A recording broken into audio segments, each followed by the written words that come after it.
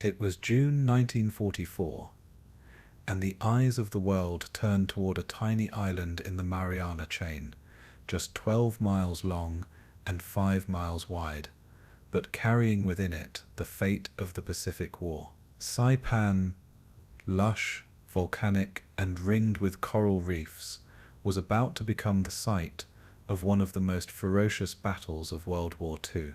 For the Japanese Empire, Saipan was a fortress, a shield protecting their homeland, bristling with bunkers, artillery, and soldiers sworn to fight to the last man.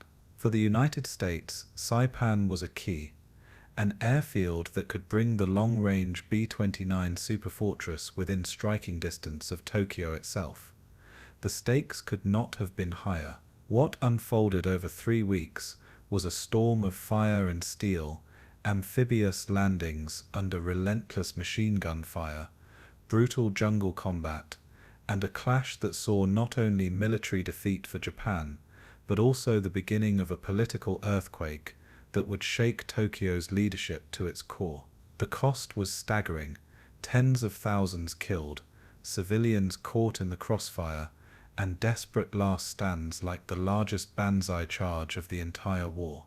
Yet Saipan was also a turning point, marking the moment when the Pacific War shifted irreversibly in America's favor, opening the door for the strategic bombing of Japan, and ultimately the path to final victory. Tonight we will walk through every chapter of this monumental battle: the planning, the invasion beaches, the air and naval duels, the human stories of soldiers and civilians alike, and the lasting consequences that echoed far beyond that small island. And before we dive into this epic story, I want to ask you, where in the world are you tuning in from, and what time is it for you right now? Drop your location and local time in the comments below, and let's see how many corners of the globe gather together to relive the entire Battle of Saipan, where Pacific War strategy, sacrifice, and destiny collided in fire and fury. Saipan sits in the heart of the Mariana Islands, a small chain that became the linchpin of the Central Pacific. Its position, roughly midway between the Philippines and the Japanese home islands, conferred a strategic geometry that planners could not ignore. From Saipan, a new generation of long-range bombers could reach the industrial heartlands of Japan in hours rather than days, shrinking the Pacific to a tactical map. The advent of the Boeing B-29 superfortress, fast, heavy, pressurized, and able to carry a massive payload, transformed Saipan from a backwater atoll into a potential springboard for direct aerial assault. For the Allied command, the math was simple: seize the Marianas and American bombers could strike Japanese factories, ports, and infrastructure from permanent bases, not distant carriers. That prospect reframed strategic priorities, because previously the only way to threaten the Japanese home islands was through risky carrier operations or distant submarine attacks. Saipan's capture promised something else beyond bombs and targets. It would sever the defensive depth Japan had relied on for 2 years, exposing supply lines and command nodes to sustained attack.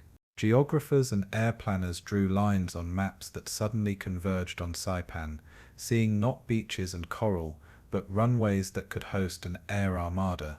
The island's physical size, larger than many in the theater, and its relatively flat southern plains, made it uniquely suitable for the construction of multiple airfields. Commanders who had watched island fights at Tarawa and Kwajalein understood that Saipan offered a rare combination of proximity and buildable terrain. In Washington, the logic of strategic bombing meshed with political appetite for a decisive move that would speed Japan's defeat. And so, before a boot hit the beach, Saipan had already become a symbol, a hinge on which the later air war against Japan might pivot.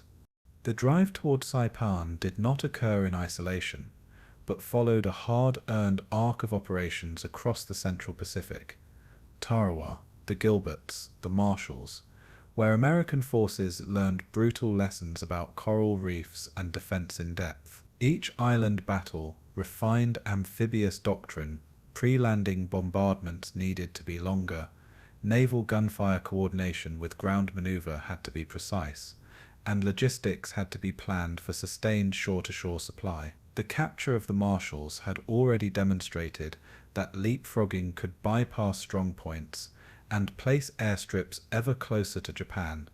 Saipan was the logical next step in that sequence. Admirals and generals who had watched previous fights saw that experience had reduced some tactical risk, but revealed a new operational challenge. Japanese defenders had dug in and made every square inch count. The Central Pacific campaign thus shifted from experimental raids to a deliberate strategy of establishing permanent bases from which sustained air operations could be projected. Saipan's seizure was intended to be not merely another island taken at high cost, but a foundation for a strategic bombing campaign that would be relentless and continuous. Engineers trained in clearing coral and compressing coral fill began calculating how many tons of rock, steel, and fuel would be required to transform beaches into runways. Every amphibious tractor, pontoon, causeway, and bulldozer counted, because the ability to offload and assemble the tools of air war quickly would determine how soon B-29C could operate. The island-hopping logic also carried political weight. Each captured island brought the American flag closer to Japan and undercut Tokyo's claim of invulnerability. In the months before the invasion, planners balanced lessons learned with fresh intelligence about Japanese defenses, trying to predict how much naval bombardment would soften the enemy. They measured risk in ships lost, men wounded, and time delayed, commodities that high command understood were precious in a global war of production. By the time invasion timetables were set, Saipan had been framed as the keystone in a broader campaign that linked tactical amphibious skill to strategic aerial reach. To Tokyo, Saipan was not merely territory, it was a forward bulwark that helped define the perimeter, protecting the home islands and the empire's inner lines of communication. The Japanese had invested in the island as a military outpost and as a colonial settlement, with Japanese civilians, farmers, merchants, administrators, living alongside Chamorro and Carolinian islanders. That civilian presence complicated operations because planes and ships striking military targets risked creating refugee crises and political repercussions, while Tokyo insisted on holding ground at all costs. Saipan's fortifications, a combination of artillery emplacements, bunker networks, and cave systems, reflected a doctrine that preferred decisive defense over elastic withdrawal. Imperial planners expected American assaults to be costly and hoped that the expense would sap U.S. momentum while preserving Japan's center. With radio stations, supply depots, and airstrips on Saipan, Japanese commanders believed the island's mere existence delayed the day when American bombers could harass the homeland on a regular basis. Civilian mobilization amplified the defensive effort. Local labor was pressed into digging revetments, building shell-proof shelters, and laying mines in likely landing zones. Propaganda reinforced resolve among settlers and soldiers alike, casting the defense of Saipan as a continuation of the homeland's sacred duty. For the island's inhabitants, the wartime experience was one of increasing scarcity. Food, medicine, and comfortable shelter diminished as Japanese logistics became strained under blockade. High Command's calculus thus combined military hardware with social engineering, attempting to turn civilians into part of the defensive fabric. Yet beneath the official rhetoric, staffers in Tokyo worried privately that Saipan's loss would convert psychological armor into a glaring vulnerability. That worry, whispered in staff meetings and briefing rooms, turned into urgency once American fleets moved within striking distance. Saipan's landscape was deceptively diverse. A coral-fringed coastline that suddenly gave way to central ridges and Mount Tapotchau, a peak whose observation points dominated the island's interior. For assault planners, the reef was a cruel teacher. It could strand landing craft on jagged rock, turning surf into a deadly barrier while leaving exposed men to enemy fire. The Japanese exploited every natural advantage, integrating caves carved into limestone, collapsed sugarcane fields, and cliffside positions into a defensive geometry designed to bleed attackers slowly. Networks of tunnels allowed defenders to move men and supplies unseen, emerging to strike and then retiring, frustrating the simplistic expectations of a beachhead breakout. Fortifications were not merely concrete, ingeniously prepared interlocking fields of fire with mutually supporting machine gun nests and artillery sighted to interdict the most likely approaches, multiplied the lethality of even small enemy probes. Engineers on both sides studied the island's soil, discovering that coral base could be compacted into surprisingly firm airstrips, but required time, heavy labor, and protection before planes could use them. The topography also favored defenders in numerous microclimates.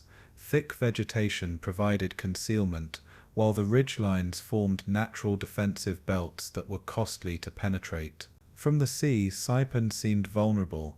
From the ridge, it was a fortress, and American commanders had to reconcile these competing impressions when planning landings. Intelligence reports, aerial photography, and prisoner interrogations slowly revealed the depth of subterranean defenses, each new detail forcing adjustments in assault tactics. The island's caves would later become scenes of desperate last stands and hideouts for civilians, where heat, disease, and scarcity compounded the horrors of battle. Tactical maps used by platoon leaders carried annotations about reef depth, sugarcane mat density, and cave entrances, mundane details that would decide survival in the field. In short, Saipan's terrain was a brutal teacher of humility, reminding invading forces that geography could multiply the lethality of even ordinary weapons. The strategic prize Saipan represented was inseparable from the practical question of airfield construction. Could engineers wrest flat, stable runways from volcanic and coral substrates quickly enough to base B-29S, the U.S. Army Air Force's 20th Air Force, under General Hap? Arnold's direction had poured resources into the B-29 program with the explicit aim of striking the Japanese home islands from captured Pacific bases. That program required not only runways, but vast storage of high-octane fuel, bomb handling facilities, maintenance depots, and veteran ground crews able to keep the super fortresses flying on a punishing schedule. Naval planners recognized that the fleet supporting an invasion had to protect those engineering units and give them time. Ships would suppress shore batteries while bulldozers and Seabees worked feverishly ashore. The Seabees, naval construction battalions hardened in wartime improvisation, were central to the plan, trained to build airstrips with compressed coral and steel matting under combat conditions. Supply convoys had to bring not only men but the raw materials for runways, crushed coral, timber, fuel bladders, steel mat. Without those, the air campaign would be stillborn. American logisticians calculated daily sorties, fuel consumption, spare parts forecasts, and convoy schedules, because operational reach hinged on sustaining the air arm after the first strikes. Conversely, Japanese air power on Saipan, fighters and anti-aircraft batteries, represented a constant threat to these construction efforts and had to be suppressed or eliminated quickly. Carrier airstrikes and long-range bomber missions preceding the invasion sought to crater runways, knock out AA guns, and reduce the island's ability to contest the skies during the critical build phase. The moment engineers could place the first heavy bomber on a Saipan strip, the island shifted from temporary possession to strategic platform, able to project force daily into Japan. That transformation from sand to runway to staging base was the central logistical triumph, the American High Command hoped to achieve as the price of the invasion's cost. Everything else, ships, troops, and courage, was measured against the clock that counted down to the arrival of those first super fortresses. The Japanese garrison on Saipan was commanded by Lieutenant General Yoshitsugu Saito, a leader tasked with defending an island whose loss could open the imperial home front to air assault. Saito's orders reflected an inflexible defense doctrine: hold ground at all costs, accept high casualties to deny the enemy easy victory, and use the island's terrain to inflict maximal attrition. His forces comprised seasoned Imperial Army infantry, naval personnel manning coastal batteries, and support units trained to fight from prepared positions rather than open ground. They had stockpiled ammunition, kitted caves with latrines and storage, and prepared counterattack zones where American advances might be intercepted and smashed. Local civilian labor, often reluctant, often coerced, was pressed into service, digging revetments, carrying ammunition, and laying primitive railways to move supplies under cover of darkness. Work parties labored under the threat of American air raids, yet Japanese engineers and NCOs displayed regional expertise in fortification, creating ambushes and booby-trapped approaches. Morale within the garrison was complex. Many soldiers were convinced of the righteousness of their cause, while others feared isolation and the consequences of defeat. Communications with Tokyo were constrained by Allied submarine and air interdiction, forcing commanders on Saipan to act sometimes with imperfect intelligence and limited resupply. Saito and his staff prepared contingency plans for coastal defense, interior defense, and eventual last stands in cave complexes if the beaches were lost.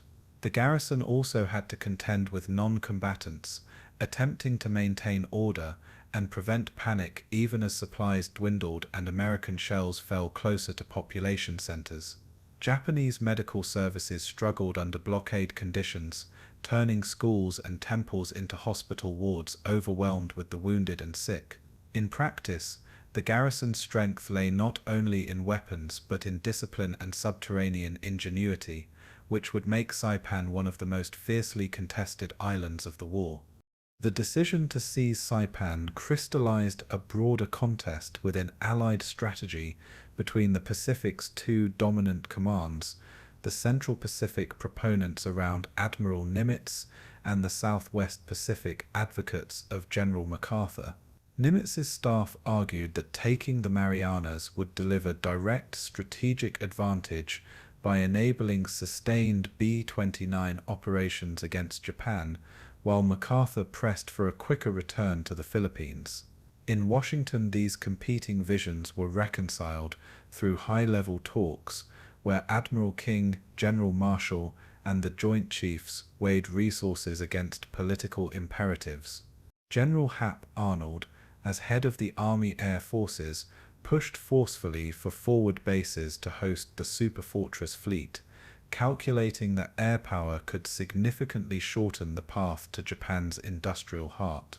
On the Navy side, Admiral Raymond Spruance was chosen to lead task force operations because of his cautious but decisive temperament and his experience in balancing fleet protection with aggressive strikes. Logistics planners recognized that taking Saipan would be costly in ships and men, but argued that the long-term payoff, control of the Marianas and the airfields to hit Japan, justified the investment. Political leaders in Washington wanted a demonstration that the United States could threaten Japan's inner defenses and were impatient for a move that would busily shift attention from the loss of Guam and the Philippines. The final operational plan, Operation Forager, blended naval bombardment, carrier air support, and a heavy amphibious assault designed to seize beaches and protect engineering teams in the immediate aftermath. Senior commanders rehearsed complex embarkation schedules, shore-to-shore supply flows, and contingency plans for Japanese counterstrikes, all while managing the realities of a finite shipping pool. Communications between fleet, air, and ground components were tightened, protocols refined, and intelligence sharing enhanced to reduce the risk of the last-minute surprises that had doomed previous operations. In every briefing the same question returned: could engineers be given enough time to build runways before Japan could respond decisively, and could the fleet hold long enough to see the air campaign begin? That tension between the urgency of strategic gain and the immediate risk to ships and soldiers would shape both the planning and the ferocity of the fighting to come. Saipan's capture would be more than a military trophy. It would be a demonstrable transformation of the Pacific Theater's center of gravity. If successful, American bombers based on Saipan could reach Tokyo, Kobe, and Nagoya, turning the war into one of sustained industrial pressure rather than sporadic raids. For Japanese leadership, the psychological impact of losing such a forward bulwark could erode confidence at the highest levels and force recalculation of naval dispersion and home defense. For American planners, the island seizure would validate the concept of strategic air bases in the Central Pacific and justify the enormous logistical effort expended to get there. For the men who would land on Saipan's beaches, the island was a crucible where small unit tactics, amphibious engineering, and sheer human endurance would be tested to the limit. In town squares and garrison huts, the last letters were written home, and in officers' tents maps were traced with routes that would soon become gutters of blood and steel. The presence of civilians would add a moral complexity to combat, forcing infantry commanders to balance urgency with humanitarian considerations often ignored in naval planning. Both sides understood that the battle's outcome would echo far beyond the sand and sugarcane. It would alter strategy, shape public opinion, and affect the timing of future campaigns. Saipan promised to be a test not only of weapons and engineering, but of the United States' industrial capacity to convert battlefield possession into a launching pad for strategic air war. In that calculus, every ship sent, every ton of coral, and every trained bulldozer operator mattered as much as battalion strength or artillery caliber.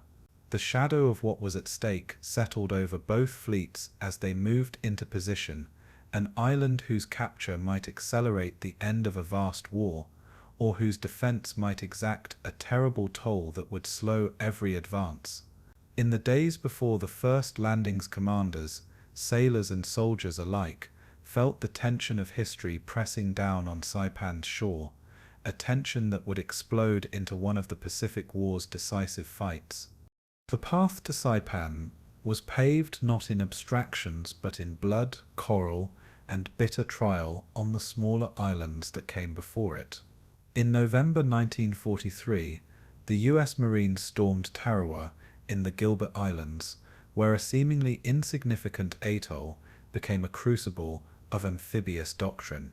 Shallow reefs stopped landing craft hundreds of yards offshore, forcing Marines to wade chest-deep through surf under withering fire from machine guns and mortars. The 3 days of fighting killed more than 1,000 Americans and nearly annihilated the 4,500 Japanese defenders, proving both the ferocity of resistance and the cost of miscalculated planning. Tarawa taught that pre-landing bombardments must be longer, that tide charts had to be precise, and that amphibious tractors, amp-tracks, were indispensable in breaching reef barriers. The battle shocked the American public, who had not expected such losses for a speck of land barely 2 square miles in size. Yet for planners, Tarawa was a bitter gift, laying bare flaws in logistics, intelligence and fire support that had to be corrected before tackling larger objectives. The memory of bodies floating in the lagoon haunted commanders as they refined procedures and re-equipped units. The lessons of Tarawa would echo directly into Saipan's planning rooms, where every reef, tide and gun emplacement was measured against the memory of failure. From the Gilberts, the US Central Pacific Drive pressed into the Marshall Islands, where strategy shifted from frontal assaults to selective strikes and leapfrogging. At Kwajalein, the largest atoll in the world, the 7th Infantry Division and the 4th Marine Division landed in January 1944 after days of pulverizing bombardment. Carrier aircraft, naval guns, and even land-based bombers worked in symphony to smash defenses before a single troop touched sand. Unlike Tarawa, where bombardments had been too brief, Kwajalein's pre-invasion firepower buried defenders and reduced fortifications before ground combat began. The result was a more efficient seizure, though Japanese garrisons still fought with grim determination and inflicted heavy casualties. Kwajalein proved the value of coordinated firepower, detailed intelligence, and integrated command structures that gave ground commanders direct control over naval gunfire. American units moved faster, supply came ashore smoother, and tank infantry cooperation improved, turning what might have been another bloodbath into a relatively contained operation. The rapid conquest of Kwajalein provided confidence that island fortresses could be reduced systematically, not just through brute courage, but through overwhelming, well-orchestrated violence. For Nimitz and his planners, the Marshall's campaign validated the shift toward methodical, heavily supported assaults that would later characterize Saipan. Every after-action report, every photo of shattered bunkers, and every chart of artillery expenditure was studied to refine doctrine, and in those details lay the blueprint of future success. Not far behind Kwajalein came Inuetok, a coral atoll seized in February 1944, which further shaped the art of amphibious operations. The 22nd Marine Regiment and the Army's 106th Infantry clashed with a garrison determined to contest every yard, despite being heavily outnumbered and cut off. Pre-assault bombardments softened defenses, but on narrow strips of coral, every Japanese bunker had to be reduced by flamethrower, demolition charge, or direct assault. The fight emphasized that amphibious warfare required flexible, combined arms teams capable of adapting to unexpected strongpoints. At Inuetok, naval Seabees worked under fire to clear landing areas, proving again that engineering units were as vital to success as riflemen or gunners.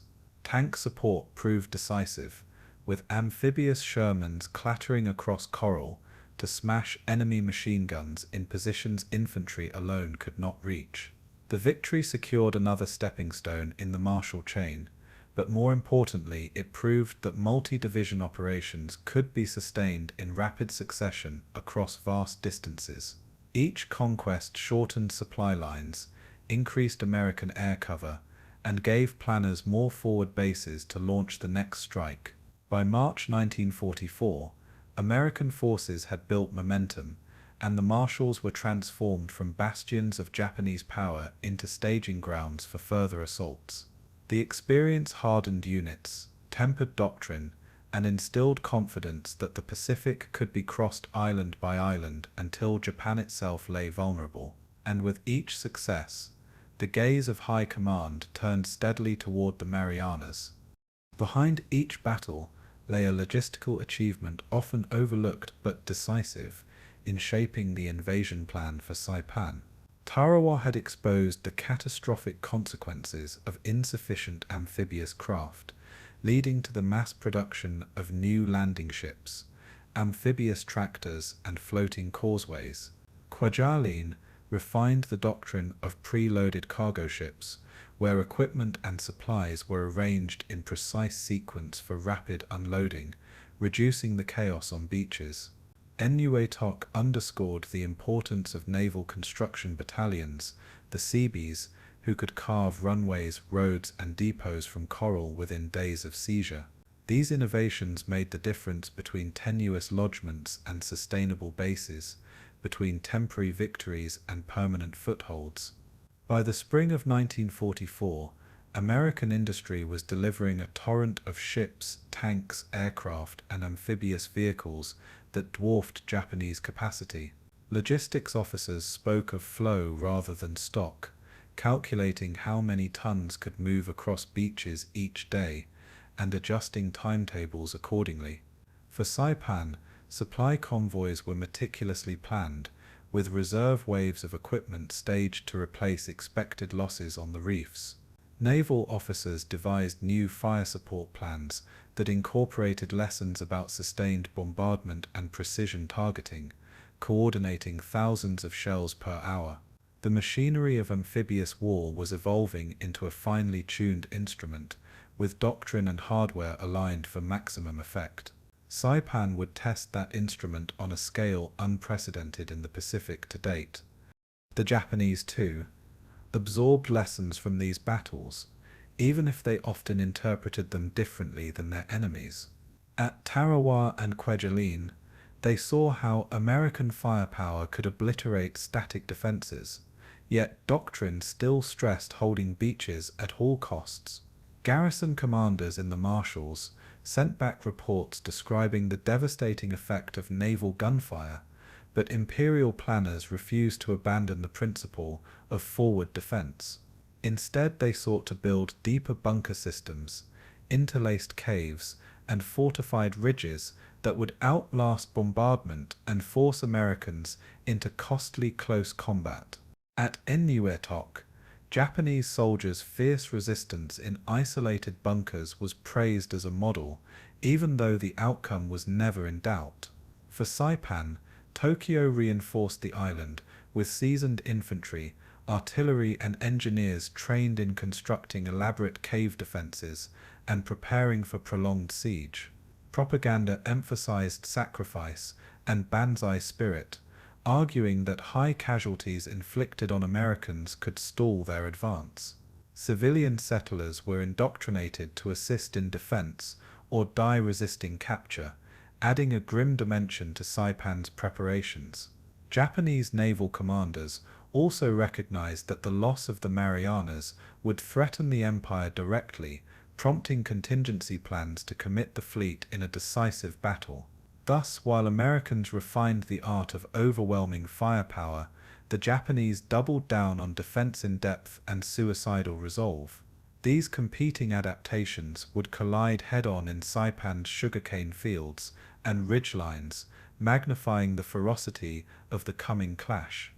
For Admiral Chester Nimitz, the lessons of the Gilberts and Marshalls crystallized into a strategy of relentless forward pressure, supported by overwhelming logistics. He recognized that each island chain was not merely a tactical victory, but a building block in a longer campaign culminating in the Marianas. Saipan, Tinian, and Guam formed a triangle whose possession would provide air bases, naval anchorages, and staging points beyond anything the Japanese could counter. Nimitz's staff mapped timetables, calculating shipping schedules down to the hour, aware that any delay could give Japan time to reinforce or reposition its fleet. Intelligence officers pored over aerial reconnaissance photos, noting Japanese fortifications and airstrips that would have to be neutralized before engineers could begin work. Amphibious commanders revised landing doctrine, incorporating new craft like LVT-4 says with rear ramps to speed unloading under fire. Communications protocols were tightened, giving beach commanders direct access to naval fire support in a way unthinkable a year earlier. Lessons were codified into field manuals, briefings, and practice landings, turning raw experience into institutional knowledge. This professionalization of amphibious warfare gave planners confidence that the mistakes of Tarawa could be avoided. But Saipan was larger, more fortified, and inhabited by tens of thousands of civilians, making it unlike any island yet taken. The stakes were higher, and the path toward them had been bought with hard-won experience. The road through the Gilberts and Marshalls was not simply a linear advance, but a crucible that forged the techniques, hardware, and mindset required for the Marianas. Every reef crossed, every bunker destroyed, and every beachhead secured taught lessons in blood and steel. Marines, soldiers, sailors, and seabees alike became veterans of a new kind of warfare, one that fused sea, land, and air in complex symphony. American industry, now in full gear, provided the ships, planes, and weapons to implement lessons learned almost in real time. Japanese defenders, equally aware of the stakes, prepared to test those lessons with new layers of resistance and ferocity. The collision course was set, and Saipan loomed as the proving ground where doctrine and determination would meet in decisive battle. The path from Tarawa's shallow reefs to Kwajalein's massive atoll to Eniwetok's narrow strips was more than geography. It was a rehearsal for a grand performance. Each step forward reduced the distance to Japan, increased the pressure on Tokyo, and raised the expectations of Washington. The soldiers and sailors knew that with each victory, they were being propelled into something larger, something that could change the entire war. And as the fleet steamed westward, Saipan stood waiting, an island both fortress and prize, its shores prepared to test every lesson learned along the road to the Marianas. By early 1944, the Japanese military found itself stretched thin across an empire whose frontiers now spanned thousands of miles of hostile ocean. Hard-fought campaigns from Guadalcanal to the Solomons and losses among elite carrier aircrews had thinned experienced personnel and left Tokyo scrambling to replace both pilots and material. Industrial bottlenecks, fuel shortages caused by Allied submarine interdiction, and the increasing weight of American production meant that reinforcements and ammunition could not be dispatched as freely as before. Strategic doctrine therefore shifted from ambitious offensives to rigid defense in depth, as staff officers in Tokyo accepted that holding key outposts would buy time more effectively than bold maneuvers. The Marianas, Saipan, Tinian, and Guam suddenly acquired outsized importance, a last concentric ring shielding the home islands from direct attack. Military planners in Tokyo argued that if these islands could be fortified and held, they would force the Americans to pay dearly for any approach toward Japan itself. This defensive posture reflected both pragmatic calculations about resources and a cultural insistence on refusing to cede territory, turning each island into a place where honor and strategy converged. Naval commanders worried about the vulnerability of sea lanes and the strain on oil reserves, while army commanders labored to fortify positions with what men and material they could muster. Air power, once Japan's premier advantage, was increasingly constrained by attrition. Replacement pilots were raw and less effective against the growing numbers of American fighters and long-range bombers. Yet despite shortages, the Imperial General Headquarters prioritized the Marianas, reallocating veteran infantry and coastal artillery to blunt any amphibious thrust. In short, Tokyo entered 1944 with a defensive resolve hardened by supply shocks and battlefield losses, convinced that a successful defense of forward islands could still alter the calculus of the war. Saipan, in that grim arithmetic, became a linchpin, an island whose loss would directly shorten the distance to Japan and whose preservation the military viewed as essential to the empire's survival. Japanese defensive doctrine by 1944 emphasized fortification, attrition, and moral resistance, rather than elastic maneuvers or withdrawal to preserve forces. Staff manuals and imperial directives urged commanders to prepare strong points that could withstand prolonged naval and aerial bombardment, and then inflict maximum casualties during close combat. The idea was brutally simple. If Americans had to bleed heavily to take each island, political will and logistical cost might blunt their momentum. This doctrinal stance had roots in pre-war planning that imagined decisive, bloody defenses anchored on islands as forward bastions. It also reflected a political culture that equated retreat with dishonor, and that pressured commanders to make stands even when tactical circumstances argued otherwise. On Saipan, this philosophy translated into a program of subterranean defenses, caves cut into volcanic rock, interlinked tunnel networks, and reinforced concrete bunkers designed to survive bombardment.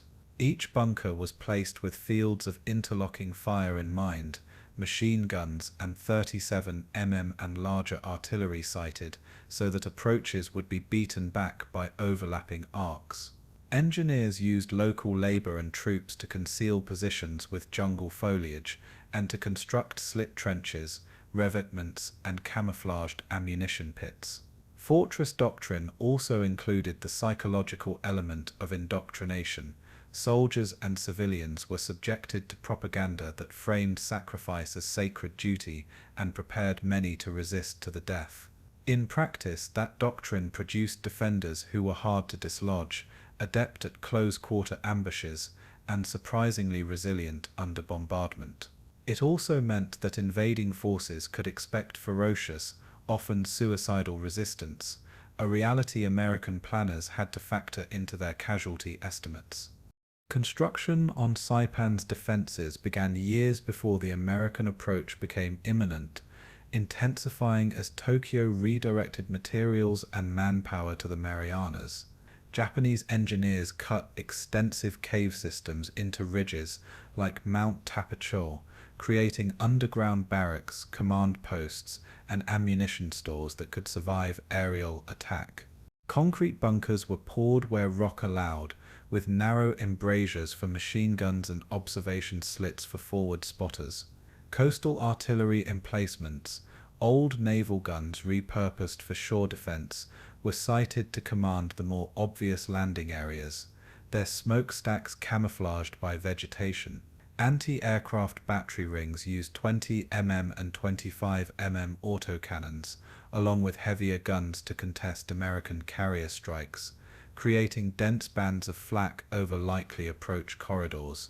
Barbed wire, mines, and anti-landing obstacles were strewn across beaches and in the shallows to delay and channel attackers into kill zones. Labor for these projects came partly from local Japanese settlers conscripted into service, partly from military labor battalions drawn from the garrison and nearby islands. Shortages in concrete and steel forced improvisation. Coral rock, local timber, and hand-forged reinforcements were pressed into use where modern materials were scarce. Daily life under construction was harsh. Workers toiled under tropical sun, exposed to sudden air raids, with medicine and food in short supply as supply convoys were harried by submarines. The island's administrators balanced secrecy with mobilization, giving orders to fortify while trying to maintain essential services for civilians who were only gradually made aware of the military plans. In intelligence reports, Allied photo interpreters noted the telltale scars of excavation and concrete pours, yet the full depth of subterranean tunnels remained difficult to detect from the air. By the spring of 1944, Saipan's ring of bunkers, cave systems, and gun emplacements formed an adversary that American planners respected as far more formidable than earlier atolls. The defenders on Saipan were a mixed force of Imperial Army regiments, naval detachments, artillery units, engineers, and locally recruited laborers assembled to form a comprehensive defensive package.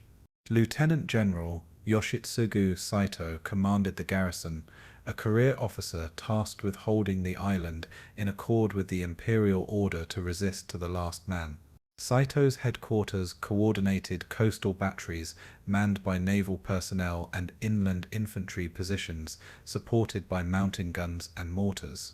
Infantry units included both veteran soldiers from China and newly raised conscripts, creating a mixture of experience levels that commanders had to manage under fire.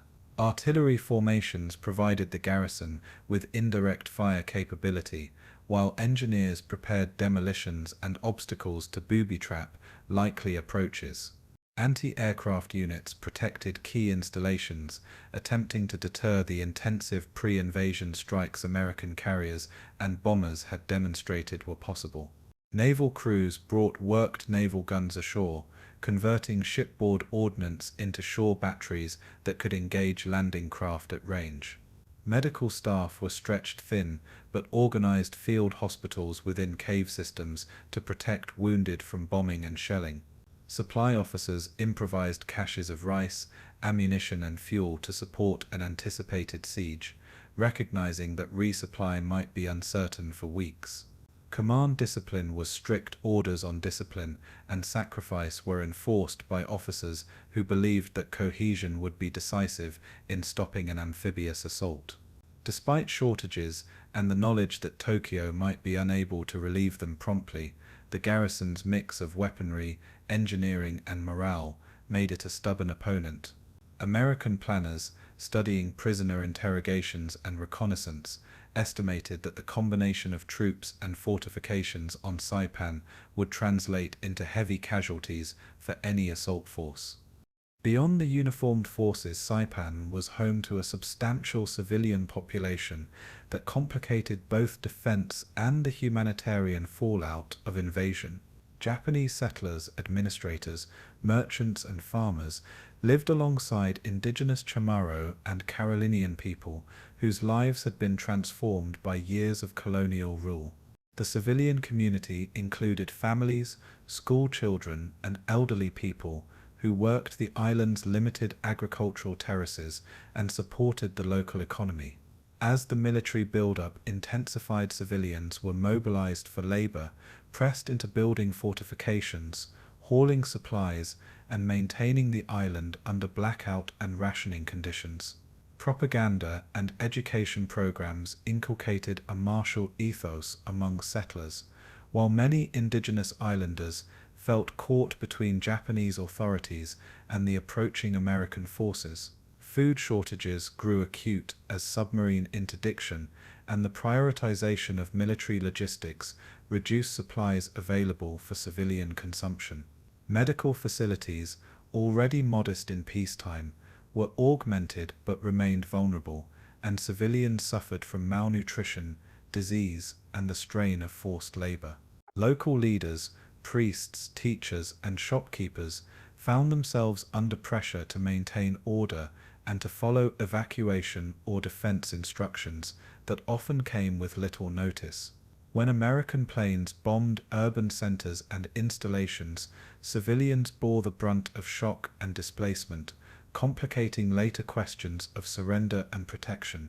Japanese military leaders sometimes used civilian presence to complicate Allied targeting calculations, knowing that collateral damage could influence morale and propaganda at home. Yet the presence of civilians also became a moral burden on commanders who had to weigh rapid, forceful action against the risk of mass suffering among non-combatants. In short, Saipan was not merely a military objective, but a populated island where war and daily life had become tightly interwoven, amplifying the human stakes of any battle to come. Saipan's defenses included a spectrum of weaponry tailored to interdict sea approaches, blunt infantry attacks, and deter airborne assault.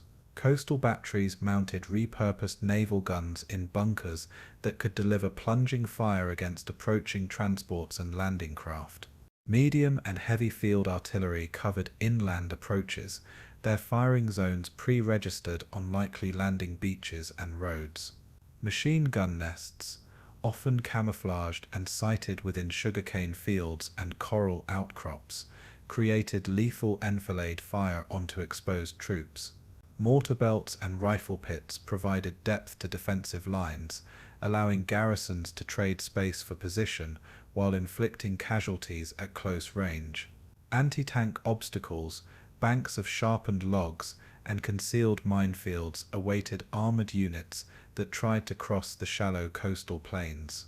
Air defenses, 20 mm and 25 mm autocannon, heavy anti-aircraft pieces, and barrage balloons in some sectors aimed to disrupt pre-invasion strikes and protect airfields. Engineers crafted kill zones using natural terrain, supplementing cliff faces and ridgelines with wire, camouflaged pits, and flame traps that funneled attackers into concentrated fire. Booby traps and delayed detonators concealed in caves and ruinous structures increased the hazard of clearing operations for assault teams. Defenders made intensive use of hand grenades, satchel charges, and close-quarters weapons designed for bunker clearing, tools that multiplied lethality in tight spaces. Japanese tactics for Saipan anticipated that aircraft and naval gunfire could not destroy everything, so emphasis on manning covered positions and conducting local counterattacks remained central. For the Americans, overcoming such integrated defenses demanded combined arms tactics, flamethrowers, demolition charges, and patient clearing that turned Saipan into a brutal test of infantry skill. Logistics was a hidden battleground for Japan, where Allied submarine warfare had become an increasingly effective weapon in choking maritime supply lines. By 1944, fuel shortages limited the operational radius of ships and aircraft, constraining Tokyo's ability to move reinforcements rapidly to threatened islands like Saipan. Ammunition and spare parts were rationed. Frontline units received only portions of requested supplies, forcing local commanders to prioritize which sectors were fortified most heavily. Medical supplies, refrigeration for food, and even simple tools like shovels became precious commodities in the island environment. Japanese supply planners attempted to stockpile rice, ammunition, and kerosene in underground depots, but convoy losses and air attacks often degraded those caches before they could be used. Communication difficulties, interrupted radio circuits, occasional interception of messages, and the physical distances involved made coordination more fragile and response slower. Naval escorts were increasingly diverted from resupply missions to protect capital ships and remaining convoys, further reducing the throughput of men and material to the Marianas. Local improvisation became essential. Commanders recycled materials, cannibalized spare parts from damaged equipment, and used civilian labor to move bulk supplies over primitive roads. The shortage of trained pilots, fuel, and replacement aircraft limited Japan's ability to contest airspace over Saipan, a factor that would prove increasingly consequential. Disease and tropical conditions further eroded manpower. Dysentery, malaria, and heat exhaustion removed combat power from frontline units at the worst possible times. Despite official optimism, the logistics picture on Saipan and the Greater Marianas was fragile, and Tokyo's planners worried that a prolonged American effort would outpace their ability to sustain defense. This logistic fragility underpinned much of Japan's strategic calculus: hold the Marianas if possible, but recognized that relief might be impossible if American forces committed in strength. Psychologically, Saipan's fate carried enormous weight in Tokyo, because the island's loss would bring the enemy within theater range of the homeland's cities and war industries. Imperial leaders feared not only the physical destruction B-29 sets could bring, but the symbolic blow to prestige if the home islands themselves could be struck from fixed bases. That fear translated into political pressure on military commanders to defend Saipan at any cost, a mandate that constrained operational flexibility. Within the military, there were debates. Some advocated trading territory to save forces, others insisted that sacrifice now could preserve the homeland later, but imperial politics tended to favor the hard line.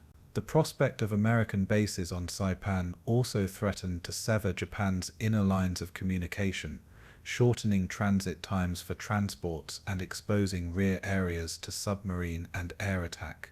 That strategic vulnerability would soon have cascading effects on Japanese decision-making, contributing to naval gambles and defensive investments that strained finite resources. On the island itself, the knowledge that reinforcements might be slow to arrive hardened resolve and deepened the willingness of soldiers and some civilians to prepare for last stands. For American planners, that same psychological weight translated into urgency.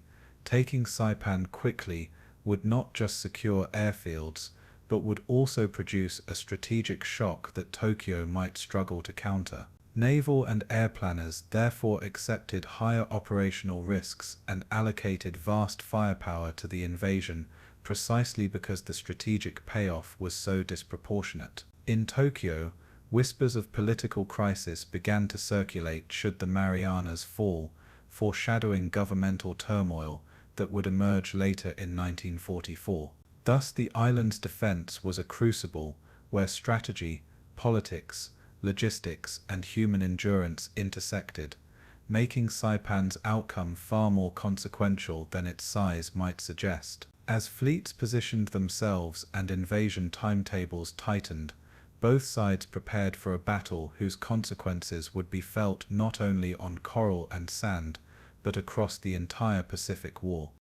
In the vast theater of the Central Pacific, command was as much about temperament as about ships and men, and Admiral Chester Nimitz embodied a measured steadiness that reassured anxious politicians and naval officers alike.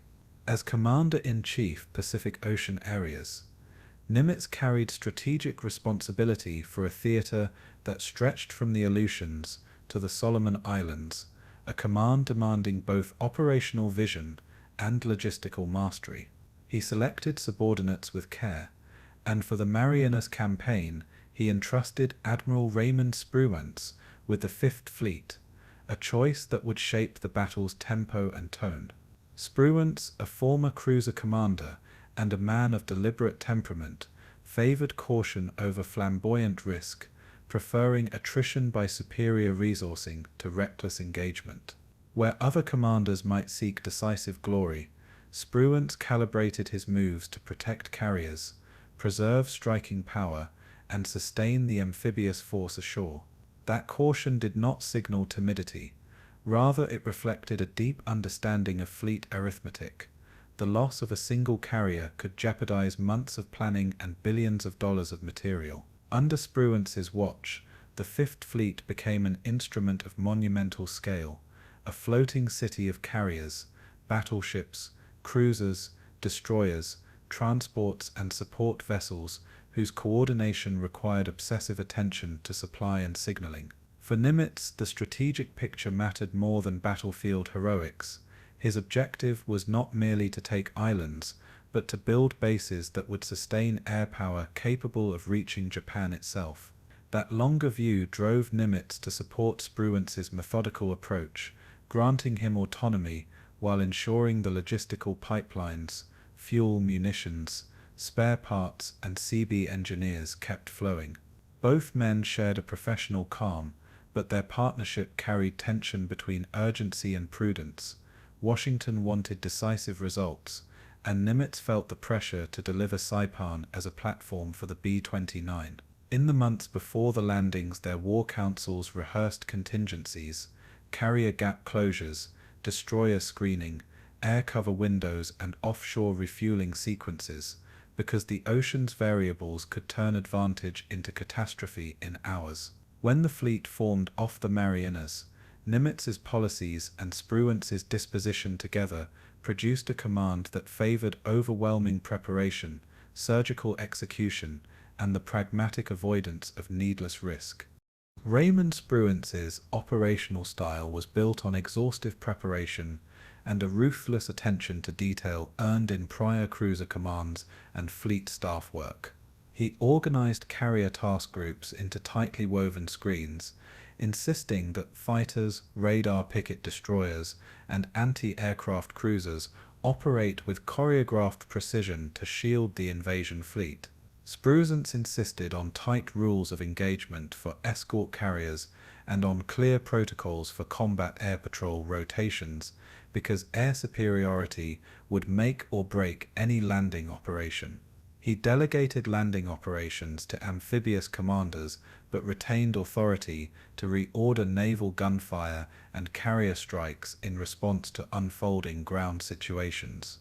That balance, delegation with the ability to intervene, meant naval firepower could be massed exactly where assault commanders needed it, reducing the peril of isolated beachheads. His insistence on protecting carriers stemmed from a strategic calculus. Carriers were the fleet's capital, and their survival ensured sustained air cover for the troops ashore and the Seabees building the runways.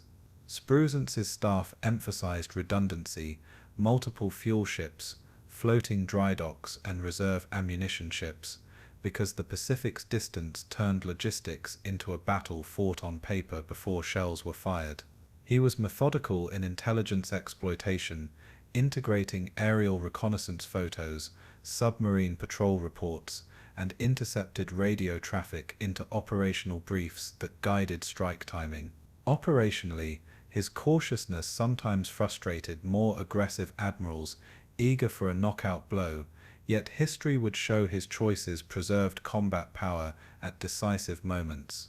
Spruance's temperament also influenced naval culture aboard the fleet.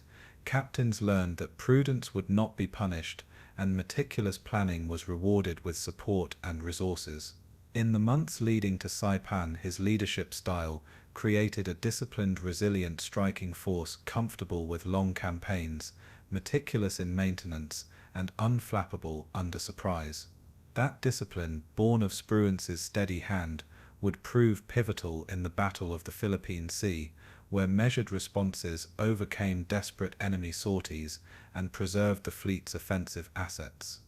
Chester Nimitz's career before the war had given him a broad technical and staff background, experience that translated into an ability to see campaigns as logistical systems rather than mere battles of attrition.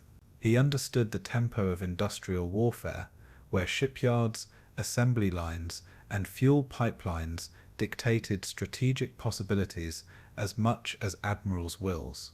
From Pearl Harbor's ashes, he rebuilt Pacific doctrine on a sober appreciation of what resources could sustain, aligning operational goals with the United States' prodigious production capacity. Nimitz's leadership was famously calm. He issued orders without flourish, trusted competent subordinates, and let operational art emerge from shared competence rather than ego-driven gestures. He balanced the aggressive demands of politicians in Washington with the risk calculus of seasoned commanders at sea, smoothing tensions that might otherwise have produced strategic missteps.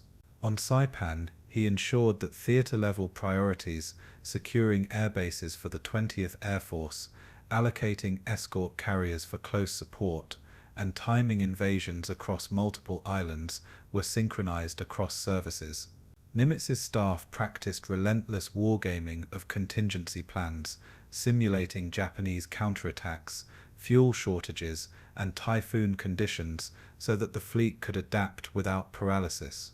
He also fostered an intelligence fusion center where photographic interpreters, submarine commanders, and radio decryption teams fed a common picture to operational planners. Politically, he was adept at arguing for resources before the Joint Chiefs, articulating why capturing Saipan would shorten the war's trajectory and conserve American lives in the long run. Nimitz's trust in Spruance to execute operations reflected both professional judgment and a keen sense of commanders' strengths and weaknesses. That selection mattered. Saipan required an admiral who would preserve striking power for the larger campaign and not be baited into costly naval engagements that could squander the strategic prize. In the end, Nimitz's macro-level stewardship and Spruance's micro-level execution combined pragmatic strategy with disciplined tactics, setting the stage for the fleet's performance in the Marianas. On the Japanese side, commanders carried an entirely different set of experiences and constraints, and Admiral Chuichi Nagumo's career embodied both early triumph and later controversy.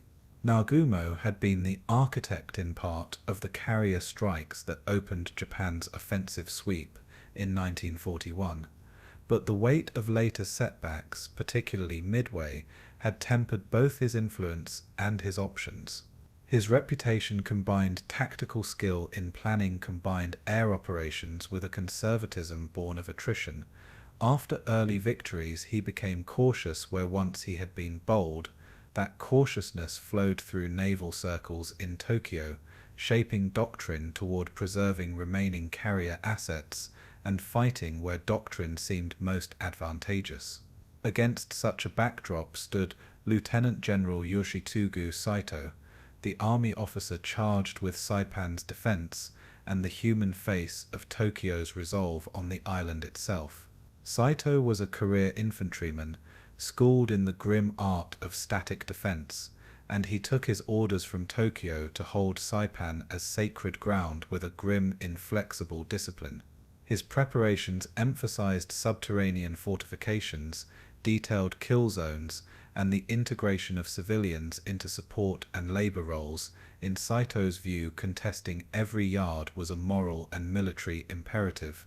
While Nagumo's name evoked carrier doctrine and the empire's early aerial audacity, Saito's presence on Saipan embodied the army's commitment to ground defense, even under the most dire logistical constraints. The personalities mattered. Nagumo's caution constrained naval options, while Saito's rigidity reduced the army's tactical flexibility on the island as the battle unfolded. Their doctrines converged in tragic ways, emphasis on holding ground plus an unwillingness to risk precious carrier assets led Tokyo to commit to fights that increasingly favored American firepower. Ultimately, the Japanese command's blend of honor-driven orders and strategic scarcity set in motion a defense that was heroic in resolve, but fragile in supply and adaptability. Admiral Nagumo's career cast a long shadow over Japan's naval thinking. His successes at Pearl Harbor, followed by the catastrophe at Midway, shaping both doctrine and morale. Midway had wounded leadership confidence. The loss of 4 fleet carriers in 1942 reduced Japan's ability to conduct decisive carrier battles and forced reassessment of risk that percolated through the officer corps. Nagumo's own perceived indecision during Midway became a cautionary tale in Tokyo staff rooms, cited as evidence that operational audacity without reserves was perilous.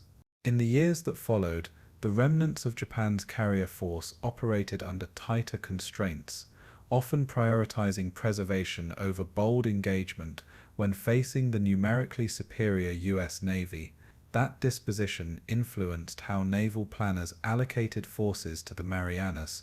With carriers scarce and replacement pilots thin, commanders hesitated to risk them in reckless thrusts to relieve islands like Saipan.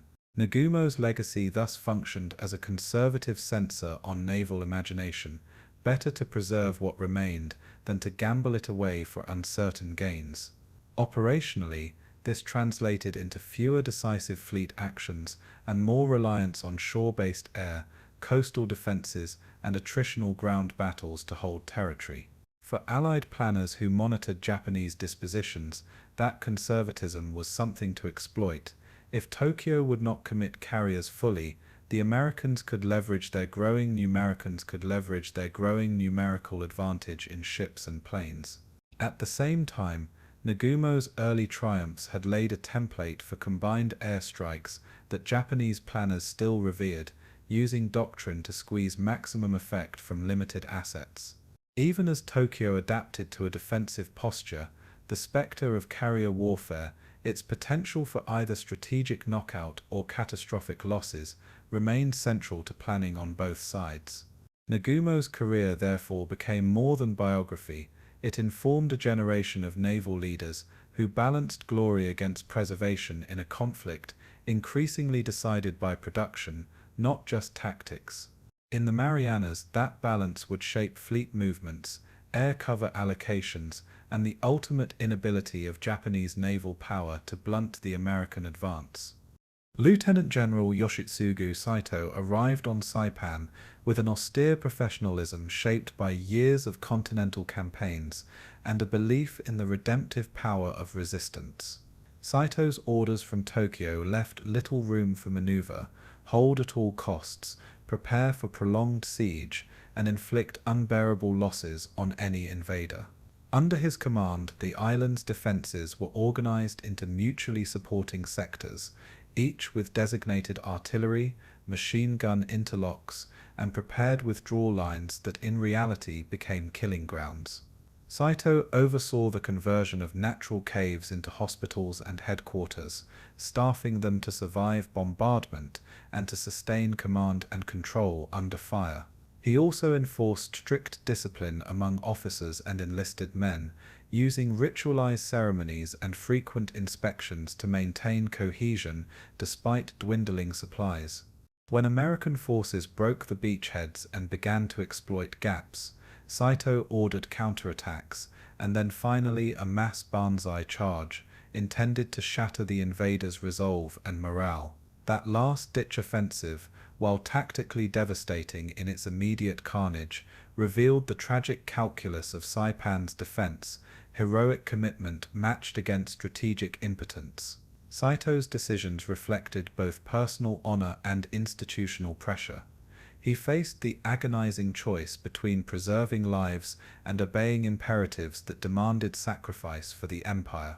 The result was ferocious fighting in sugarcane fields, caves, and ridgelines, where infantry tactics designed for continental warfare were adapted to the island's brutal microterrain. Saito's leadership won the grudging respect of many American officers who later noted the discipline and tenacity of Japanese units under his command. Yet the human cost was catastrophic. Tens of thousands of soldiers and civilians would die under the doctrine Saito administered, a testament to both loyalty and tragedy. In the end, Saito's rigid defense bought time for Tokyo's planners, but at the price of annihilation on an island whose loss would nevertheless reverberate as strategic catastrophe for Japan. American doctrine by 1944 had evolved into a synthesis of overwhelming firepower, combined arms coordination, and logistical preeminence that aimed to minimize casualties while securing lasting bases. That doctrine relied on carrier air to neutralize enemy airfields, battleships and cruisers to batter shore defenses, and Seabees to materialize runways and depots at lightning speed. Americans brought analytic planning cycles and redundant supply lines that turned the theater into an industrial chessboard where material superiority dictated tempo. By contrast, Japanese strategy on Saipan favored layered defense, subterranean resilience, and moral warfare, tactics aimed at transforming American advantages into grinding attrition. Tokyo's leaders believed that if invaders paid dearly for each island captured, American public opinion might fray and operational momentum could slow. A strategy rooted in political as well as military calculations. These divergent approaches collided bitterly, where Americans sought to preserve combat power and the ability to project sustained air campaigns. The Japanese sought to make each inch of land a costly sacrifice for the attacker. Technically, the Americans exploited superiority in radar-guided fighter direction, massed naval gunfire, and aerial reconnaissance to unmask and target bunker systems with increasing precision. Japanese defenders adapted with surprise ambushes, interlocking tunnels, and night counterattacks that negated some of the Americans' technological edge in daylight engagements. Logistics again proved decisive. American shipping could replace losses and sustain long operations, while Japan's dwindling merchant fleet struggled under submarine attack to supply its garrisons. The result was a strategic asymmetry, where American methods sought to convert material dominance into operational speed, and Japanese doctrine sought to convert resolve into delay. Each approach had moral and human implications. American planning tried to limit friendly casualties, but accepted collateral damage to force resolution, while Japanese defense accepted near-total destruction to delay defeat. When commanders clashed on Saipan, it was therefore not simply a contest of weapons, but of entire war philosophies, industrial attrition versus sacrificial resistance, each shaping how men fought and died. Ultimately, the human personalities behind admiralty titles determined how risk was taken, and how resources were marshaled, with Spruance's caution preserving American striking capability when Tokyo expected reckless counterstrikes.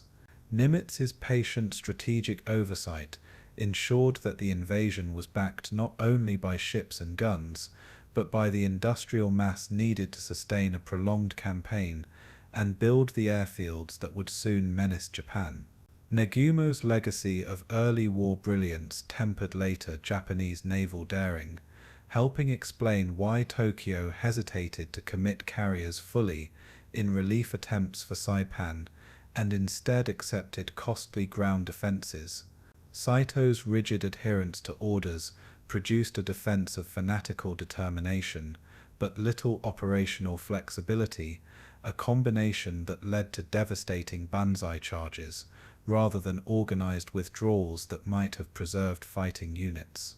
Those Banzai attacks, horrendous in human cost, stunned American troops, but ultimately depleted the defenders' remaining strength, converting ideological resolve into tactical futility.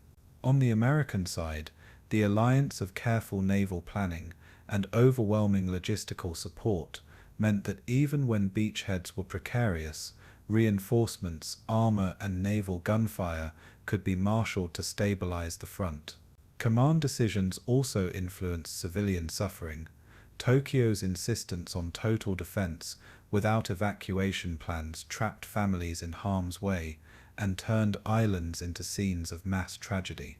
Strategic miscalculation in Tokyo underestimated the United States' capacity to replace losses and underestimated the moral cost of sacrificing entire garrisons that could not be relieved. Conversely, American commanders faced ethical dilemmas in employing brutal bombardments to reduce defenses that included civilians, choices justified by strategic imperatives, but heavy in moral consequence. In the chapter of Saipan's history, where personalities mapped onto doctrine, it became clear that prudence and preparation would trump isolated acts of valor when confronting industrial-scale warfare. The interplay between Nimitz's shorter strategic vision, Spruance's fleet stewardship, Nagumo's legacy of caution, and Saito's uncompromising defense produced outcomes that were as much about command judgment as about munition count. When the smoke cleared over Saipan, the island stood as evidence that leadership choices, who to trust, where to take risk, and how to value human life versus strategic ends, had shaped not only the battle's course, but the future trajectory of the Pacific War. Operation Forager was the operational name for the Marianas campaign, a mammoth invasion plan that would test American amphibious logistics on an unprecedented scale.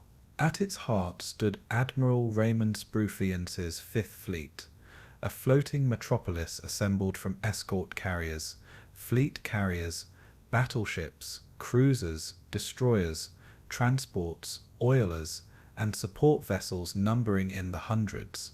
Organizers calculated every ton of fuel, every pallet of ammunition, and every ration to sustain not just a few days of fighting, but weeks of base building under combat conditions.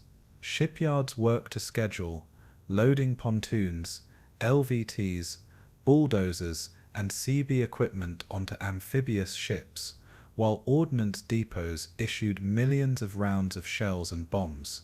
Air power for Forager was equally vast. Carrier air groups provided cap and strike missions, while the 20th Air Force's B-29 as loomed as the strategic prize to be based ashore once engineers cleared runways. Planners assembled troop numbers that dwarfed previous island assaults, with Army and Marine divisions totaling over 100,000 men earmarked for the initial operations in the Marianas. Troop ships and attack transports were organized into assault echelons, each with detailed embarkation plans that specified which units, vehicles, and supplies would land on which beaches and at what hour. Communication nets, HF radio, signal flags, and primitive yet vital wire links were rehearsed to keep commanders ashore and commanders afloat, synchronized in the chaos of invasion. Medical ships and hospital units were staged as well, because planners grimly anticipated thousands of casualties and the need to evacuate the wounded across hundreds of miles of ocean. Underpinning the whole effort was a logistics staff that treated the invasion as a moving, living supply chain, where delays in one port could cascade into shortages ashore within days. Sproofiance's staff held endless briefings, rehearsals and war games, testing contingencies from typhoons to submarine threats, so that the Fifth Fleet could adapt rapidly to any disruption. When the fleet finally steamed west, it carried not only weapons and men, but an industrial-scale promise. If the Americans could land and hold Saipan, they could turn the island into a base to strike Japan itself. Logistics charts for Operation Forager read like a ledger of modern war, listing carrier air groups by squadron, destroyer squadrons by whole number, and transports by division load plan. At sea, the Fifth Fleet comprised multiple task forces, with the fast carriers of Task Force 58 delivering hundreds of fighter and bomber sorties each day to suppress Japanese air and surface opposition. Battleships and cruisers provided pre-landing naval gunfire, firing tens of thousands of shells to crater defenses, while destroyers formed anti-submarine screens to protect the vulnerable transports and oilers. The amphibious flotilla carried dozens of LSTs, hundreds of LCVPs and scores of LVTs, the armoured amphibians that had proved their worth in earlier landings by carrying tanks and infantry over reefs. Seabees arrived with pontoon causeways, bulldozers, compressors and millions of feet of mast and mat for rapid runway construction, working around the clock to turn coral into usable strips. Supply ships included refrigerated store ships for perishables, ammunition ships laden with 5-inch and 16-inch shells, and oilers tasked with refueling the task forces underway. Aircraft carriers embarked hundreds of aircraft, fighters, torpedo bombers and dive bombers, while escort carriers specialized in close air support for the troops as they hit the beaches. Medical assets included hospital ships with surgical teams, casualty clearing stations ashore, and stretcher parties trained to move wounded from shore to ship under fire. Even mundane items, sandbags, rations, bandages, and Coleman stoves were logged in daily consumption estimates, because minor shortages could cascade into critical failures on isolated forward positions. Navy cargo officers coordinated with Army quartermasters to ensure Sherman tanks, ammunition trailers, and mobile repair shops were landed in sequence, not chaos, to restore fighting power ashore quickly. The sheer scale of equipment meant that beachheads functioned like temporary ports, cranes offloaded heavy gear, pontoon causeways linked ships to shore, and truck convoys snaked inland to supply frontline units. Every number on the manifests represented human toil: stevedores, seabees, cooks, medics, and clerks, whose labor would determine whether equipment became fighting power or mere metal abandoned on a reef. Operation Forager's success depended on clear demarcation of roles: the Navy to seize and protect sea control, the Marines and Army to assault and expand beachheads, and the Army Air Forces to provide strategic and tactical air support. Marine divisions, the hardened 2nd and 4th, were assigned the initial beach assaults on Saipan's contested shores, trained for rapid movement across reefs and into fortified positions. The Army's 27th Infantry Division followed, tasked with exploiting breaches, securing flanks, and pushing inland where its larger numbers could be brought to bear on the island's interior. The Navy's role extended beyond firepower. Amphibious planners coordinated transports and landing schedules, while destroyer screens and cruisers suppressed coastal batteries and interdicted enemy shipping. Carrier aviation provided close air support, combat air patrols and interdiction strikes, shifting sorties to protect convoys, suppress shore targets, and engage Japanese aircraft attempting to contest the approaches. The 20th Air Force, though primarily a strategic strike force destined for later operations from captured islands, coordinated reconnaissance flights, and prepared to capitalize on any advance airstrips Seabees could construct. Seabees formed the bridge between combat and construction, landing with the assault waves to clear fields, erect fuel bladders, and lay down mast and mat sufficient to handle fighters, and eventually the superfortress. Logistics commands, Army quartermaster detachments and Navy cargo officers worked joint schedules to keep the flow of ammunition, spare parts, and food moving from ship to shore without bottlenecking in the surf zone. Medical corps from both services integrated casualty evacuation chains, using destroyers and hospital ships to wheel wounded back to rear area hospitals for surgery and convalescence. Specialized units, combat engineers, flamethrower teams, tank destroyer crews, and reconnaissance platoons were assigned to breach specific defenses identified by intelligence and aerial photography. Command relationships were deliberately layered, with amphibious task force commanders responsible for the interface of sea and land operations, while overall coordination rested with Nimitz and Spruance at the theater level. This division of labor demanded exhaustive rehearsals, with commanders mapping landing sequences, naval gunfire schedules, and close air support windows until the choreography of offense became as predictable as the tide. Before any boot struck sand, intelligence and deception worked overtime to shape the battlefield and deny Tokyo clarity on exact assault points. Aerial reconnaissance flights photographed potential landing beaches, mapped coral depths, and exposed hidden fortifications that allowed planners to avoid the most lethal emplacements.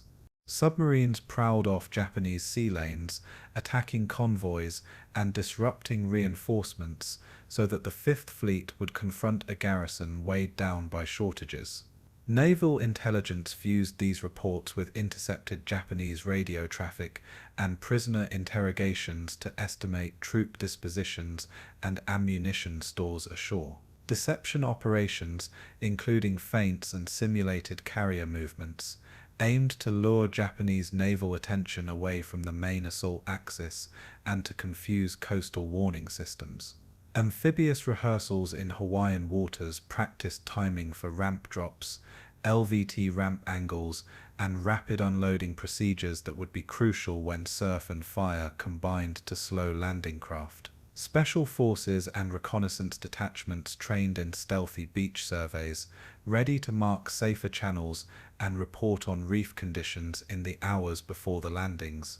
Intelligence officers briefed company and platoon leaders with annotated photos pointing out bunker clusters, probable machine gun nests, and likely troop concentrations so that small unit leaders knew what to expect. Together, these intelligence preparations shrank uncertainty but could not erase it. Commanders accepted that the fog of war would still produce surprises on D-Day. The fleet's meteorologists also played a role, forecasting winds and swells to pick an optimal landing window that minimized reef exposures and maximized LVT functionality. Allied planners coordinated night and dawn strikes to blind defenders, using carrier aircraft to suppress radar and radio communications before the assault wave reached visual range.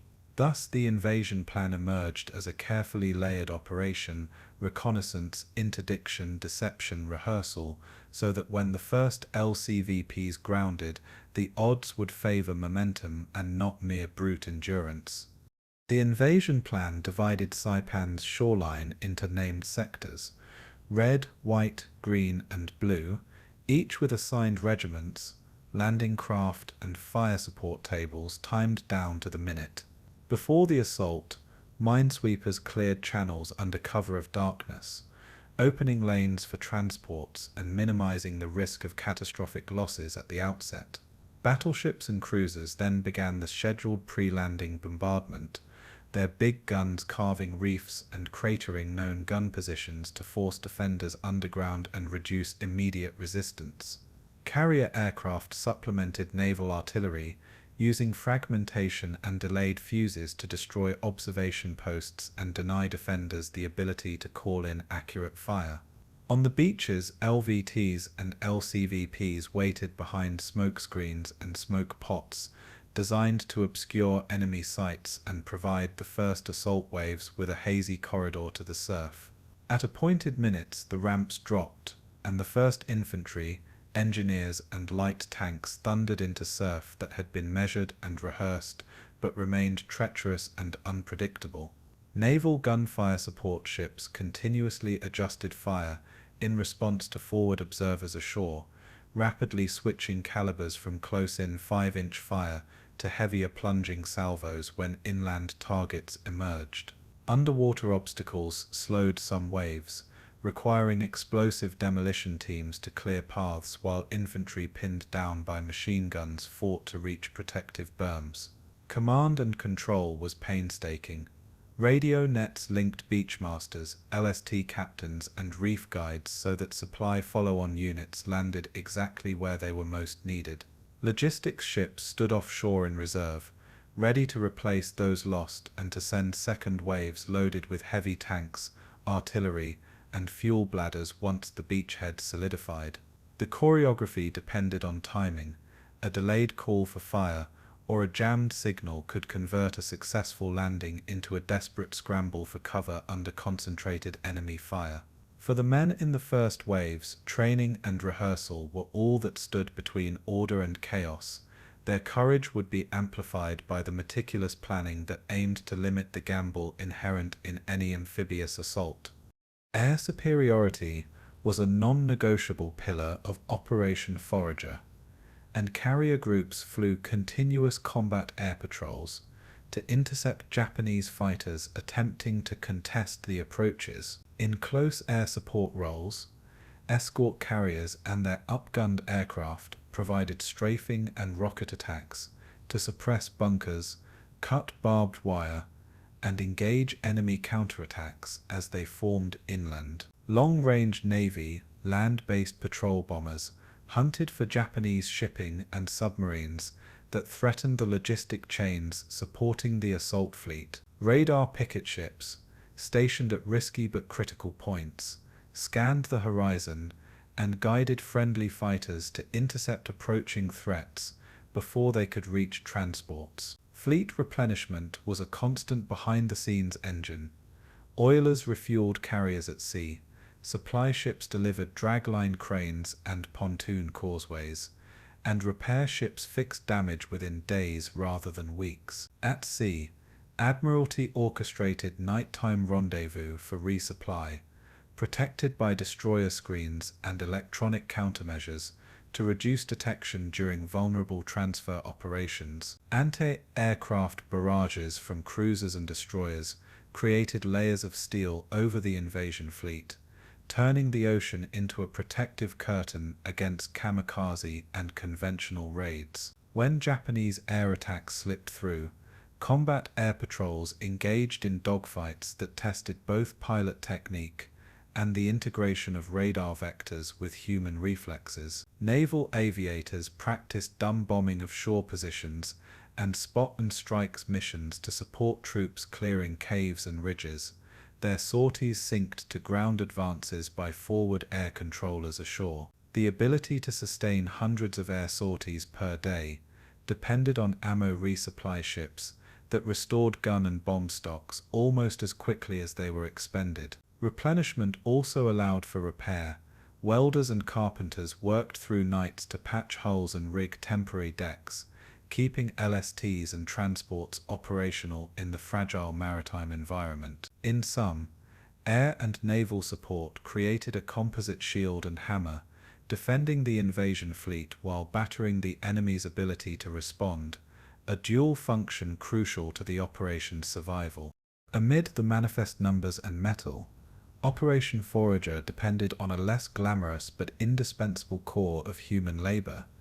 Seabees who built runways in weeks under fire, stevedores who unloaded lichen-strewn crates at dawn, and medics who worked in stifling tents to hold life together. Seabees arrived as part construction battalion, part combat engineer, their orange hard hearts a contrast to the camo of infantry as they leveled coral, welded steel matting, and unrolled thousands of feet of runway in blistering heat. Stevedores and cargo handlers worked around the clock, on pitching decks, their hands blistered and voices hoarse as they passed ammunition and fuel through chains of human labor onto landing craft. Corpsmen and Navy surgeons set up improvised operating theaters near the beachheads, performing amputations and triage with a calm that belied the chaos around them. Tank crews, having sloshed in LVTs across surf, pushed Shermans into the mud and then fought to keep engines running as heat, sand, and combat damage took their toll. Radio operators maintained shaky links with carriers and shore controllers, their fingers dancing on tubes and dials to coordinate fire that could save a platoon pinned behind a reef. Chaplain services moved quietly through field hospitals and foxholes, offering brief prayers or a quiet presence that steadied nerves and reminded men of home. Logistics NCOs kept detailed ledgers of rations and equipment, and their grim accounting ensured that units knew what they had and what was on the way. The sailors aboard oilers and supply ships faced their own hazards, submarines, aircraft raids, and the fatigue of long watches that eroded sleep and sharpened camaraderie. For many enlisted men, the invasion was a baptism by fire that converted training into necessity, with first-hand learning about reef depths, bunker clearing, and the bitter comedy of war's small moments. Letters home were written in the intervals between action, scrawled on ration paper and mailed through channels that felt miraculous when they arrived in distant towns and cities. These human stories of hands and wounds, of skilled improvisation and small kindnesses, made the mechanized splendor of Operation Forager ethical and lived, transforming steel into survival. Even as assault waves fought for control of sugarcane fields and ridgelines, planners ashore raced against an unforgiving clock to prepare Saipan for the arrival of bomber wings. CB battalions moved heavy gear inland under the protection of tank and infantry patrols, clearing rubble, laying mast and mat, and installing fuel bladder parks that would feed the future B-29s. Every day delayed meant a day longer of vulnerability to Japanese counterattacks and air sorties, and so commanders pushed engineers to work in shifts around the clock, despite heat, disease, and artillery fire. The 20th Air Force prepared logistics trains of its own, engineers, ordnance crews, and mechanics, who could assemble and maintain superfortresses under austere conditions. Even before runways were certified for heavy bombers, nimble fighters and medium bombers began using provisional strips to extend air cover and test the island's operational capacity. Fuel consumption estimates were crunched daily. Planners balanced the enormous needs of aircraft with finite tanker throughput and scheduled refueling runs to match sortie tempos. In the months after initial landings, convoys brought steel and asphalt to harden strips, refrigeration units for rations, and workshops to maintain engines that would fly long missions to Japan. The risk the Americans accepted was not only the immediate danger of counterattack, but the strategic gamble that once airfields were functional, Japan's industrial cities would be within reach of sustained bombardment.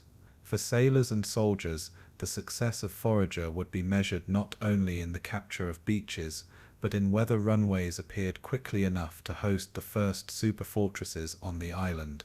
Every engineer shift that finished a length of runway, every oiler that docked safely, and every crate of spare propellers that made it ashore reduced the distances between Saipan and Tokyo physically and politically. In that way, Operation Forager was both a massive assault and an industrial race, where speed of consolidation translated into strategic leverage and the capacity to strike the Japanese homeland from newly secured soil.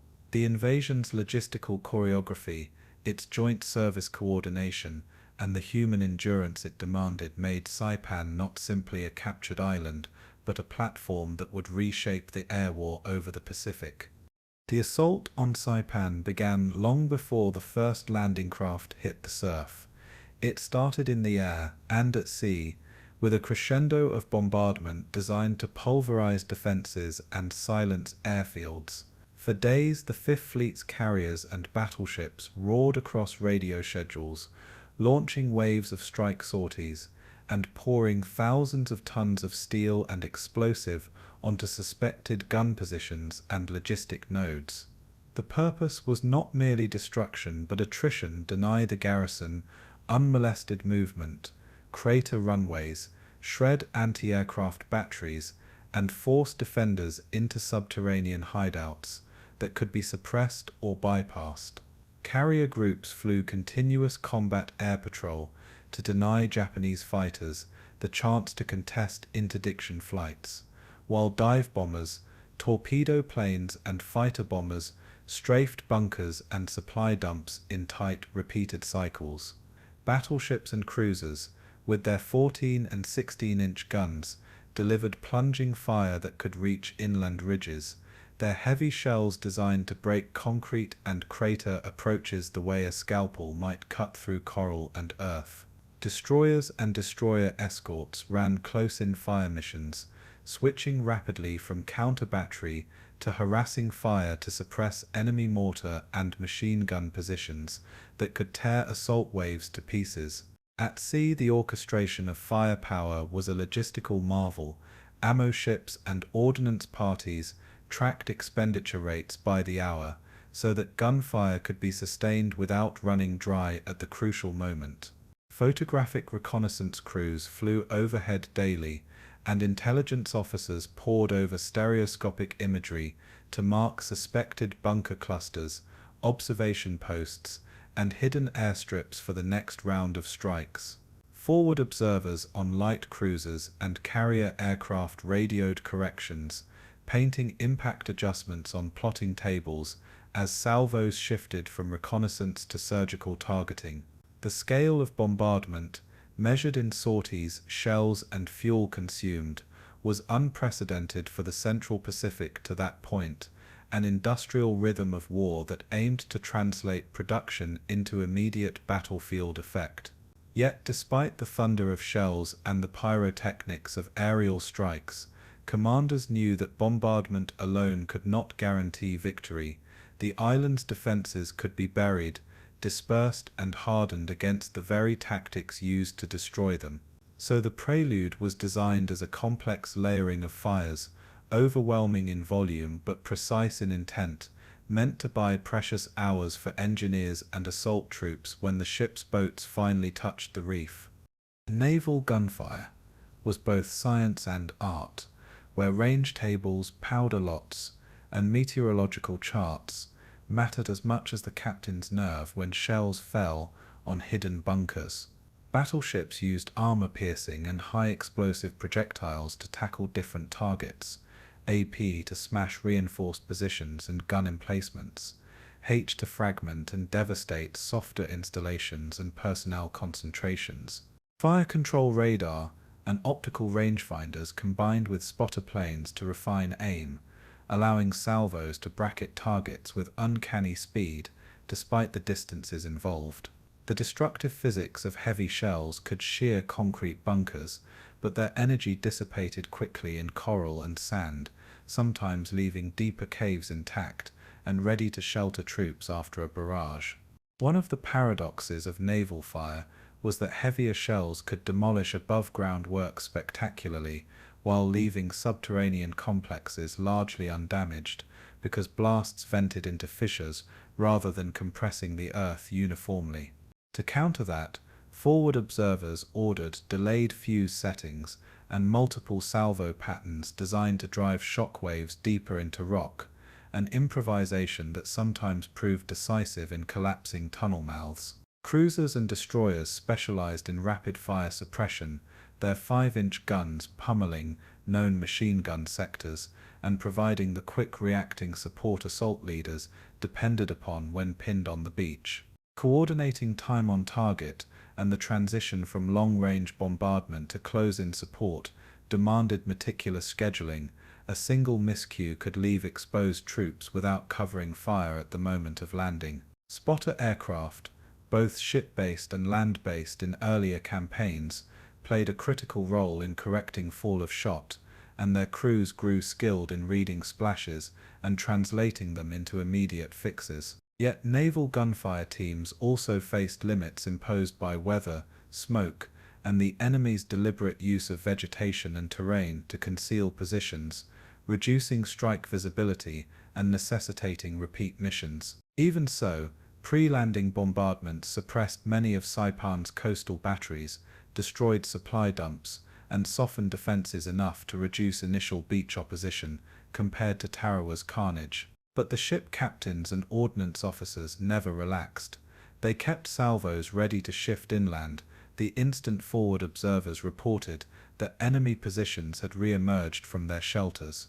Carrier aviation added flexibility to the bombardment, employing Hellcats and Corsairs for fighter cover, while Helldivers and Avengers delivered bombs, rockets, and strafing runs against fixed positions. Dive bombers dove through flak to punch holes in bunkers, while torpedo planes and fighter bombers attacked supply barges, coastal emplacements, and the small craft keeping the garrison supplied. Pilots practiced repeated passes at known coordinates to exhaust the defenders' ammunition and to force men to remain underground, an attrition tactic that bought precious time for assault planners. Rocket-armed fighters loosed salvos into vegetation and building clusters, fragmenting cover and revealing concealed slit trenches for follow-up attacks. Aerial photography teams flew high-resolution recce sorties between strike missions, producing stereoscopic images that intelligence officers pored over to revise targeting priorities day by day.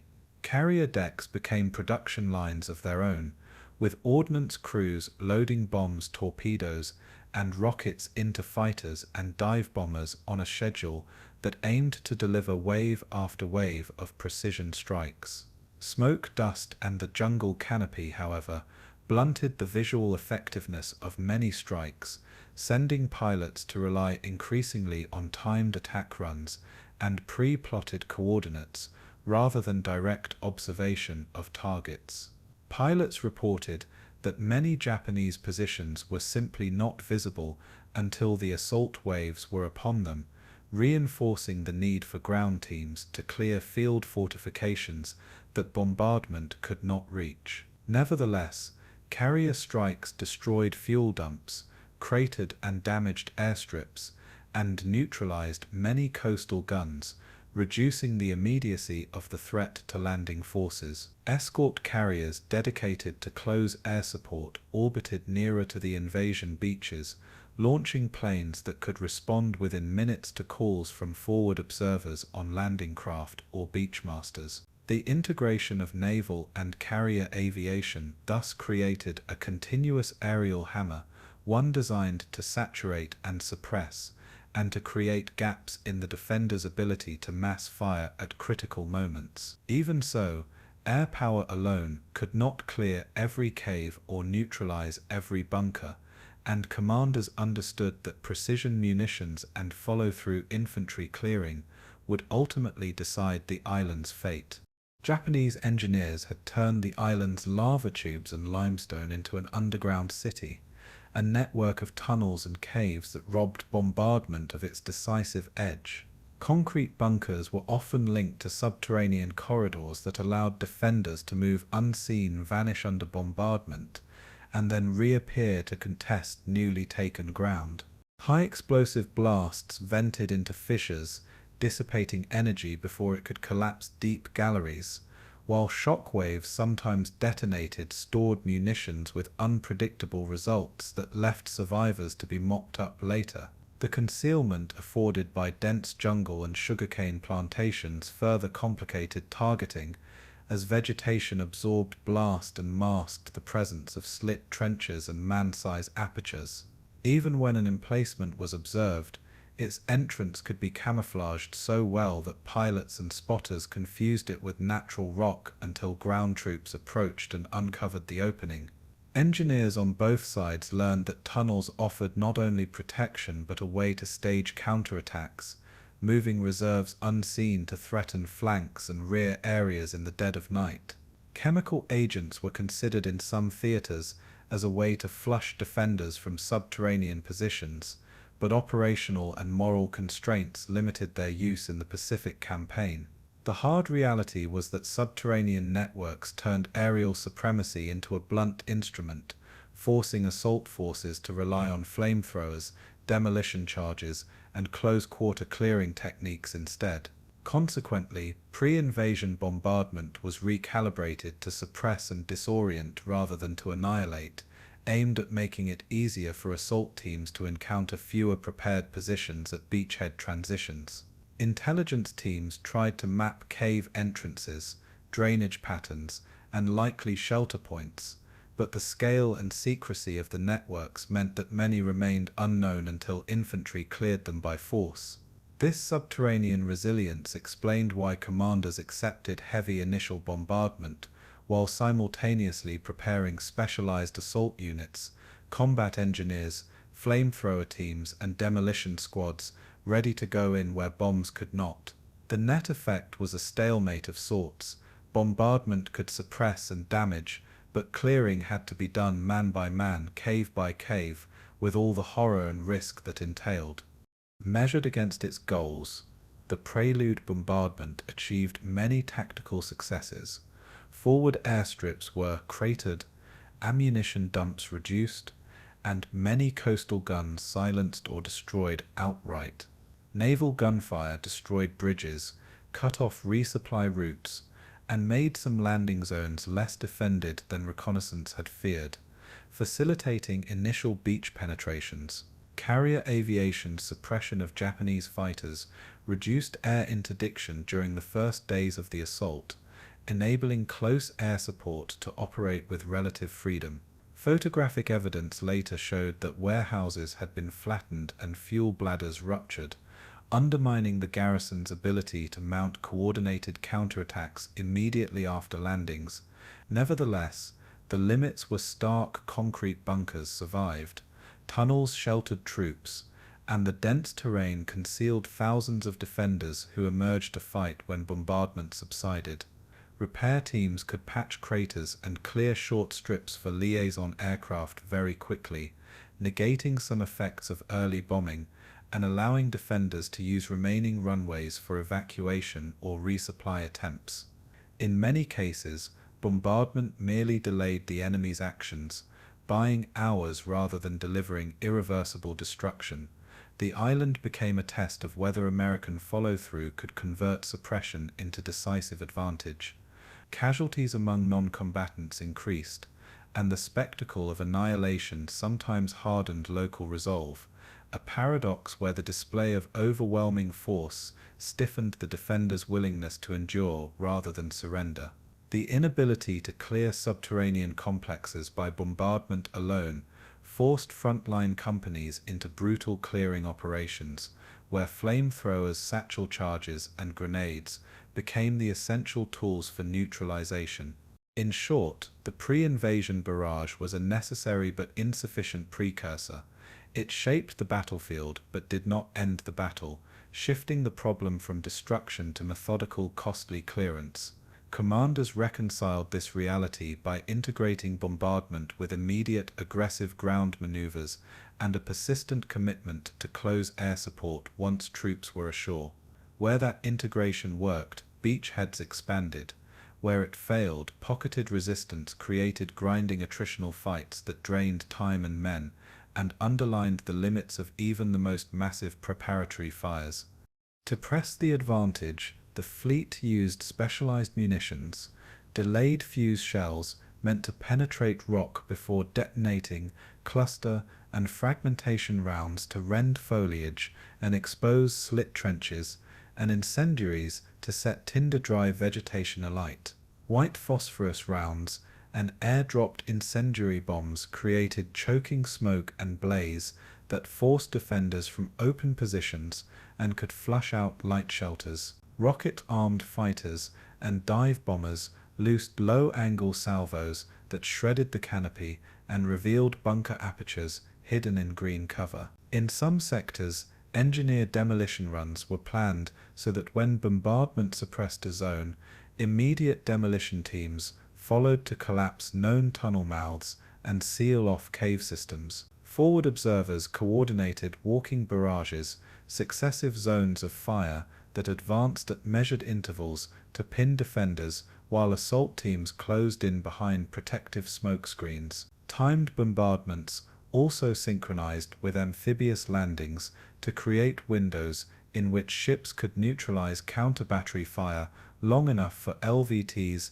and LCVPs to make final approach. Engineers used preformed charges to blow cave entrances, but the work was dangerous and often required close-range placement by soldiers under hostile observation. Seabees experimented with compacted coral and Marston mat laid under cover to allow access for liaison and light aircraft, proving that construction could begin even under the pall of recent strikes. Medical teams prepared for burns, smoke inhalation, and shock caused by incendiary barrages, adapting triage procedures to deal with the particular wounds of bombardment-driven combat. Artillery and ordnance officers refined fuse settings and burst altitudes to maximize psychological and material effect, balancing blast against the risk of wasting high explosive on impenetrable rock. The combined employment of specialized munitions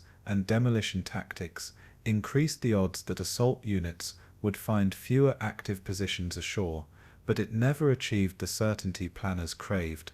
Thus munitions became one more instrument in a layered approach, indispensable, adaptive, and yet subject to the immutable limits of geography and human concealment. For islanders, Japanese settlers, Chamorros and Carolinians, the pre-invasion storms of fire were apocalyptic in scale, uprooting daily life and seeding a terror that would shape how they confronted the incoming soldiers. Women and children huddled in makeshift shelters as blast waves shook houses and roof tiles flew like shrapnel. Bread lines thinned as local markets were destroyed and supply ships were harassed. Military police attempted to manage evacuations and enforce blackouts, but chaotic conditions, smoke, debris, and roads choked with refugees, complicated any orderly movement away from likely landing sites. Bombardment sometimes severed local leadership structures, killing civic administrators and religious leaders whose authority could have mediated surrender or shelter policies. For Japanese soldiers, the relentless pounding was both physical and moral pressure. Some units suffered diminishing cohesion as repeated shocks eroded supplies and the will to counterattack. Yet for others, the bombardment stiffened resolve, turning fear into a fatalistic determination to wait out the initial onslaught and exact the maximum toll on any invader. The American psychological objective, to impose shock sufficient to reduce organized resistance, was thus a partial success, but it also created hardened pockets of defenders willing to fight to the end. Intelligence reports recorded the ambivalent human reaction. Some civilians urged early surrender to save lives, while others feared retribution from military authorities for yielding ground.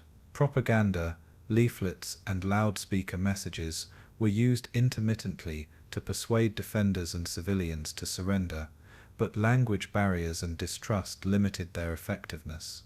For assault troops watching columns of smoke and flames, the spectacle was sobering, a reminder of both the power at their disposal and the moral complexity of using overwhelming fire in populated landscapes. Medics, chaplains, and civil affairs teams would later be judged by their ability to mitigate the human toll the bombardment had left in its wake, a measure of the invasion's broader ethical calculus. Thus, the prelude of fire reshaped not only fortifications, but the human geography of Saipan, altering civilian networks, military cohesion, and the psychological contours of the battlefield. When the smoke settled and assault waves made landfall, commanders took stock. The bombardment had been necessary but incomplete, a blunt instrument that shaped conditions rather than solving the problem outright. Operational lessons reinforced earlier conclusions from Tarawa and Kwajalein. Massive preparatory fires reduced immediate opposition, but did not remove the need for skilled close-quarters infantry work. Tactical doctrine adjusted accordingly. Doctrine favored integrated packages of fire, rapid engineer follow-up, and specialized clearing teams trained to enter caves and sealed bunkers. Logistics planners incorporated the reality that runway crater repair and rapid airfield construction would be as decisive as any tactical victory on the beach, accelerating CB deployments in future plans. Training emphasized flamethrower crews, demolition squads, and close-in artillery coordination, because the Prelude had shown that many defensive problems could only be fixed by face-to-face clearing. Psychological operations were refined, with more careful messaging and attempts to exploit dissent among civilian populations without provoking counterproductive terror responses.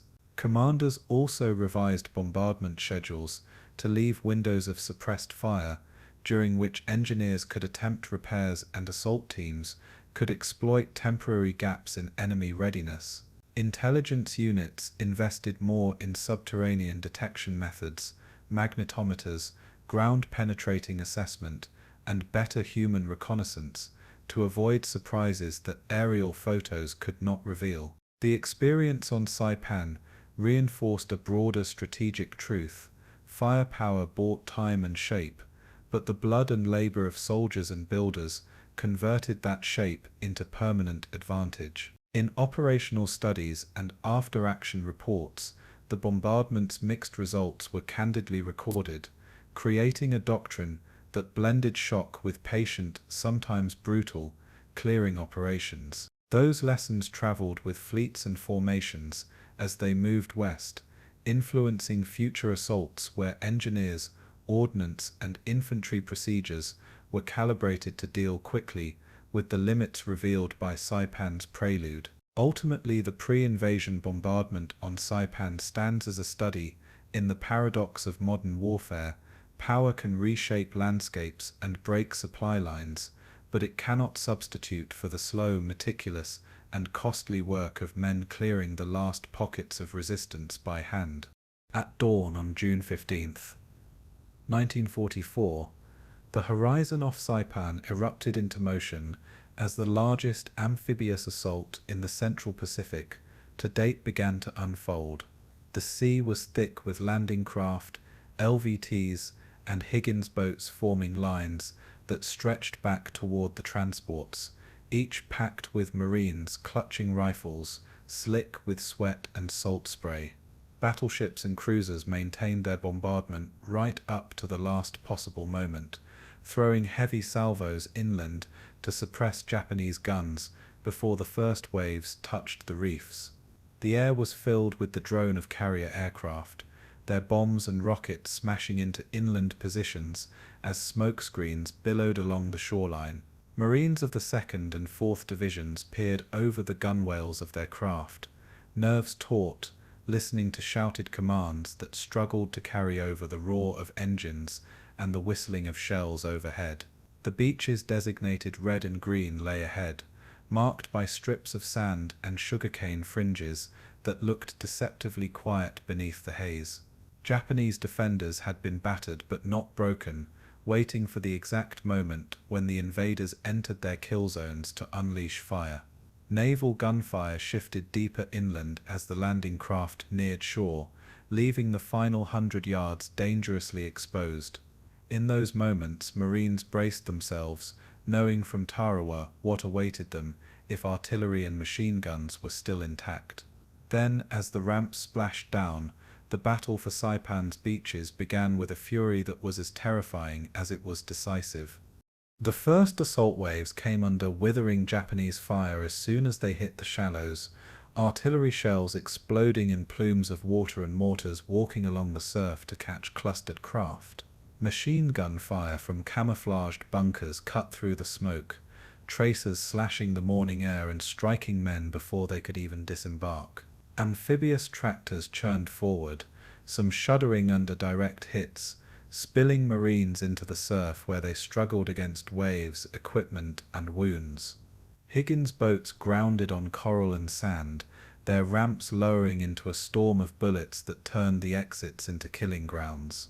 LVTs carrying light tanks pushed desperately to provide cover fire, but many bogged down in the reef or were hit before they could unleash their guns.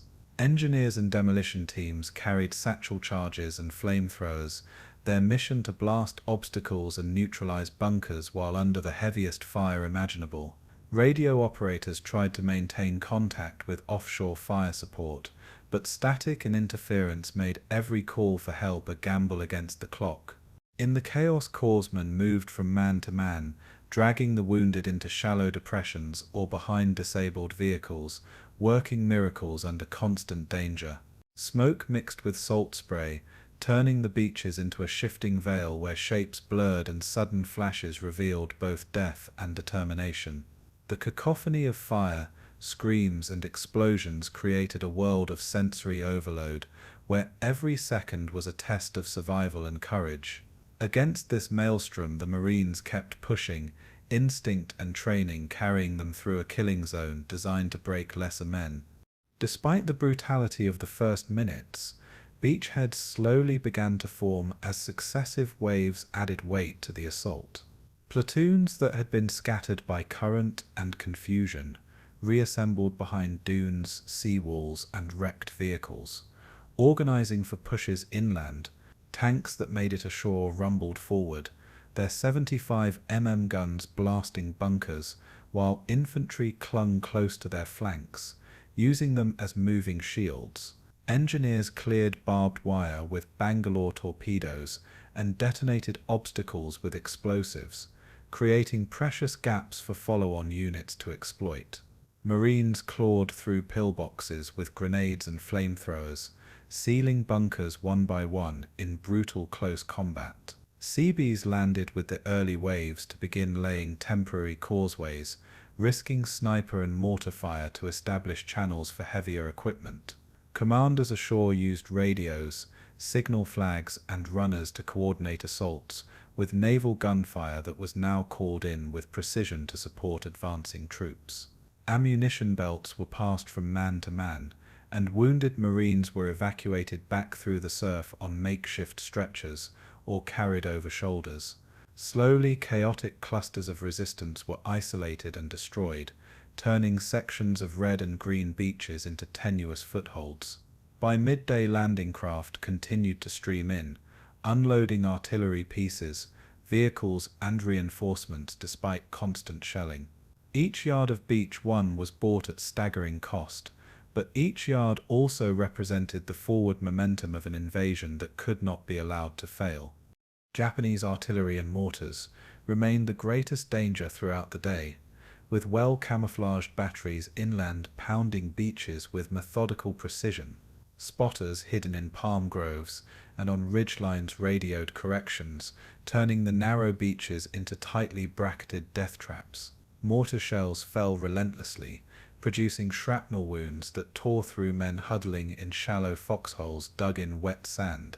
Counter-battery fire from cruisers and destroyers worked furiously to silence guns as they revealed themselves, but every time one position was destroyed, another seemed to open elsewhere. Marines pinned on open sand often had to wait in horror for counterfire to take effect, their lives hanging on the invisible duel between ships offshore and gunners inland. Japanese defenders had planned carefully, overlapping fire zones to create a lattice of death where infantry, vehicles and engineers were forced to run gauntlets to move even a few yards. Ammunition shortages were anticipated, but never immediate. Stockpiles had been buried in tunnels, giving the garrison the means to resist ferociously for days. Small counterattacks erupted from hidden trenches, Japanese squads charging out with grenades and rifles, often willing to die to overrun isolated positions.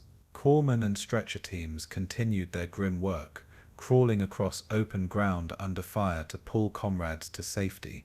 For Marines, the combination of artillery, mortar and sniper fire made every moment uncertain, even when progress inland seemed secure.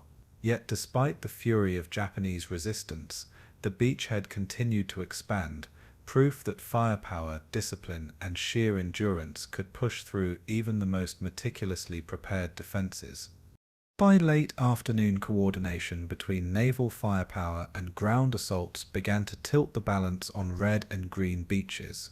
Forward observers relayed precise coordinates for bunker complexes that had resisted initial bombardment, and battleships adjusted to provide rolling barrages just ahead of Marine advances. Carrier planes swooped in on call, strafing ridgelines and dropping bombs onto suspected artillery positions that continued to harass the landing zones. Tanks regrouped and provided mobile fire support, their shells cracking open stubborn pillboxes, while infantry squads rushed in with grenades and flamethrowers to finish the job. Command posts were set up in improvised shelters along the beach, with radios and maps spread out in the sand as officers coordinated reinforcements and supplies. Beachmasters directed streams of landing craft with flags and radios, turning chaos into flow as more troops and equipment poured ashore. Engineers continued clearing obstacles, while Seabees began laying the groundwork for supply dumps despite ongoing mortar fire. Ammunition and rations were hauled from LSTs under cover of smoke, with trucks forming makeshift depots behind dunes.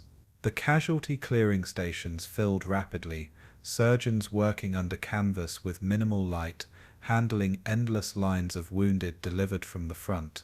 Even in the midst of horror, momentum was undeniable. Each destroyed bunker, each silenced gun, and each secured yard of sand marked a step toward victory. The first day of the landings was still undecided, but by evening the Americans held a fragile yet expanding grip on Saipan's shoreline. The terrain itself shaped the battle, with coral reef, soft beaches, and sugarcane fields combining to create both hazards and opportunities. Amphibious tractors proved vital in crossing reefs that would have stranded Higgins' boats, though many were destroyed before reaching dry land. Soft sand slowed vehicles and made it difficult to establish defensive perimeters quickly, forcing Marines to dig shallow foxholes under relentless fire. Inland, sugarcane provided concealment for both sides, turning fields into deadly arenas where ambushes and machine gun nests threatened every advance. Bunkers had been placed with cunning in natural folds of the land, hidden behind vegetation or stone, so that they survived bombardment and emerged as deadly surprises. Japanese defenders exploited every feature, popping up from spider holes and hidden trenches to harass Marines before vanishing underground. For American troops, the unfamiliar terrain was disorienting, but they adapted quickly, using flamethrowers and grenades to clear vegetation and turn concealment into cover. Engineers used bulldozers to create cover berms and clear lanes for vehicles, even as operators risked their lives under artillery fire. Terrain features like ridges and coral outcroppings became contested points of advantage, with both sides fighting bitterly for control of high ground. Naval gunfire often cratered the land so severely that movement became treacherous, slowing advances and making coordination difficult. Despite these obstacles, Marines gradually transformed terrain into foothold, turning natural defenses into stepping stones for their push inland. Japanese counterattacks came swiftly and with a ferocity that revealed the defenders' determination to throw the Americans back into the sea. Small groups of infantry launched suicidal charges from concealed trenches, often hurling grenades before rushing into close-quarters combat. Mortar and artillery fire intensified as dusk approached, Japanese commanders aiming to disrupt consolidation and prevent the Americans from digging in securely. Tanks rumbled forward from hidden revetments, their sudden appearance startling Marines who scrambled to bring up bazookas and tank destroyers. Japanese infantry coordinated with armor, attempting to cut into vulnerable sectors of the beachhead and drive wedges between Marine companies. In some places, the counterattacks reached dangerously close to command posts and supply dumps, forcing desperate defensive actions. Marine artillery, hurriedly landed and set up in makeshift emplacements, fired at close ranges to break attacks and restore order. Naval gunfire support continued into the night, with destroyers illuminating the battlefield with star shells that turned darkness into a ghastly theater of fire and shadows. Despite heavy casualties, Japanese units showed no sign of surrender, their counterattacks forcing Americans to fight continuously even after the initial assault. Corpsmen and stretcher-bearers moved through the chaos, often under small arms fire, dragging men to aid stations illuminated by lanterns and the glow of burning wreckage. These counterattacks demonstrated that while the beaches had been seized, the island itself would be contested yard by yard in a battle of attrition. For Marines, the lesson was immediate and brutal. The fight for Saipan would not be won in hours or even days, but in weeks of blood and exhaustion. Through the night, the beaches became both sanctuary and battlefield as reinforcements landed, and the wounded were evacuated under constant threat. Landing craft continued to unload supplies, tanks, and fresh troops, their engines roaring in the darkness as Japanese artillery probed the shoreline with sporadic fire. Marines dug defensive positions in the sand, stringing barbed wire and laying mines against expected night assaults. Star shells burst overhead at intervals, casting ghostly light over shattered equipment, abandoned weapons, and the bodies of fallen comrades. Radio traffic carried urgent reports of enemy infiltration attempts, with small Japanese units slipping through gaps to attack command posts or supply areas. Exhausted Marines slept in short bursts, rifles at their sides, their ears trained for the sound of footsteps or whispered commands in the night. Chaplains moved quietly among the wounded, offering words of comfort and prayers for men awaiting evacuation at dawn. Surgeons worked ceaselessly in improvised hospitals, their hands slick with blood, their instruments washed in salt water when sterilizers ran short. Offshore hospital ships received wave after wave of casualties, operating theaters lit brightly as surgeons worked through the night to save as many as possible. The smell of cordite, smoke, and blood hung heavy over the beaches, a constant reminder of the price being paid for every inch of ground.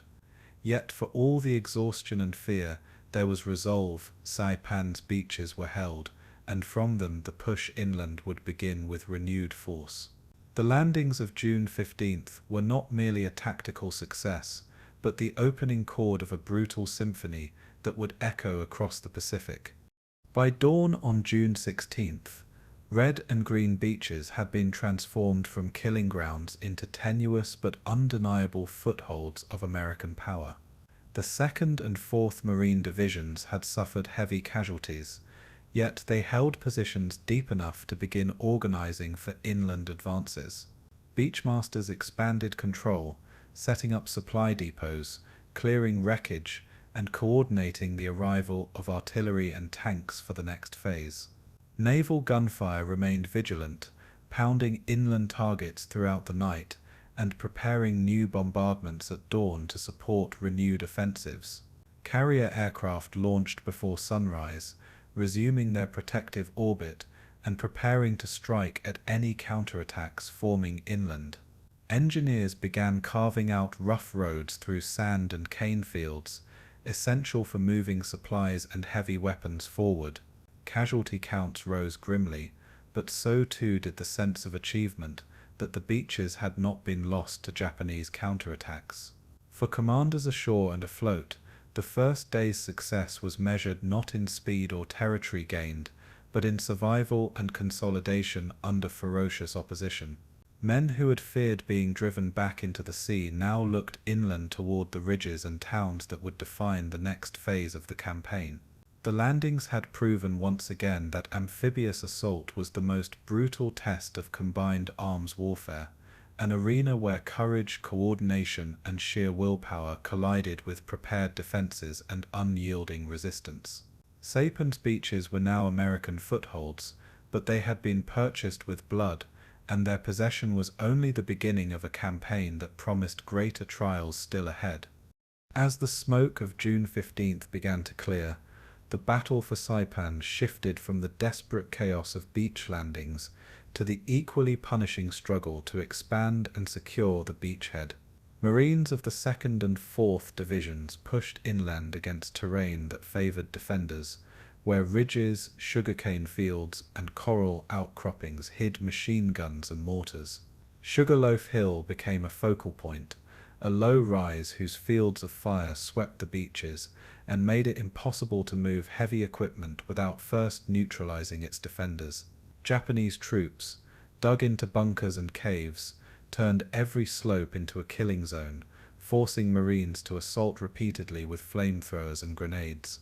Charon Canoa, a coastal settlement near the landing beaches, became another deadly obstacle, its buildings and walls converted into fortified nests for snipers and machine gun crews.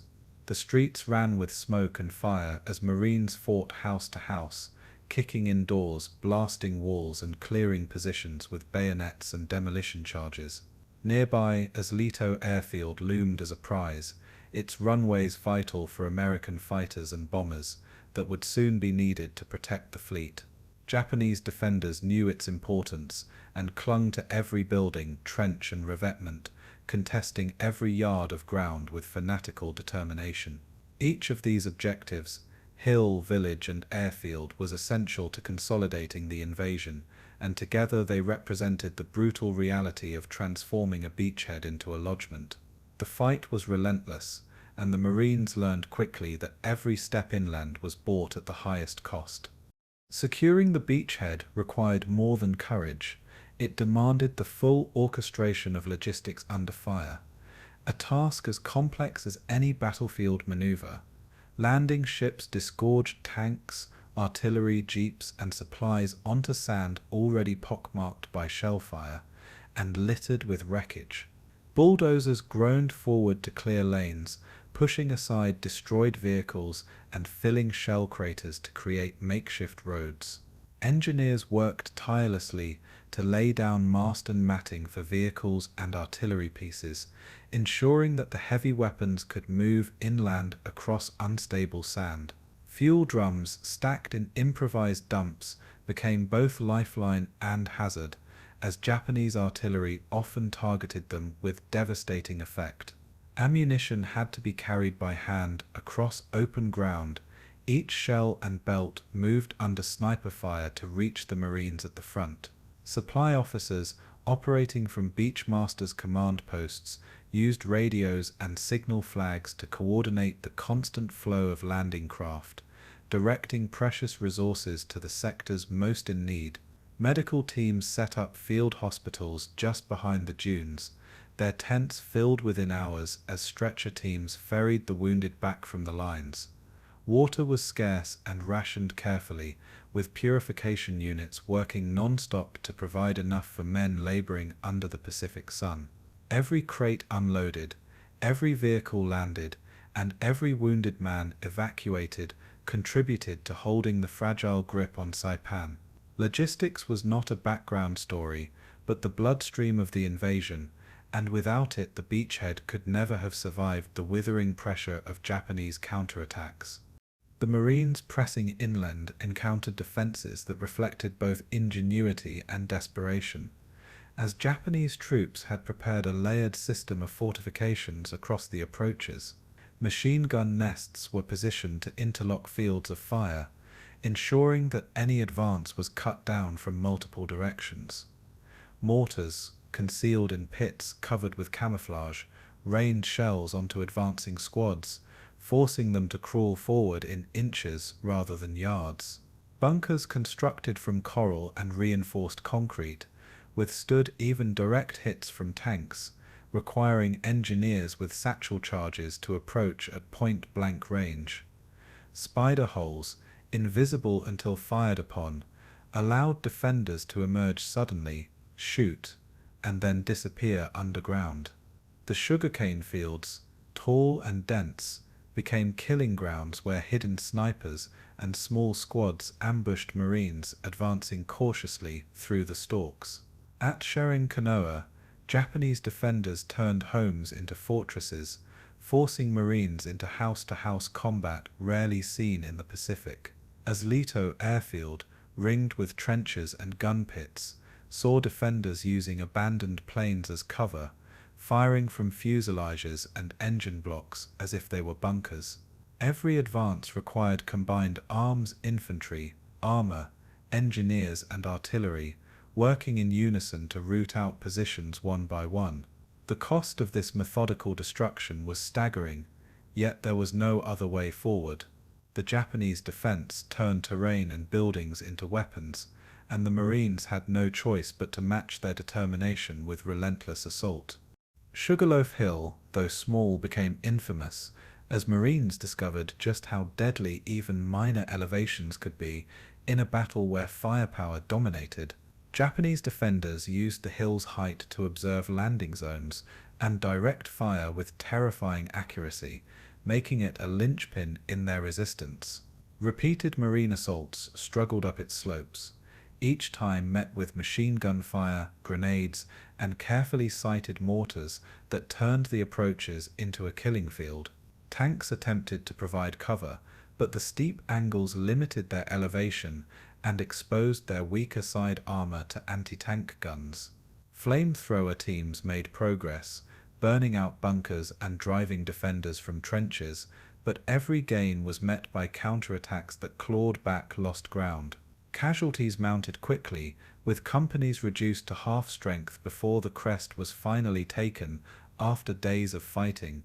Even in victory, the Marines discovered networks of tunnels that had allowed defenders to hold far longer than expected. Sugarloaf Hill became a symbol of the kind of resistance that awaited them throughout Saipan, a preview of a campaign measured not in swift advances, but in grueling, bloody contests for each fortified position. The psychological impact of fighting so hard for such a small objective weighed heavily on the men, who realized the island's conquest would be far from quick, yet its capture was essential, clearing the way for supplies and reinforcements to move more securely inland. The hill's fall proved that Japanese defenses could be broken, but only at a price that would haunt survivors long after the battle ended. Charankanoa offered no respite, as the Marines discovered that fighting through a village under fire was unlike any jungle or beach engagement they had faced before. Streets turned into kill zones as machine gun fire raked intersections and snipers fired from rooftops and second-story windows. Civilians were intermingled with soldiers, some coerced into aiding the defense, adding a tragic layer of complexity to the combat. Marines had to clear buildings systematically, throwing grenades into rooms, blasting through walls, and using bayonets in close quarters. Engineers used flamethrowers to flush defenders from basements and crawl spaces, while tanks leveled structures that refused to yield. Smoke filled the narrow streets, mixing with dust and blood, making every step forward a nightmare of confusion and danger. Communication often broke down, with small squads cut off, forced to improvise against hidden resistance. Corpsmen worked under fire in doorways and alleys, dragging wounded Marines out of collapsed buildings, while sniper bullets cracked overhead. By nightfall, sections of the village were taken, only for counterattacks to erupt from tunnels and hidden passages. The fight for Charankanoa underscored that Saipan would not fall to bombardment alone. It demanded clearing every building, every trench, and every hidden cave in a grinding campaign of annihilation. The Marines learned that urban combat in the Pacific was as grueling as anything in Europe, and its lessons would shape tactics for the battles yet to come. As Leto Airfield, meanwhile, became one of the most hotly contested objectives of the opening days, its capture vital for air operations that would extend American reach across the Pacific. Japanese defenders had prepared its perimeter with trenches, gun pits, and minefields, determined to hold the runways at all costs. Marines advancing toward the field faced open ground where defenders unleashed a storm of fire from well-concealed positions. Tanks rumbled across the approaches, using their guns to blast pillboxes, while engineers cleared mines under constant fire. The defenders used abandoned aircraft as makeshift bunkers, firing from fuselages and hiding behind shattered wings to surprise advancing squads. Bombardment had cratered the runways, but it had not destroyed the determination of the garrison, which resisted bitterly from every hangar and control tower. Flamethrowers and demolitions became essential tools, sealing defenders in as Marines clawed forward building by building. Corpsmen crawled onto the open runways to rescue wounded men, exposed to fire with no cover except the smoking wrecks of aircraft. After brutal fighting, the airfield was finally secured, though its runways lay in ruins, requiring Seabees to begin immediate repairs. Its capture gave American forces a critical foothold for air operations, allowing fighters and bombers to stage closer to Japan itself. As Leto's fall marked both a tactical victory and a logistical triumph, securing the island's first major strategic asset in the campaign. The price of establishing the beachhead was staggering, and by the end of the first days, casualties had mounted to levels that shocked even veteran commanders. Companies reduced to half strength continued to push forward, their survivors hardened by the intensity of combat. Casualty clearing stations overflowed, with doctors and corpsmen working day and night to save lives under primitive conditions. Blood plasma, morphine and surgical kits were consumed at alarming rates, forcing constant resupply under fire. The psychological toll weighed heavily on men who had fought without pause since landing, their nerves frayed by the unrelenting danger. Letters found on fallen Marines spoke of families and homes far away, a poignant reminder of the human cost of every yard gained. Officers faced the grim task of reorganizing shattered units, integrating replacements even as fighting continued. Commanders at sea tracked casualty figures with sober expressions, aware that Saipan's conquest would require far more blood than initial estimates. Yet despite the cost, the momentum remained with the Americans, who had clawed their way inland and seized critical objectives. Each gain, whether a hill, a village, or an airfield, represented the slow transformation of a fragile foothold into a formidable base of operations. The Marines, though battered, were now firmly on Saipan, and their presence could not be erased. By June 16th, the beachhead had been established, though it was still fragile and under constant threat from Japanese counterattacks. The Marines had secured Sugarloaf Hill, Charankanoa, and Leto Airfield, anchoring their positions with hard-won victories that cost hundreds of lives. Supplies and reinforcements flowed steadily ashore, as Seabees repaired runways, cleared wreckage, and expanded supply dumps. Tanks and artillery began to move inland, setting the stage for deeper advances towards Saipan's interior. Yet Japanese forces were far from beaten, and their resilience foreshadowed the brutal weeks still to come.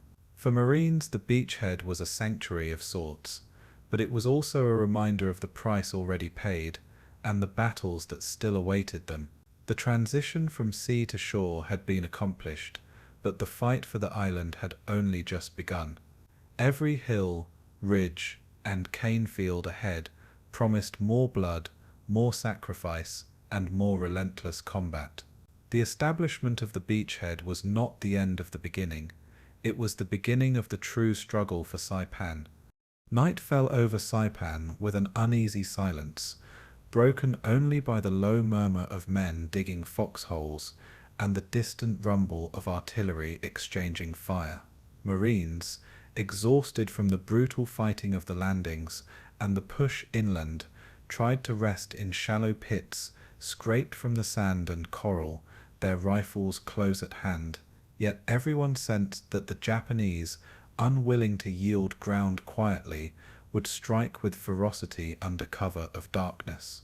Shortly after midnight, flares lit up the night sky, revealing the eerie sight of massed Japanese infantry forming for attack.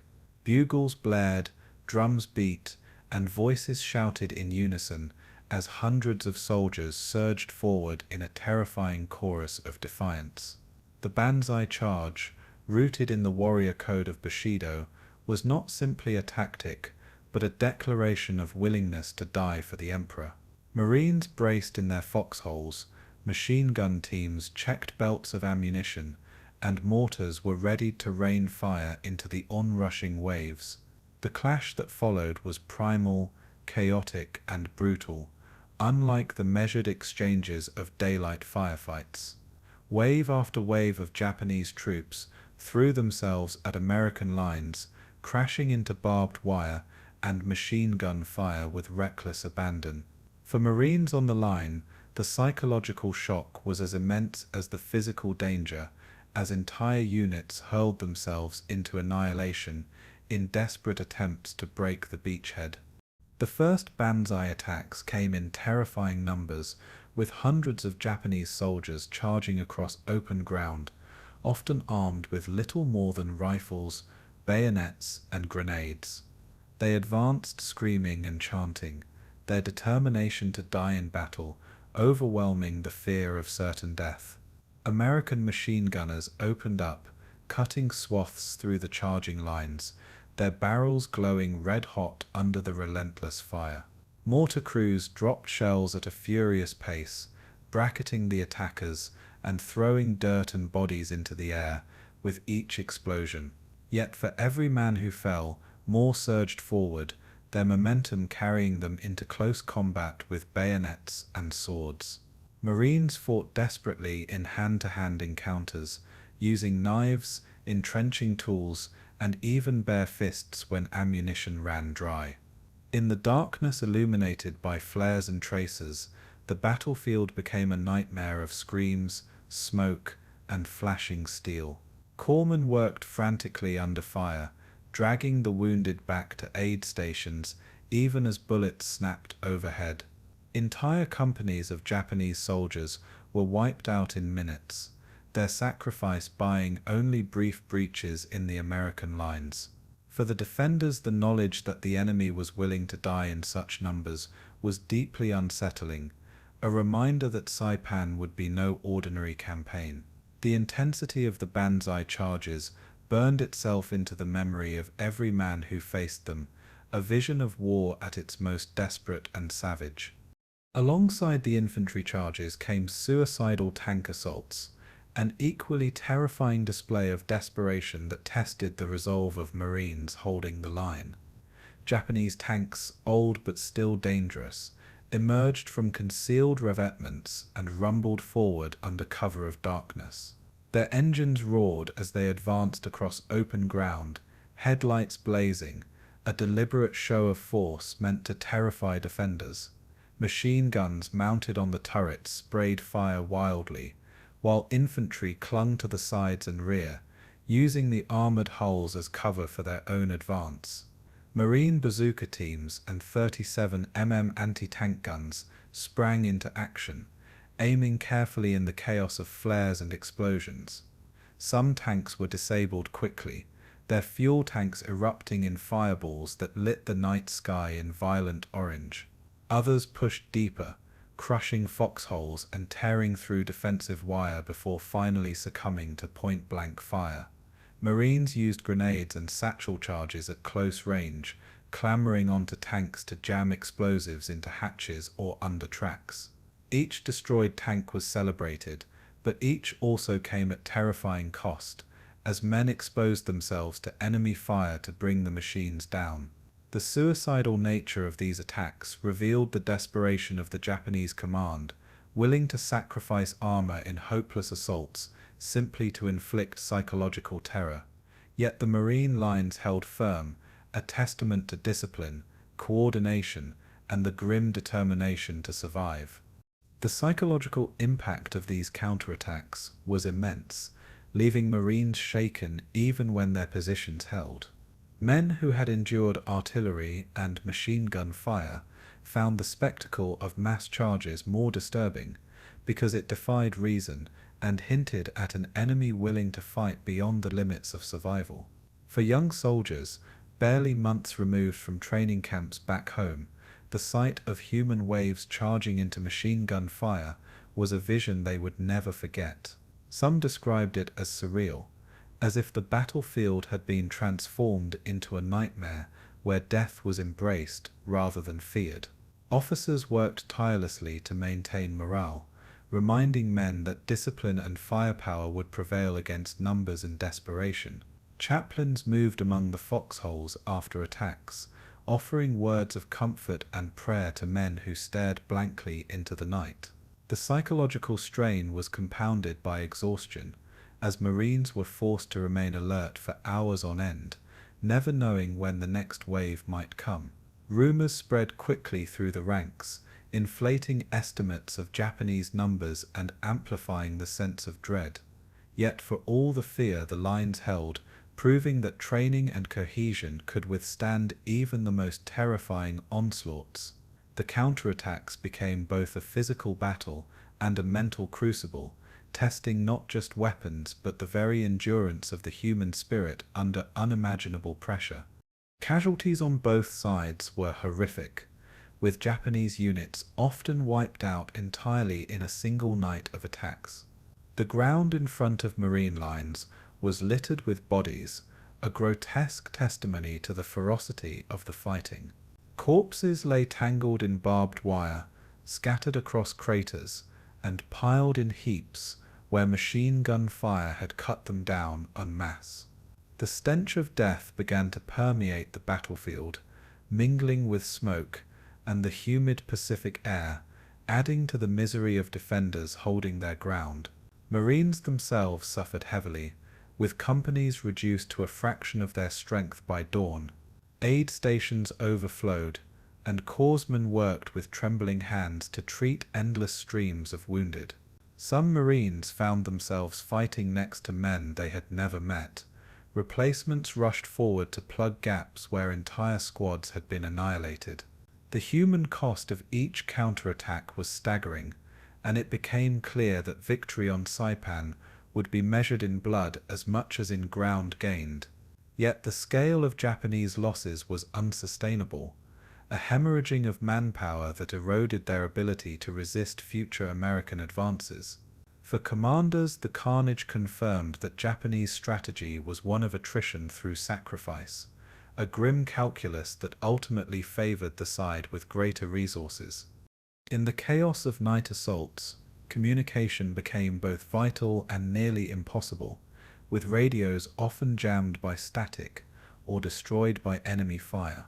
Runners carried messages through darkness, risking ambush and misdirection as they tried to link command posts with frontline units.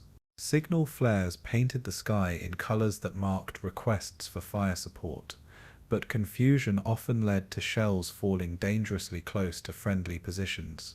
Naval gunfire played a decisive role, with destroyers and cruisers firing star shells to illuminate the battlefield and heavy salvos to break up concentrated attacks. Coordination with artillery units ashore was equally crucial, as barrages were shifted with razor-thin margins to avoid hitting Marines while still catching enemy concentrations. Commanders had to make rapid decisions with incomplete information, balancing the need to reinforce collapsing sectors against the risk of overcommitting reserves. Some sectors held only by sheer will, with exhausted men refusing to abandon their foxholes even when overrun, counterattacking with grenades and bayonets to retake lost ground. The fog of war was never thicker than in these night battles, where confusion reigned and survival hinged on instinct as much as orders.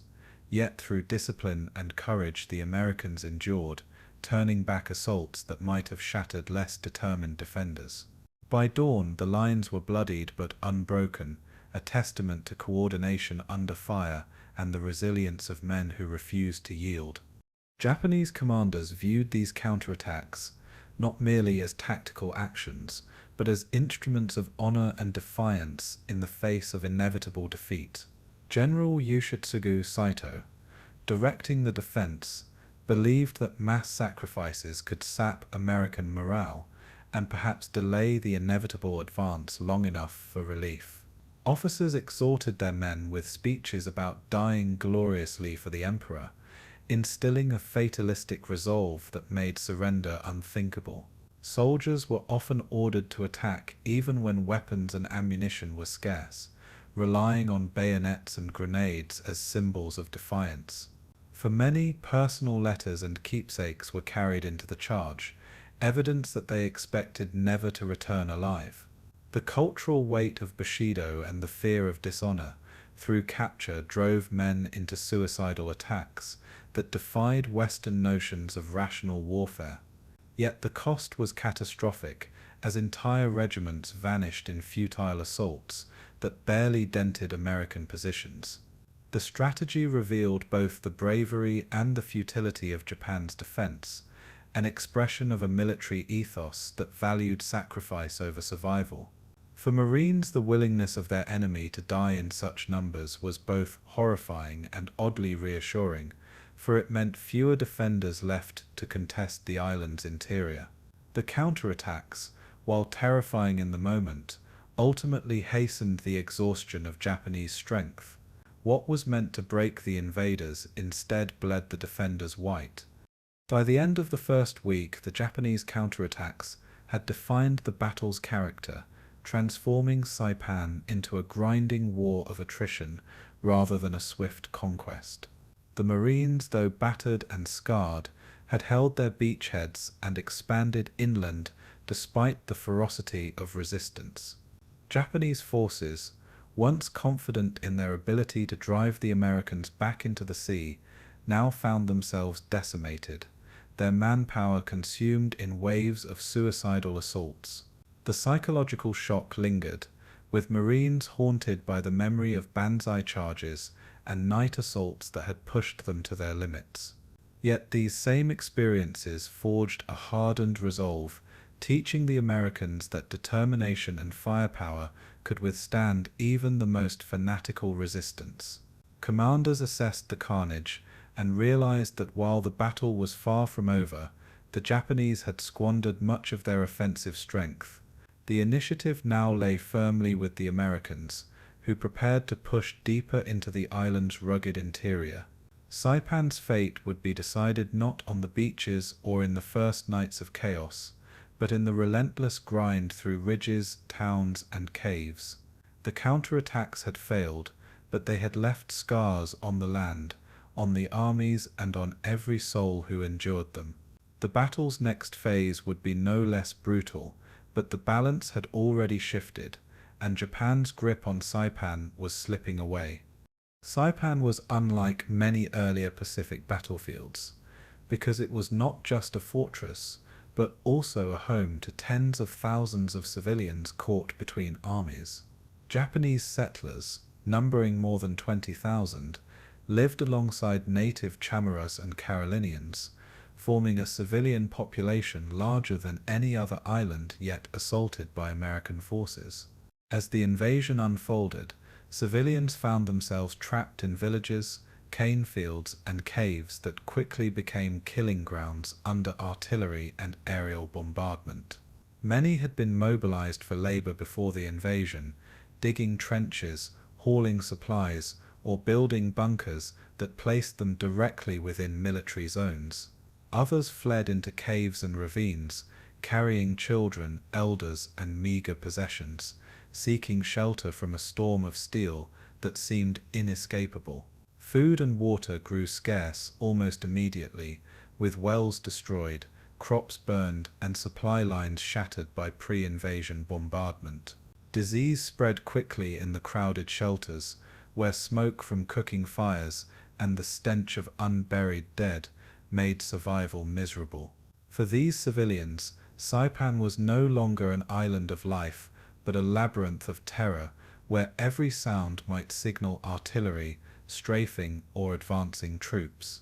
Marines advancing inland stumbled upon families cowering in caves or wandering fields, bewildered and terrified by the sudden collision of war.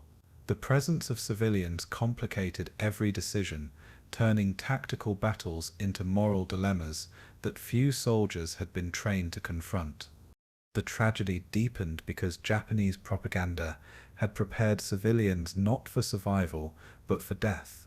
For months before the invasion, imperial officials spread messages warning that Americans were monsters who would kill, torture, and enslave anyone they captured. Posters, radio broadcasts, and speeches painted vivid images of atrocities, insisting that capture meant dishonor worse than death.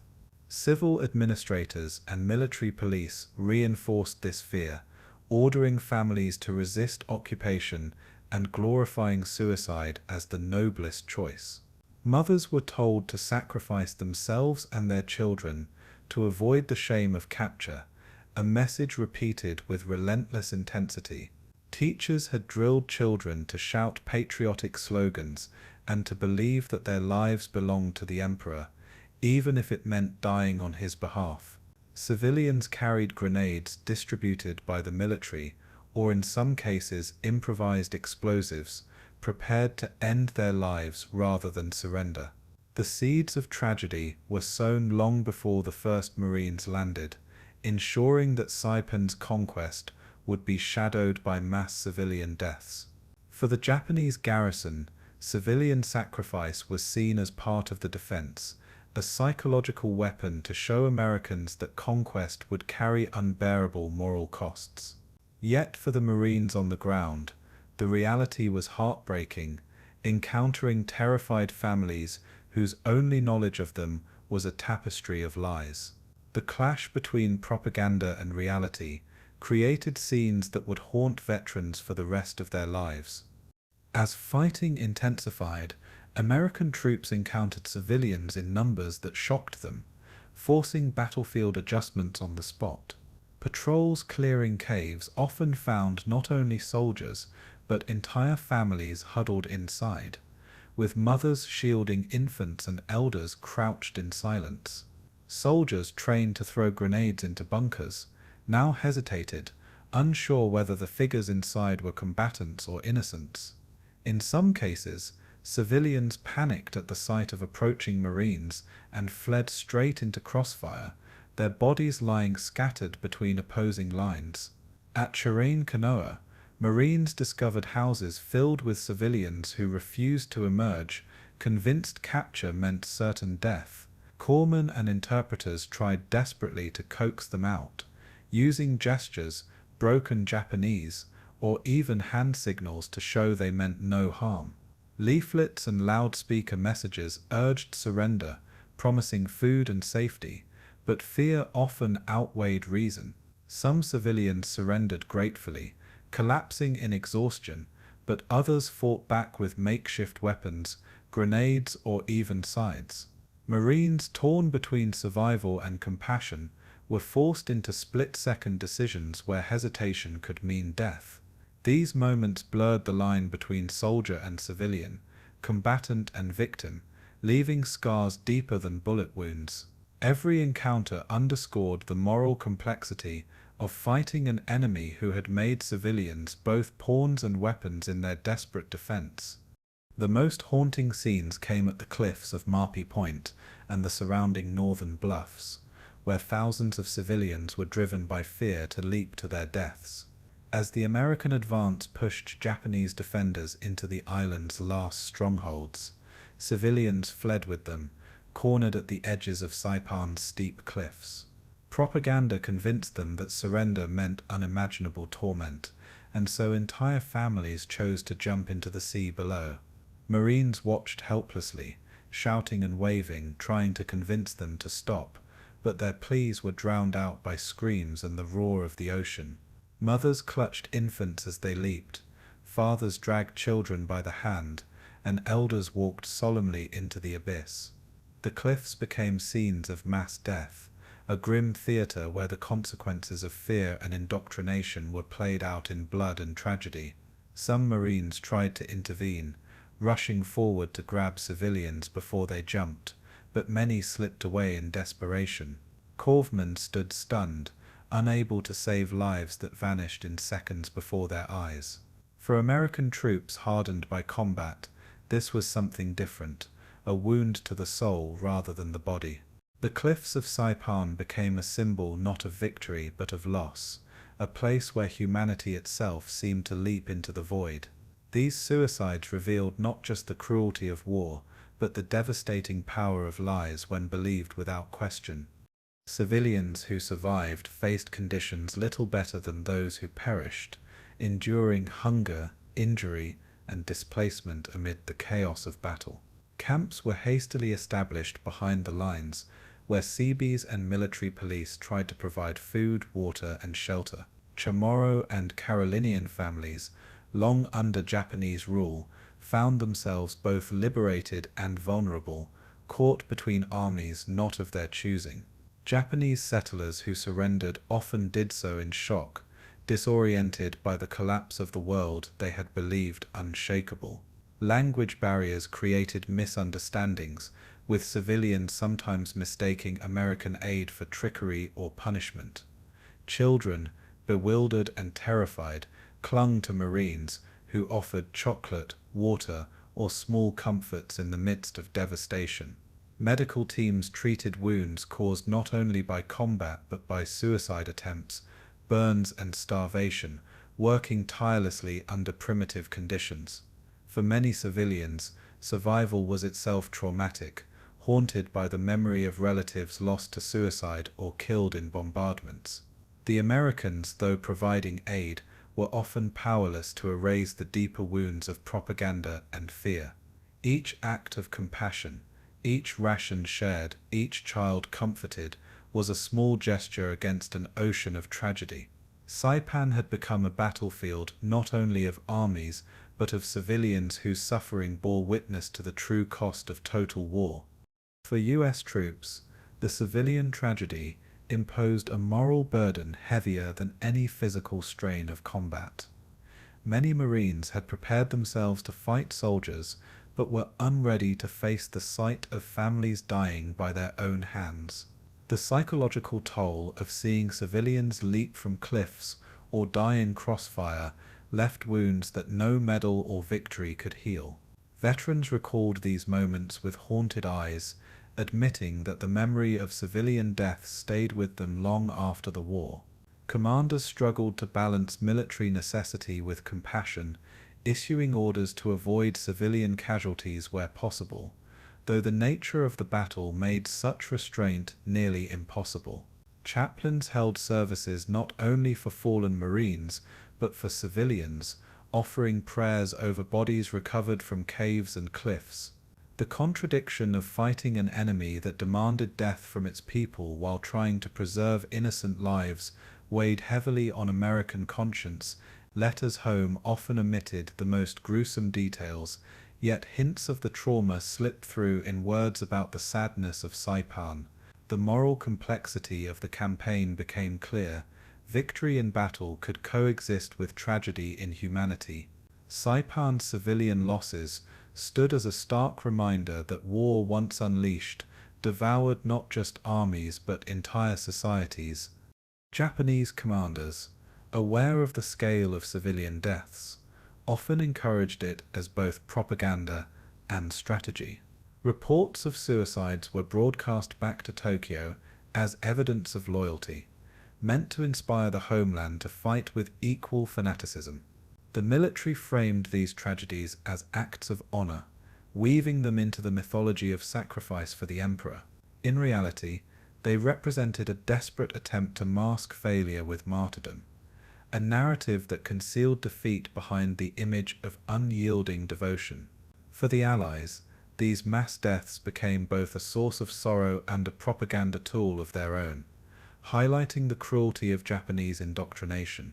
Newsreels and reports carried images of civilians leaping from cliffs, presenting them as proof of the enemy's ruthless manipulation of its people.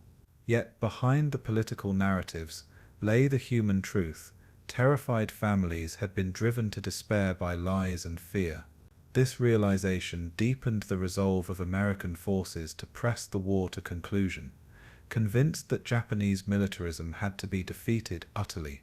The tragedy of Saipan's civilians thus became part of the larger story of why the Pacific War was fought to the bitter end. It was not just about territory or strategy, but about breaking a system that demanded death even from its innocents. By the time the Battle for Saipan drew to a close, the civilian tragedy had become inseparable from the military story of the campaign. Thousands of civilians were dead, many by their own hands, their lives consumed by fear and indoctrination. Survivors lived in displacement camps, their communities shattered, their homes destroyed, and their futures uncertain.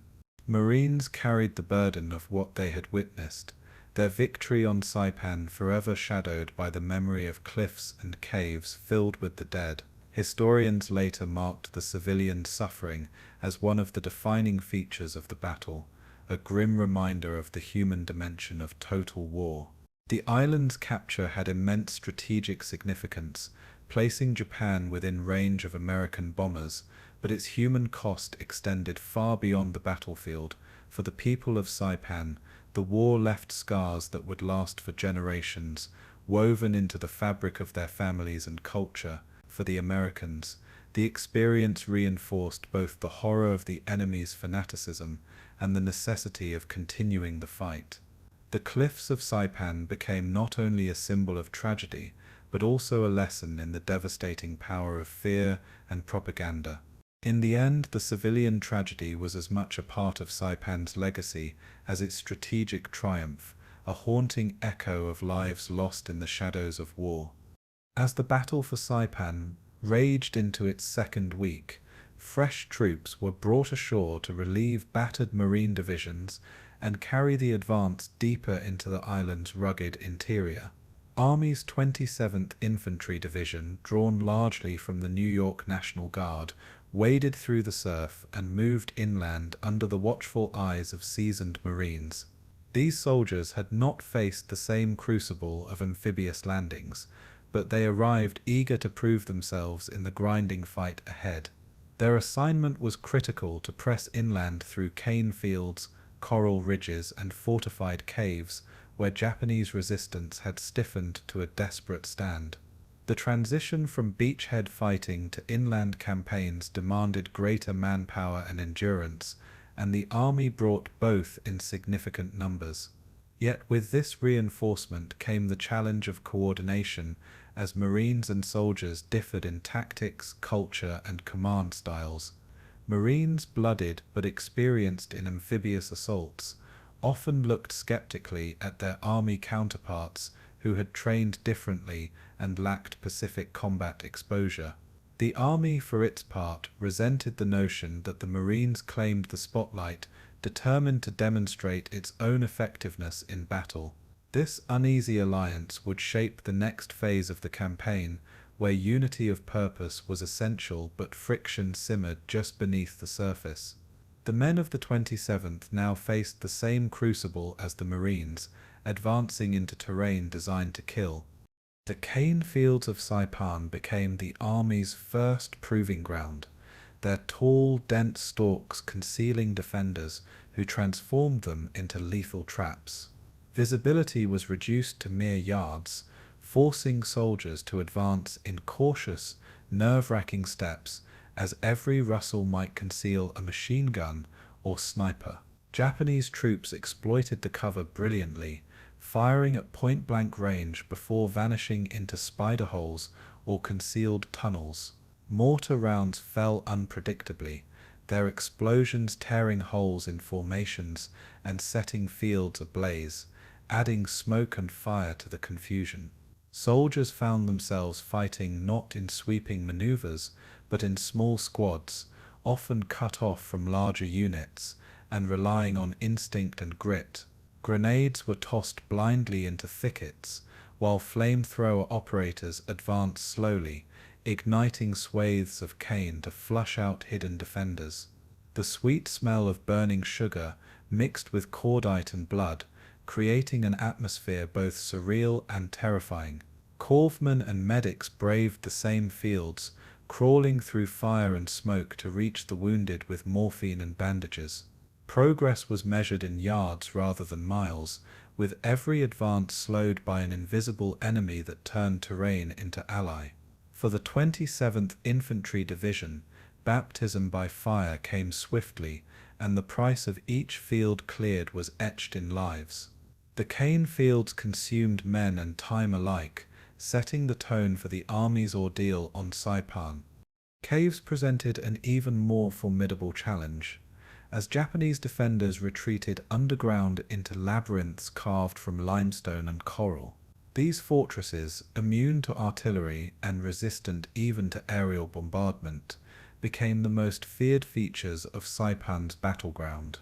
Soldiers advancing toward cave entrances faced interlocking fire from machine guns and rifles, positioned at angles that defied easy assault. Grenades and satchel charges were the primary tools to neutralize defenders, but placing them often meant crawling forward under fire to deliver explosives by hand.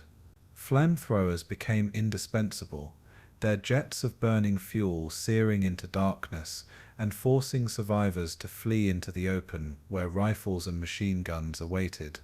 The work was slow, dangerous, and exhausting, demanding coordination between infantry, engineers, and armor. Tanks were brought forward whenever possible, their guns pounding cave mouths, though the narrow terrain often restricted their use. Japanese soldiers fought with fanatic determination, sometimes emerging from caves in sudden charges that shocked assault teams and cost lives even after positions were believed secure. For the men of the 27th, cave clearing was unlike anything they had trained for, a brutal education in the realities of Pacific warfare. Each sealed cave represented progress, but each also took a toll measured in blood, fire, and shattered nerves. The caves became both literal and symbolic obstacles, embodying the relentless nature of the enemy and the unforgiving terrain of Saipan. Coordination between Marines and the army proved essential but fraught, as differences in doctrine and communication created friction on the battlefield. Marines, hardened by earlier landings, favored aggressive, small-unit tactics with close coordination from naval gunfire and air support. The army, accustomed to broader fronts and heavier reliance on artillery, sometimes advanced more cautiously, leading to frustration among Marine commanders. Misunderstandings over boundaries, objectives, and timing occasionally left flanks exposed or attacks delayed, creating dangerous gaps for the Japanese to exploit. Tensions flared in command posts as officers debated strategy, each side wary of being blamed for setbacks. Yet, despite these disagreements, necessity forced cooperation, as both Marines and soldiers bled together in the cane fields and caves. Shared sacrifice often bridged institutional divides, with men on the line caring little about distinctions once bullets were flying. Marines respected soldiers who fought bravely, while army troops admired the tenacity of Marines who pressed forward despite grievous losses. The rivalry never fully disappeared, but it was tempered by the recognition that victory required unity. For those who survived, the friction became a footnote to the larger truth. On Saipan, every American uniform was soaked in sweat, dirt, and blood. The joint struggle, however imperfect, brought results that no service could have achieved alone. The Japanese understood the significance of army reinforcements and redoubled their efforts to crush them with relentless counterattacks. Night assaults targeted army positions, seeking to exploit inexperience and sow panic among green units. Bugles and shouts pierced the darkness as waves of infantry charged, testing the mettle of soldiers unaccustomed to the chaos of Banzai tactics. Machine guns and mortars blazed, cutting down attackers in horrific numbers, but still the waves pressed forward, sometimes reaching the foxholes themselves. Soldiers fought with bayonets, entrenching tools and pistols, learning in hours lessons that peacetime training could never convey. Japanese tanks joined the attacks, rumbling forward in suicidal thrusts that forced anti-tank teams to stand their ground or die. The ferocity of these assaults left lasting impressions, hardening the army units through trial by fire, survivors carried newfound respect for the enemy's determination, but also a grim confidence in their own resilience. These counterattacks failed to break the lines, but they exacted a toll in lives and nerves that deepened the army's commitment to press forward. Saipan had become not just a battle for terrain, but a crucible in which green troops were forged into veterans. The Japanese had intended to destroy them, but instead they had sharpened them into fighters who would not yield. As the army pushed inland, logistics became an ordeal as difficult as combat itself, with supply lines strained across chaotic beaches and through contested terrain. Trucks bogged down in sand or were destroyed by artillery, forcing supplies to be carried by hand across dangerous ground. Water was constantly short, and soldiers fought dehydration in the sweltering Pacific sun while hauling ammunition and rations. Engineers worked ceaselessly to build roads, bridges, and supply dumps under fire, their bulldozers and graders targeted by snipers and mortars. Medical evacuation remained a constant challenge, with the wounded carried miles to the nearest aid stations under harrowing conditions. The dense cane fields and jagged ridges limited the use of vehicles, leaving mule trains and sheer manpower as the primary means of resupply. Soldiers often fought with limited ammunition, rationing grenades and mortar shells to ensure they did not run dry in critical moments. The coordination between beachmasters, transport crews, and frontline commanders became the invisible thread holding the battle together. Without this ceaseless effort, the army's advances inland would have collapsed under their own weight. Logistics was not the glamorous side of battle, but it was the lifeline without which no victory could be won. On Saipan, supply lines were as contested and essential as the front lines themselves. Casualties mounted relentlessly as the 27th Infantry Division pressed deeper into Saipan's heart, confronting resistance that seemed endless. Companies shrank to half their original strength, and replacements arrived almost as quickly as men fell. Graves registration units worked day and night, burying the dead in makeshift cemeteries marked by rows of simple crosses. Letters and personal effects were collected carefully, destined for families thousands of miles away, who could never imagine the brutality of this island battlefield. Medics struggled to keep pace with the wounded, improvising surgeries under canvas tents with minimal equipment. Exhaustion set in as soldiers endured heat, hunger, and sleepless nights punctuated by enemy fire. Yet morale endured, sustained by the belief that victory on Saipan would bring the war closer to its end. Soldiers bonded through shared suffering, forging friendships that would outlast the war itself. For many, the memory of comrades lost in the cane fields and caves became the defining legacy of their service. The army's ordeal on Saipan was one of attrition, where progress was measured in blood as much as in territory. Each advance carried the weight of sacrifice, a reminder that liberation of the island demanded the ultimate price from many.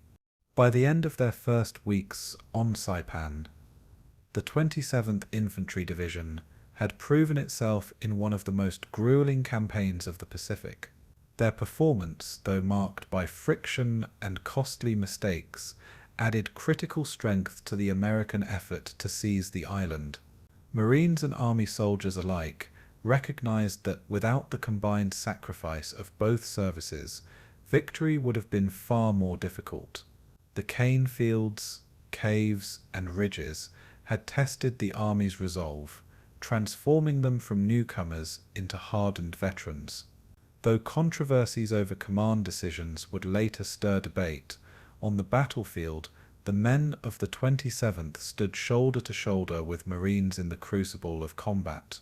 Their presence relieved exhausted units and provided the manpower needed to press the attack against an enemy that refused to surrender. Saipan's conquest remained far from complete, but the army's arrival marked a decisive step in the campaign. Together, Marines and soldiers carved a foothold that would expand into total control of the island. The cost was staggering, the suffering immense, but the tide had shifted irreversibly. The US Army had joined the fight, and Saipan would never be the same. Rising nearly 1,500 feet above Saipan's center, Mount Tapotchau stood as the island's towering sentinel, a fortress of rock and jungle that dictated the rhythm of battle. Whoever controlled this peak controlled the island's heart, for from its summit one could command sweeping views of the beaches, the plains, and the advancing American lines. For the Japanese it was a natural citadel, a place to anchor their defense with interlocking fields of fire that turned every approach into a gauntlet. They dug into its ridges, honeycombed its cliffs with caves, and fortified its slopes with bunkers and tunnels designed to resist even the heaviest bombardments. For the Americans, seizing Tapotchau became an imperative, for without it, the advance north would remain exposed, and the enemy's observation posts unchallenged. Marines and soldiers alike knew that the fight ahead would not be won in sweeping maneuvers, but in bloody, exhausting assaults, up slopes bristling with fire. Artillery pounded the mountain, but its rocky face absorbed much of the punishment, leaving defenders shaken but alive. Aircraft strafed and bombed the heights, yet Japanese positions emerged from the smoke to fire again, undiminished in their determination. The stage was set for a battle of attrition, where courage and endurance would be tested against stone, steel, and fanaticism. Mount Tapotchau was no mere objective, it was the key to the island itself.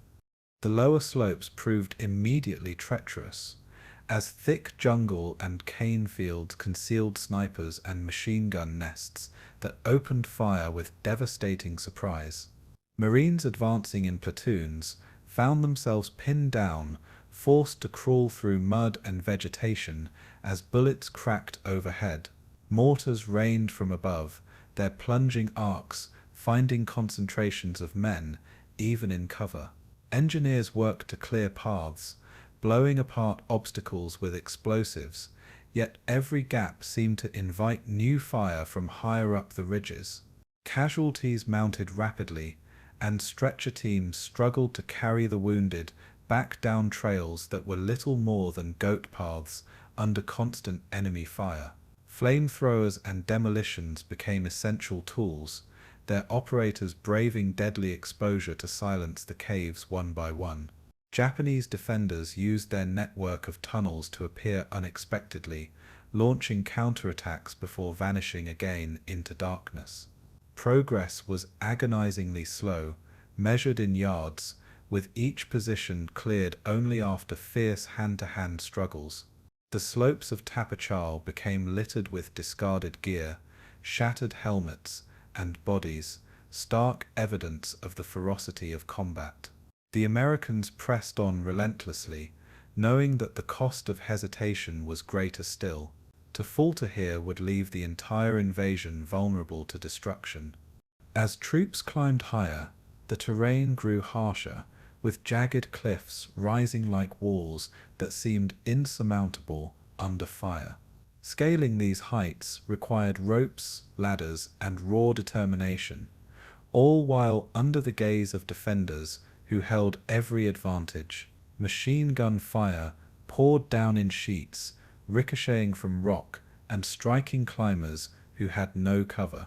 Grenades rolled down slopes, exploding among men who clung desperately to narrow ledges. Assault teams used flamethrowers against cave mouths situated halfway up cliffs, their jets of fire reaching precariously toward hidden defenders. Snipers fired from impossible angles, their shots echoing across the ridges with lethal precision. Some units advanced by night, creeping silently up slopes to surprise the enemy at dawn. But even darkness offered little safety. Rain turned trails into rivers of mud, slowing progress and exhausting men already burdened with weapons and supplies. The mountain seemed alive with resistance, every step forward answered by fire from unseen positions. Still, The soldiers pressed upward, refusing to yield to terrain or enemy. Tapotchau's cliffs tested the limits of endurance and ingenuity, but the will to conquer remained unbroken. Victory required nothing less than mastery of the impossible.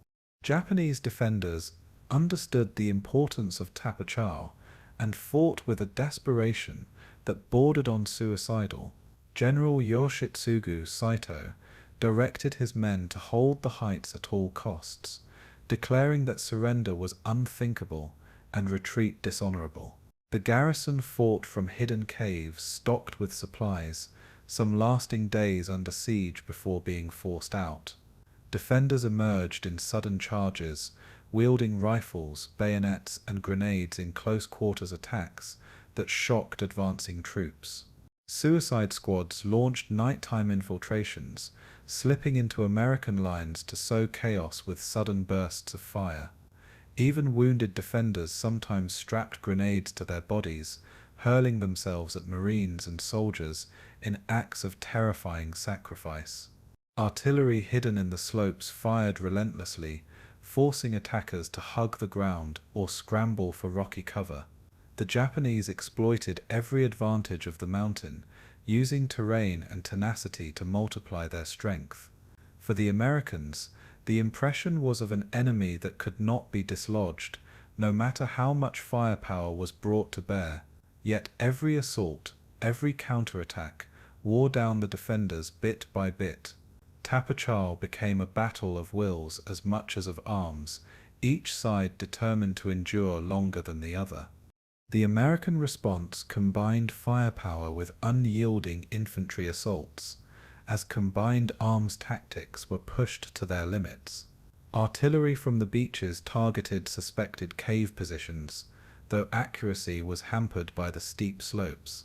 Naval guns pounded the mountain from offshore, their shells shaking the ridges but unable to reach every stronghold.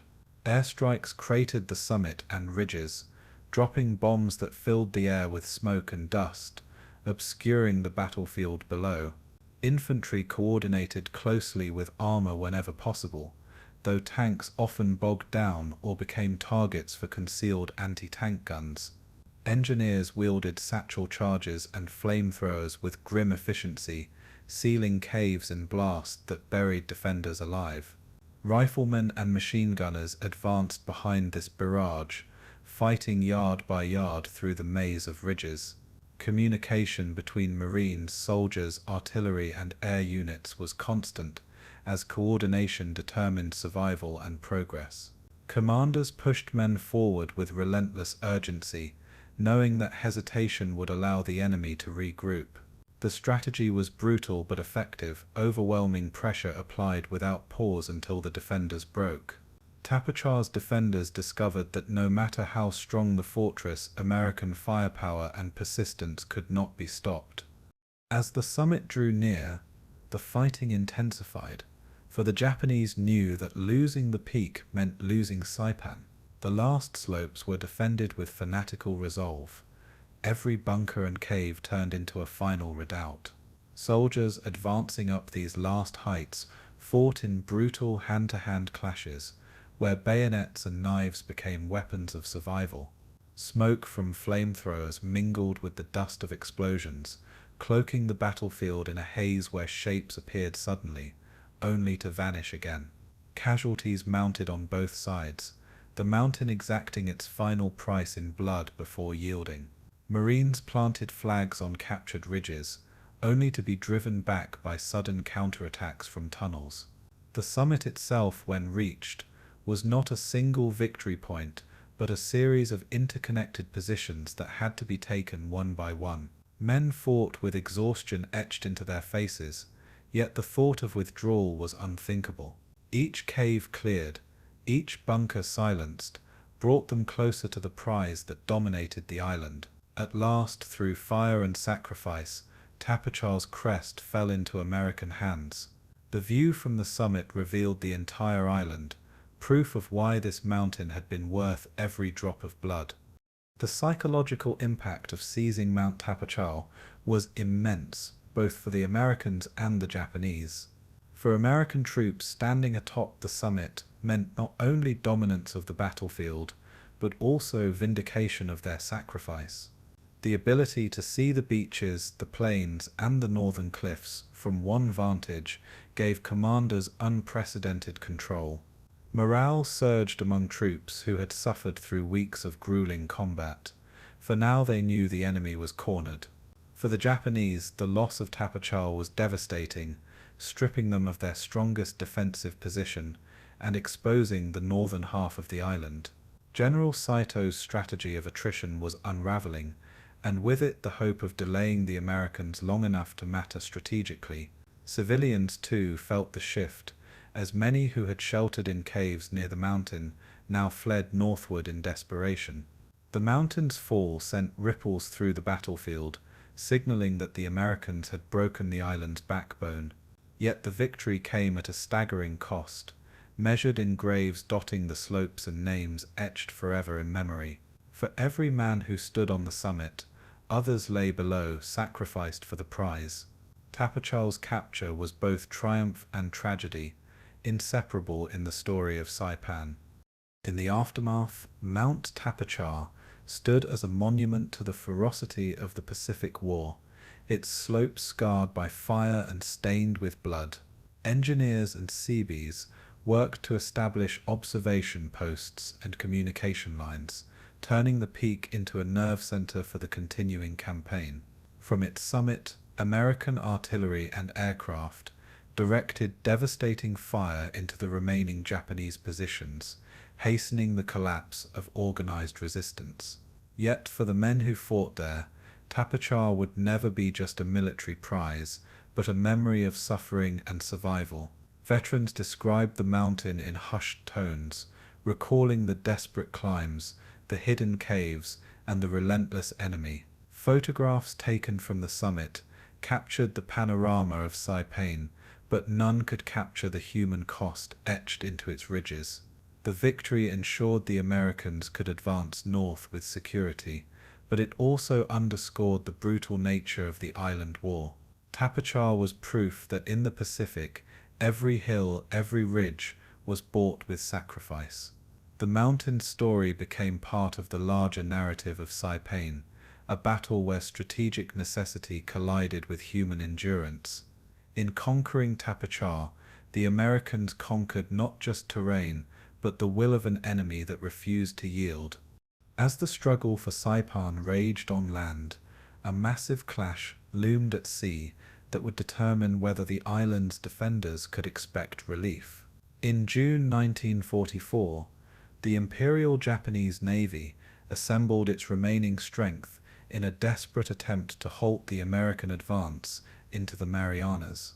Admiral Gisaburo Ozawa commanded a fleet of 9 carriers, 473 aircraft, and a screen of battleships and cruisers that represented Japan's last great hope in the Pacific.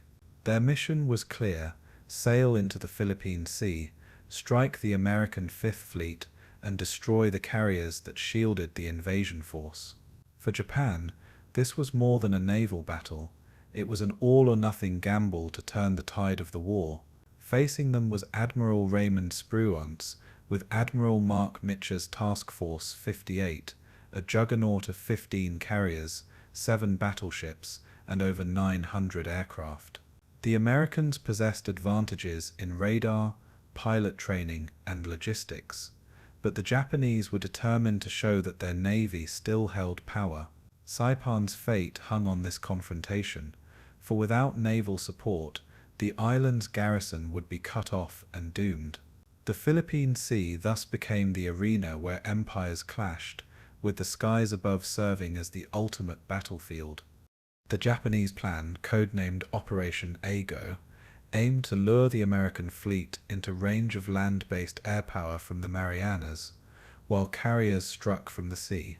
On paper it was bold and complex, promising to overwhelm US defenses with sheer numbers of aircraft attacking in waves. Yet the plan assumed Japan's aircrews retained the skill and experience of earlier years, ignoring the devastating losses suffered at Midway and in the Solomons. Many Japanese pilots now were barely trained, rushed into service with only minimal flight hours and little combat seasoning. Aircraft themselves were outdated, with Zero fighters struggling to match the performance of American Hellcats in both speed and armor. Fuel shortages forced risky logistics, with tankers stretched to sustain the fleet's movements across vast distances. Meanwhile, American submarines prowled the Philippine Sea, shadowing Ozawa's carriers and relaying their positions with deadly efficiency. The Japanese sought a decisive battle in the spirit of Tsushima and Midway, but in reality,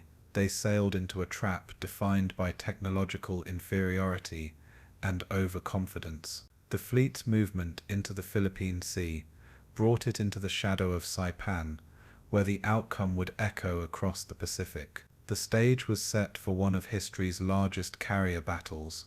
On the morning of June 19th, 1944, the battle erupted as radar screens aboard US carriers lit up with incoming formations.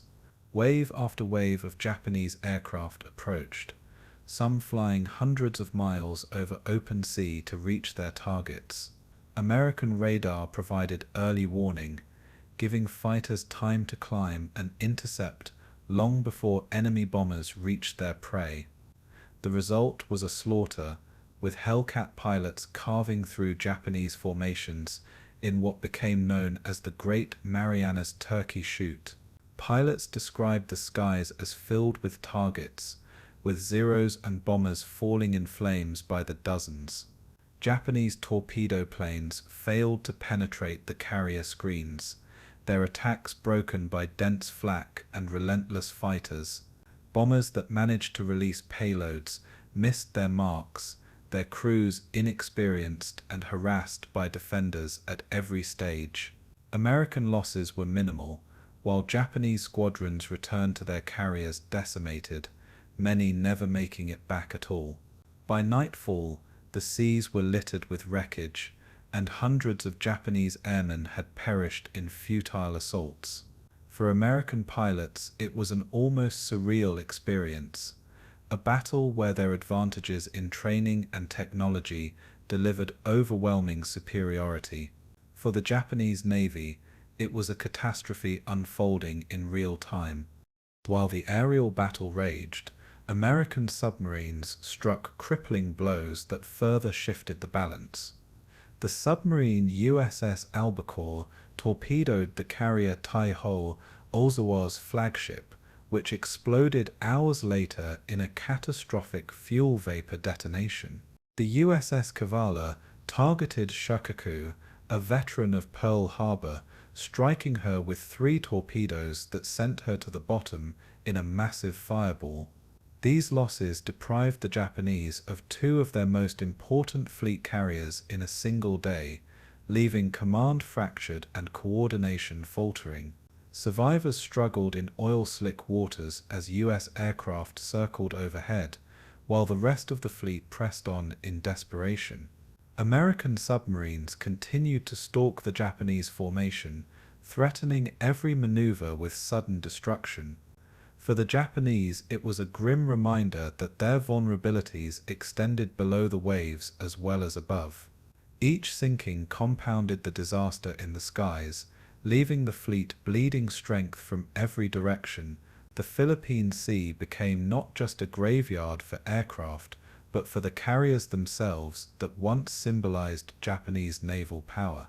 In the space of hours, decades of naval tradition were being swept aside by American technological and tactical superiority. Admiral Mitchell, recognizing the scale of the victory unfolding, launched his own counterstrikes to ensure Japanese carriers did not escape unscathed. Late in the afternoon of June 20th, US aircraft pursued the retreating fleet in what became known as the Mission Beyond Darkness. Pilots pushed their fuel reserves to the limit, flying hundreds of miles into the setting sun to find and strike the Japanese carriers. When they located the enemy, they unleashed torpedoes and bombs with devastating effect, crippling Hio and damaging other carriers in the retreating force. Yet this daring pursuit came at a cost, as many US aircraft ran out of fuel on the return journey, ditching into the sea at night. American destroyers braved the darkness, plucking dozens of airmen from the waves under the glow of searchlights and star shells. Despite the risks, the strikes ensured the Japanese fleet could not reconstitute its strength, cementing the battle as a decisive victory. Pilots who survived described exhaustion mixed with exhilaration, knowing they had witnessed the collapse of Japan's carrier aviation. Mitch's gamble paid off, transforming victory into annihilation. The Philippine Sea had become the grave of the Imperial Navy's ambitions. The numerical losses for Japan were staggering, a blow from which recovery was impossible. Over 2 days of battle, the Japanese lost more than 600 aircraft, most destroyed in combat, with hundreds of pilots killed or drowned. 3 carriers, Taiho, Shokaku, and Hei, were sunk, while others limped home battered and depleted. By contrast, American losses were fewer than 150 aircraft, with carrier decks still crowded with planes ready to fight. The imbalance was so extreme that the Japanese Navy ceased to exist as a meaningful offensive force. Pilots who returned to Japan spoke of skies dominated by American fighters, their comrades shot down in swarms too vast to resist. The Imperial Navy's once proud carrier arm had been broken, its legends drowned beneath the waves of the Philippine Sea. American sailors and airmen, though jubilant, understood the enormity of what they had accomplished. They had not merely won a battle, they had ended Japan's ability to contest the Pacific on equal terms. From this point forward, the initiative belonged entirely to the United States. The carriers that once carried destruction to Pearl Harbor now lay silent on the ocean floor. The consequences for Saipan were immediate and decisive, as the Japanese garrison realized that no relief would come from the sea. General Saito, still holding the island's northern strongholds, had hoped that the fleet would strike a blow to relieve pressure on his forces. Instead, news filtered in of disaster at sea, confirming that the defenders were truly isolated.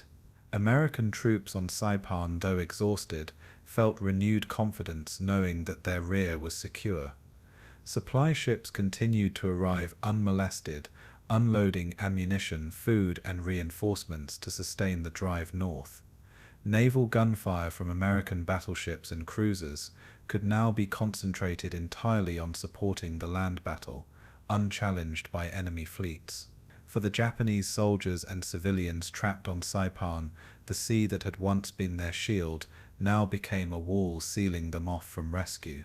The fate of the island was sealed by events far beyond its shores. The Philippine Sea had decided Saipan's outcome as surely as any rifle fired in the cane fields or caves. The link between sea and land had never been more evident, binding strategy and sacrifice into one. In retrospect, the Battle of the Philippine Sea was more than a naval engagement. It was the moment when Japan's dream of naval supremacy died forever. The Great Marianas Turkey Shoot symbolized the devastating gap between American industrial might and Japanese desperation.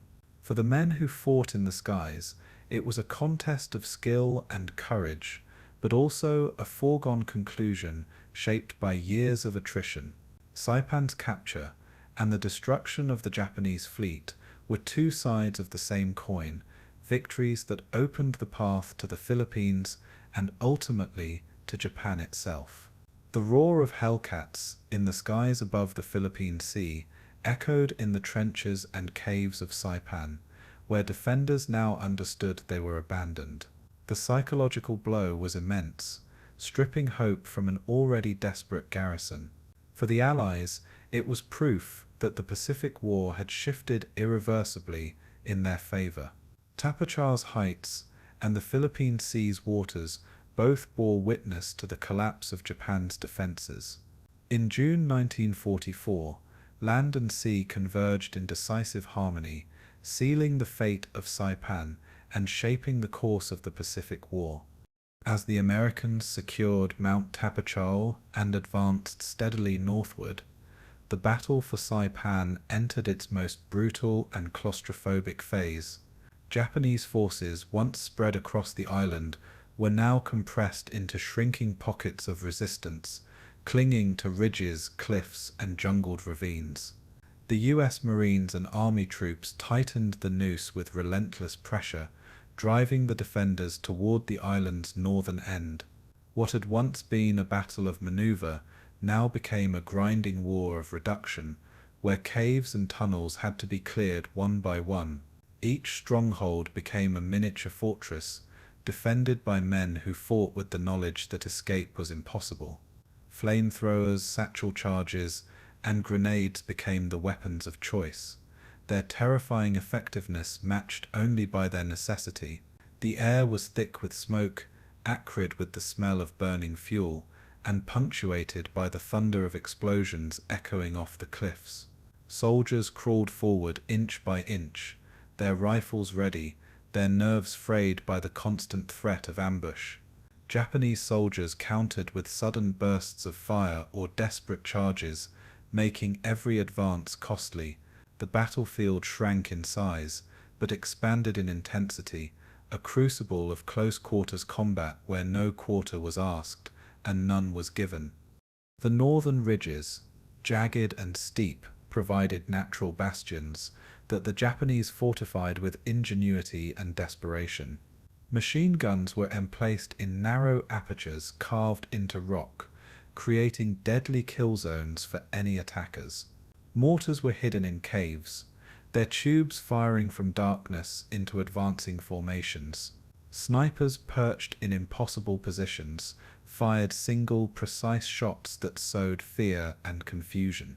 The Americans responded with overwhelming firepower, but terrain blunted the effectiveness of artillery and airstrikes. High explosive shells might collapse an entrance, only for defenders to re-emerge from a connecting tunnel elsewhere. Aircraft bombed ridgelines repeatedly, yet Japanese positions seemed to regenerate like hydra heads in stone. Infantry bore the true burden, forced to root out defenders by direct assault under punishing conditions. The fighting became personal, almost primal, as men struggled face to face in spaces no wider than a foxhole. For the Japanese, this was a final stand, a chance to inflict maximum casualties even as defeat loomed inevitable. For the Americans, it was a test of will, patience, and endurance unlike anything they had faced before. The ridges became graveyards, each crest earned with sweat, blood, and fire. The caves of Saipan were legendary for their complexity, forming networks that defied easy destruction. Some were natural limestone formations, others expanded by human labor into elaborate defensive systems. Entire companies could vanish into these underground layers, re-emerging at unpredictable points to strike. Darkness cloaked the defenders, while the stench of smoke, blood, and decay turned the interiors into nightmares of survival. For the attackers, entering a cave meant stepping into the unknown, with death potentially waiting around every corner.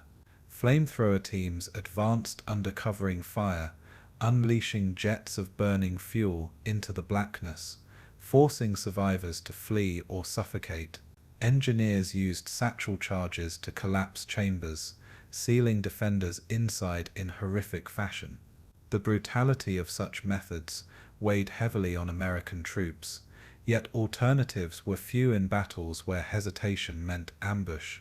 Japanese defenders often fought to the last man, refusing surrender and taking as many attackers with them as possible. For the Americans, each cave represented hours of danger, tension, and exhaustion condensed into a single violent burst.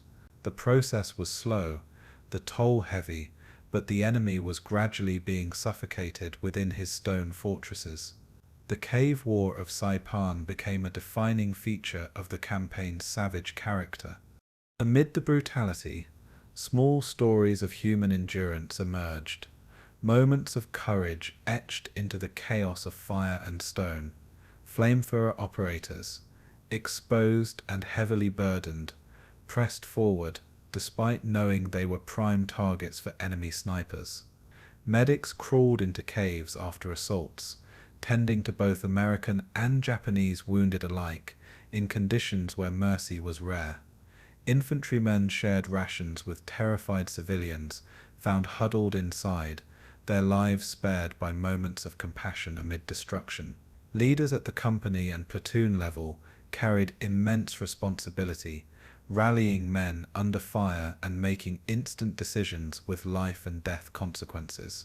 Communication lines were often cut in the rugged terrain, forcing commanders to rely on couriers darting through mortar fire.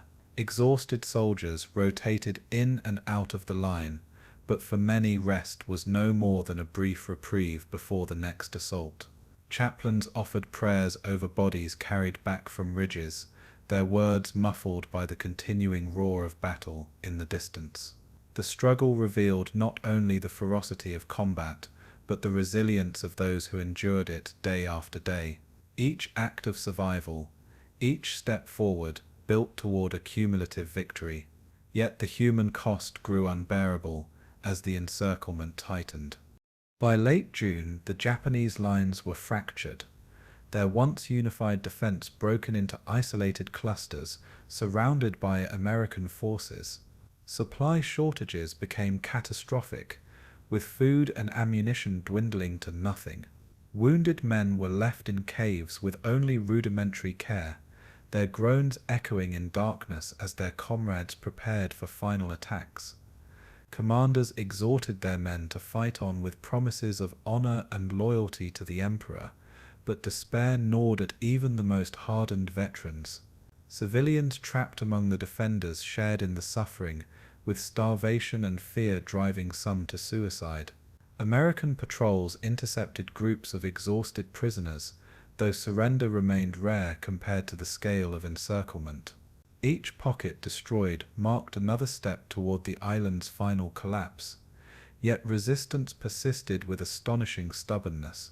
Japanese soldiers launched small-scale counterattacks, often suicidal, to inflict what casualties they could. These last gasps of defiance cost American lives, but did nothing to alter the outcome. Saipan was becoming a battlefield of attrition, where every defender's death only delayed the inevitable. The Americans closed the ring ever tighter, determined to finish what had begun on June 15th. The brutality of cave-to-cave fighting forced American units to innovate with tactics that blended patience and overwhelming violence. Scouts used mirrors and flashlights to probe dark interiors, though often at great risk of drawing fire. Grenades were rolled into tunnels, sometimes by the dozen, before assault teams stormed forward. Flamethrowers were cycled continuously, their operators rotated to prevent exhaustion from the crushing weight of their tanks. Engineers developed methods of sealing off cave networks systematically, creating a grim rhythm of destruction. Coordination between infantry, artillery, and air support grew tighter, with radio operators calling down strikes within yards of their own positions. Tanks equipped with flamethrowers joined the fight when terrain allowed, their armored bulk bringing firepower directly into enemy strongholds. Yet no matter the method, each cave demanded its own solution, each ridge its own sacrifice. The island itself seemed to conspire with its defenders, offering countless hiding places that consumed American time and blood. Innovation kept pace with necessity, but victory remained costly.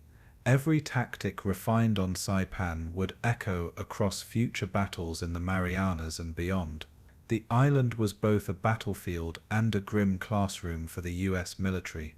The psychological toll on American troops grew heavier as the encirclement dragged on, for they faced an enemy who refused to surrender even in hopeless circumstances. Many soldiers spoke of the unnerving silence before sudden bursts of violence, the sense that danger lurked in every shadow. The screams of burning defenders haunted those who wielded flamethrowers, the smell of scorched flesh lingering long after combat ended. Veterans of Saipan carried these memories for the rest of their lives, scars invisible yet permanent. The knowledge that civilians were often caught in caves with soldiers added to the moral burden, for the line between combatant and victim blurred in ways no training could prepare them for. Chaplains and officers tried to maintain morale, but exhaustion and trauma seeped into every conversation, every glance. Yet amid the horror, determination never wavered, for all understood the strategic stakes. Saipan was not just another island, it was the key to striking Japan itself. The price was accepted, however grim, because the alternative was unthinkable. The men pressed on, hardened by necessity, steeled by sacrifice, driven by the certainty that each cave destroyed brought them closer to victory. By early July, the encirclement was nearly complete, with Japanese forces compressed into the island's final northern redoubts. What had begun as an ambitious defense had devolved into a last stand of desperation, with soldiers and civilians alike trapped in dwindling territory. American units advanced methodically, sealing caves, clearing ridges, and reducing resistance with fire and explosives. The once vast Japanese garrison had been shattered into remnants, unable to communicate or coordinate effectively. General Saito's orders to fight to the last ensured that no peace would be found until the island was soaked in blood. For the Americans, the encirclement was proof of both their superiority and the enemy's unyielding will. The battle had become a grim countdown, a tightening vise that left only death or surrender as options. Saipan's landscape bore the scars of this struggle, its ridges cratered, its caves blackened, its fields strewn with wreckage. The island's heart had been broken, and with it the last hope of its defenders. The encirclement of Japanese forces was nearly complete, but the cost of victory was still rising with every passing day.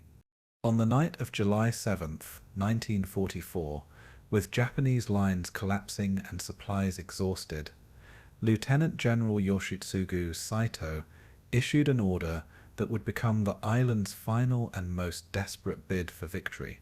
The command was simple in phrasing but crushing in consequence.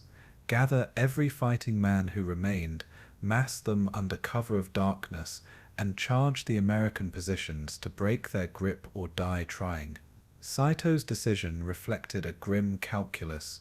He judged that his troops hemmed in on Saipan's northern heights could not win a protracted defense, and that a single sacrificial blow might at least demonstrate resolve.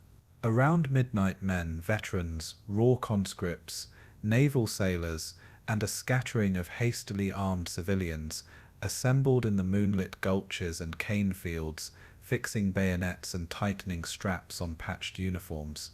The attack would not be a coordinated mechanized thrust, but a human wave driven by ritual resolve, and the belief that death in combat was preferable to capture. Combat engineers and NCOs distributed what little ammunition remained, while officers relayed final arrangements in terse, emotionless commands. Across the American lines, the few hours before dawn were filled with eerie stillness, men weary from weeks of combat listening for the telltale rustle that preceded an assault. Few commanders fully believed the Japanese would dare such wholesale sacrifice, but intelligence had warned of mounting activity and of troops assembling in the north. Under that pall of uncertainty, platoons strengthened perimeters, ammunition belts were topped off, and machine gun crews prepared interlocking fields of fire that would soon be tested. Nearby ships readied their star shells, and destroyer captains cleared targets for inland bombardment should the lines be penetrated. In those last minutes, American men felt a cold apprehension, an instinctive sense that history was about to deliver a spectacle of horror and resolve, unlike any they had yet seen. The first movement of the massed Japanese columns would soon cross sugarcane and coral to collide with that steel-prepared line, setting the stage for the largest Banzai charge of the Pacific War. Estimates vary, but contemporary American reports and post-war historians place the attackers at roughly 4,000 to 4,500 men, a force assembled from the remnants of formations already shattered by weeks of fighting. Their equipment was mixed and often primitive. Rifles from storerooms, last boxes of grenades, a few captured submachine guns, discarded trench mortars, and a handful of antiquated tanks pressed into sacrificial roles. Many of the charging men were exhausted, malnourished, and poorly shod, yet they moved with a discipline born of training and an acceptance of the order to die for the emperor. Combat groups were organized into waves intended to maintain momentum even after the initial shock hit American wire and machine gun belts. The plan envisioned local breakthroughs to be exploited by follow-on waves that would push toward the rear areas and, if fortune favored them, all the way to the beaches. Behind the assault columns moved smaller parties tasked with setting fires, destroying supplies, and creating confusion to mask the main movement. Military police and officers accompanied some waves, enforcing discipline and ensuring no man turned back from the appointed line of attack. The inclusion of naval personnel and airfield workers, many of whom had fought in mixed units, reinforced the single-minded purpose of the operation, even as it revealed the desperate thinning of organized combat strength. In the darkness, the attackers used chanting and drums more than radio communication, relying on the ancient rhythms of collective movement to synchronize their surge.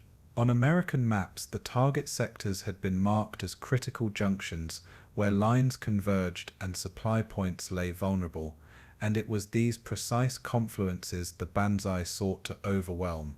The audacity of the plan lay less in tactical subtlety than in its psychological ambition to shock, to terrorize, and to force American commanders into costly, demoralizing close-quarters slaughter. In the hours before the attack, the Japanese accepted that even failure would produce a story of sacrifice that Tokyo could exploit, making the charge as much symbolic as militarily consequential. At roughly 0200 hours, bugles and shouted battle cries split the night as the first columns rushed forward across torn ground and shattered cane. The initial shock struck the American forward posts with the grotesque intensity of surprise. Figures surging from blackness into searchlight cones, bayonets flashed, and men grappled in the choking smoke of star shells. The Japanese advanced in tight formations, using momentum, night concealment, and sheer audacity to cross wire and reach forward foxholes before defenders could fully orient. Grenades rolled into emplacements and pockets of close combat erupted, where knives, entrenching tools, and bare hands became instruments of survival. Machine gun crews, whose belts had been kept topped up in anxious hours before the attack, delivered withering, close-range volumes of fire that shredded successive waves. In sectors where the Japanese achieved surprise, they overran forward posts and captured weapons, the initial momentum creating terrifying breakthroughs that had to be contained urgently. Mortar crews on both sides responded wildly, the concussions compressing men against the earth as smoke and the taste of cordite filled lungs. Naval gunfire and illuminating rounds were called in rapidly, and star shells threw the battlefield into alternating blazes of light and shadow that turned the killing into theater. The fighting was chaotic and intimate. Men screamed, officers shouted, and the night rang with the sound of bodies thudding into sand and coral. In some places, Japanese units penetrated far enough to reach command posts and supply dumps, where hand-to-hand fighting erupted in tents and among stacked crates.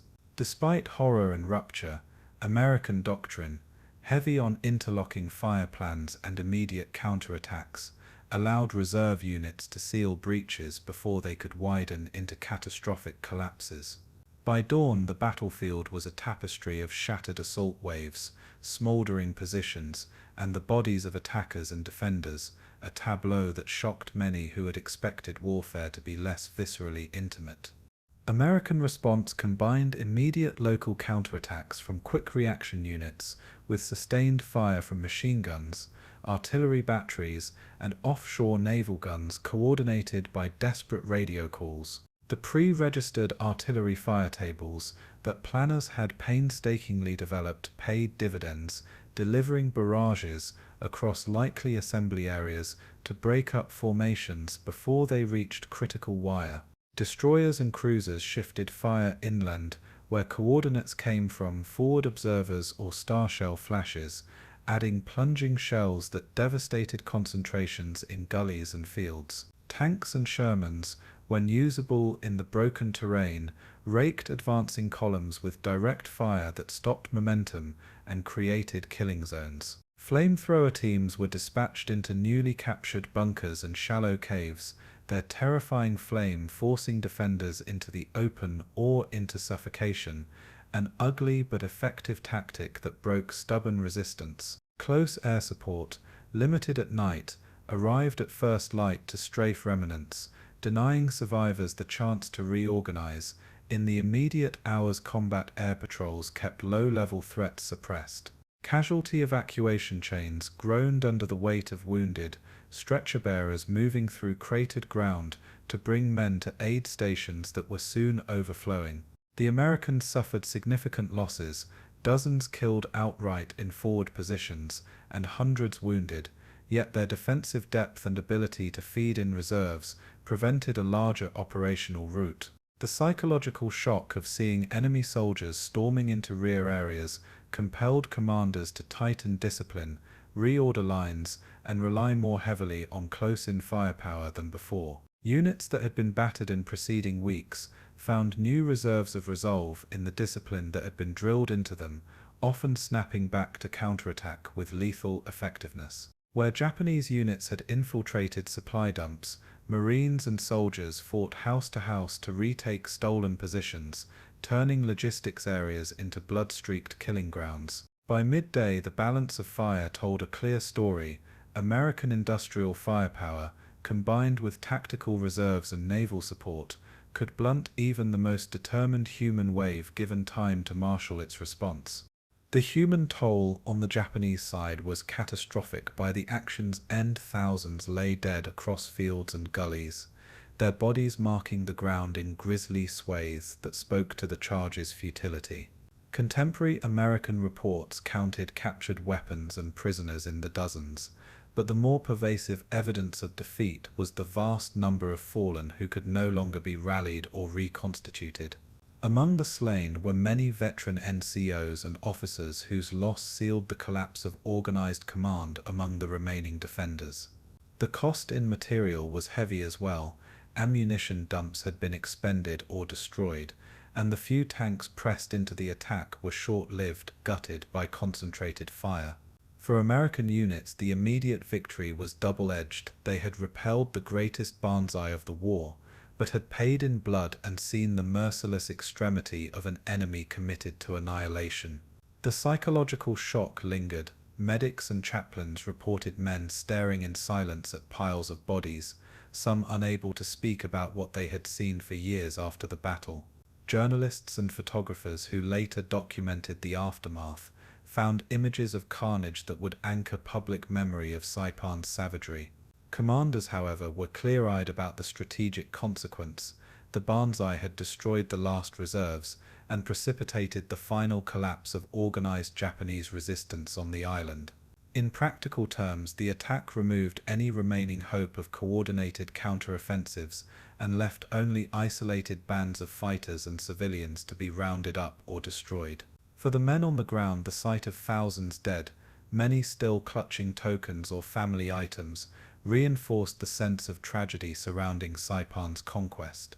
Military psychologists later noted that although the charge had failed tactically, it succeeded in imprinting the horror of fanatic resistance onto the consciousness of American units, shaping attitudes in subsequent Pacific battles.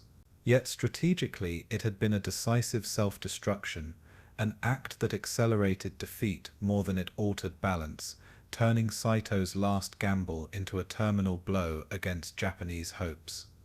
In the immediate aftermath, General Saito, who had ordered the attack, spent his final hours overseeing the remains of his shattered command and attending to the rites that his culture dictated for a defeated commander. Accounts vary in detail, but Saito is reported to have taken his life rather than face capture, a grim coda that reflected the same code of honor that had propelled the charge. His death symbolized the end of coherent Japanese command on Saipan and left surviving troops bereft of coordinated leadership for what remained of the campaign. Junior officers and sergeants attempted to maintain resistance in isolated pockets, but without supplies, radios, or strategic direction, their efforts were little more than individual acts of defiance. The collapse of the chain of command meant that subsequent engagements were less planned and more improvisational, with skirmishes, suicides, and small ambushes replacing organized offensives. For American planners, Saito's demise and the destruction of his formations provided grim confirmation that organized resistance was effectively finished and that the task ahead would be mopping up rather than pitched battles. Yet the island still harbored tens of thousands of civilians and holdout fighters, creating humanitarian and security challenges that would persist after the guns fell silent. The symbolic resonance of Saito's choice, suicide rather than surrender, echoed through Japanese military culture and was used by Tokyo both as martyrdom and as a propaganda example, complicating post-war reconciliation. For the survivors among his troops, the final charge offered a narrative the military later enshrined that even in defeat there had been courage, loyalty, and an unbending will. For others, particularly victims among civilians and those forced into supporting roles, the charge was an indictment of a leadership that had squandered lives in a hopeless endeavor. The immediate operational effect, however, was unambiguous. The Banzai consumed the remaining offensive strength of Saipan's defenders and left the island open to final occupation. Saito's death, tragic and final, closed a chapter in the island's resistance and left the Americans to confront the grim work of securing and stabilizing the battered island community. In the days after the charge, Americans moved among the dead to recover the wounded, bury the fallen, and attempt to catalogue the carnage, left like a brutal ledger across the island. Burial detail teams worked under the heat to inter both Japanese and American dead, wrapping bodies and marking graves, with hastily carved crosses or name tags where possible. Medical officers reported spikes in cases of combat fatigue and nightmares as men struggled to process the intimacy of the violence they had witnessed. Chaplains and counselors conducted services for the dead, not only for American soldiers, but sometimes attempting to bring a modicum of mercy to civilian victims as well. Photographs of the aftermath circulated among units, and later in press archives, their stark images contributing to post-war understandings of the Pacific's brutality. Letters home were often circumspect, the most traumatic details excised to spare families, yet those who read between the lines sensed the depth of what had been endured. The shared trauma fostered deep bonds among survivors, who relied on comradeship and memory to carry them through the next operations and, in many cases, through the rest of their lives. Military historians later argued that the psychological effect of the Banzai contributed to tactical adaptations elsewhere in the Pacific, with emphasis on perimeter security and night defense drills.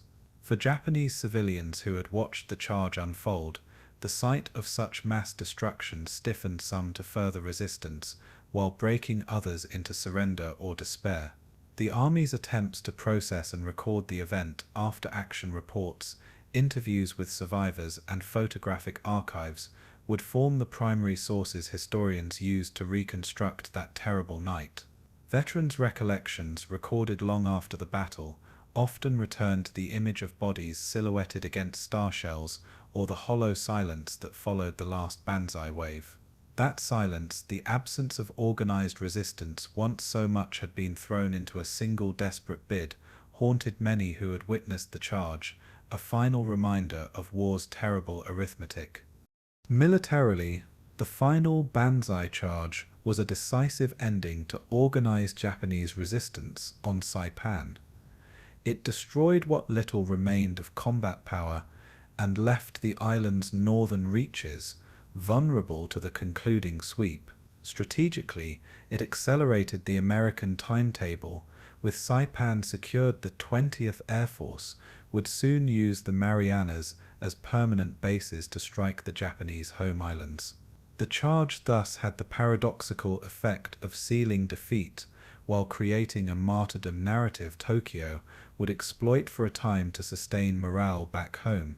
On the ground, the Americans moved from large-scale assaults to methodical clearing and humanitarian tasks, tending to survivors and preparing the island for use as a staging and airfield hub. For historians, the Saipan Banzai stands as an object lesson in how cultural imperatives, leadership choices, and desperation combine to produce acts of collective self-destruction. Veterans' testimonies and archival photos have kept the memory of that night alive, a cautionary tableau of courage and waste intertwined on the same field. The mountain ridges and sugarcane fields where the charge crashed remain dotted with graves and relics, quiet markers of the human cost that undergirded strategic victory. In memorials and museum displays, the last Banzai is often described with both solemn reverence and critical reflection, acknowledging bravery while condemning needless sacrifice.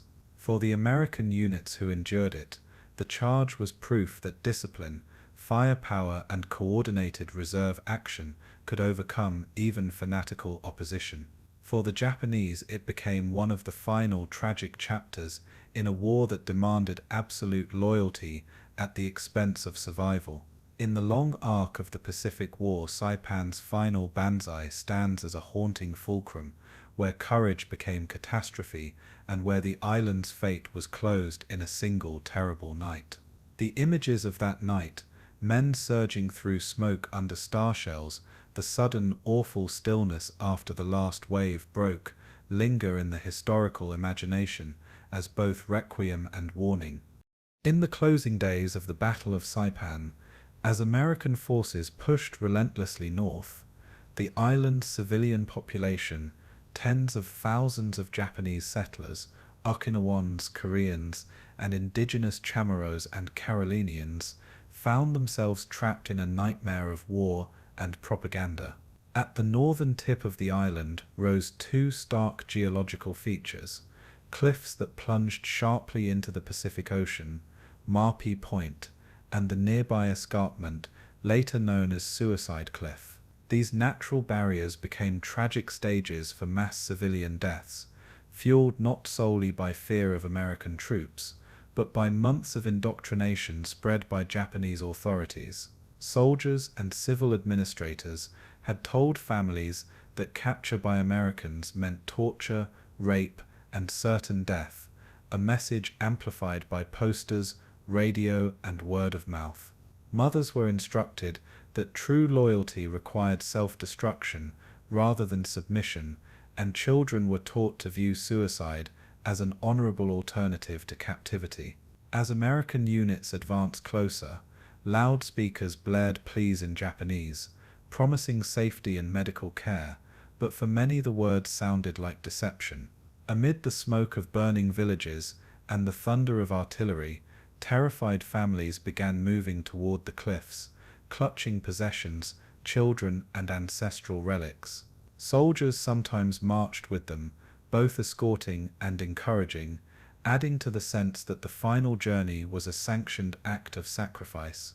The gathering masses at the precipice embodied the collision of propaganda, desperation, and war, each face a living testimony to the cruel costs of fanaticism. By the time the first families stepped over the edge, the cliffs had become an indelible symbol of the battle's most haunting tragedy. Eyewitnesses, both American and Japanese, later recounted scenes of horror almost beyond belief as families climbed to the rocky heights and prepared for their final moments.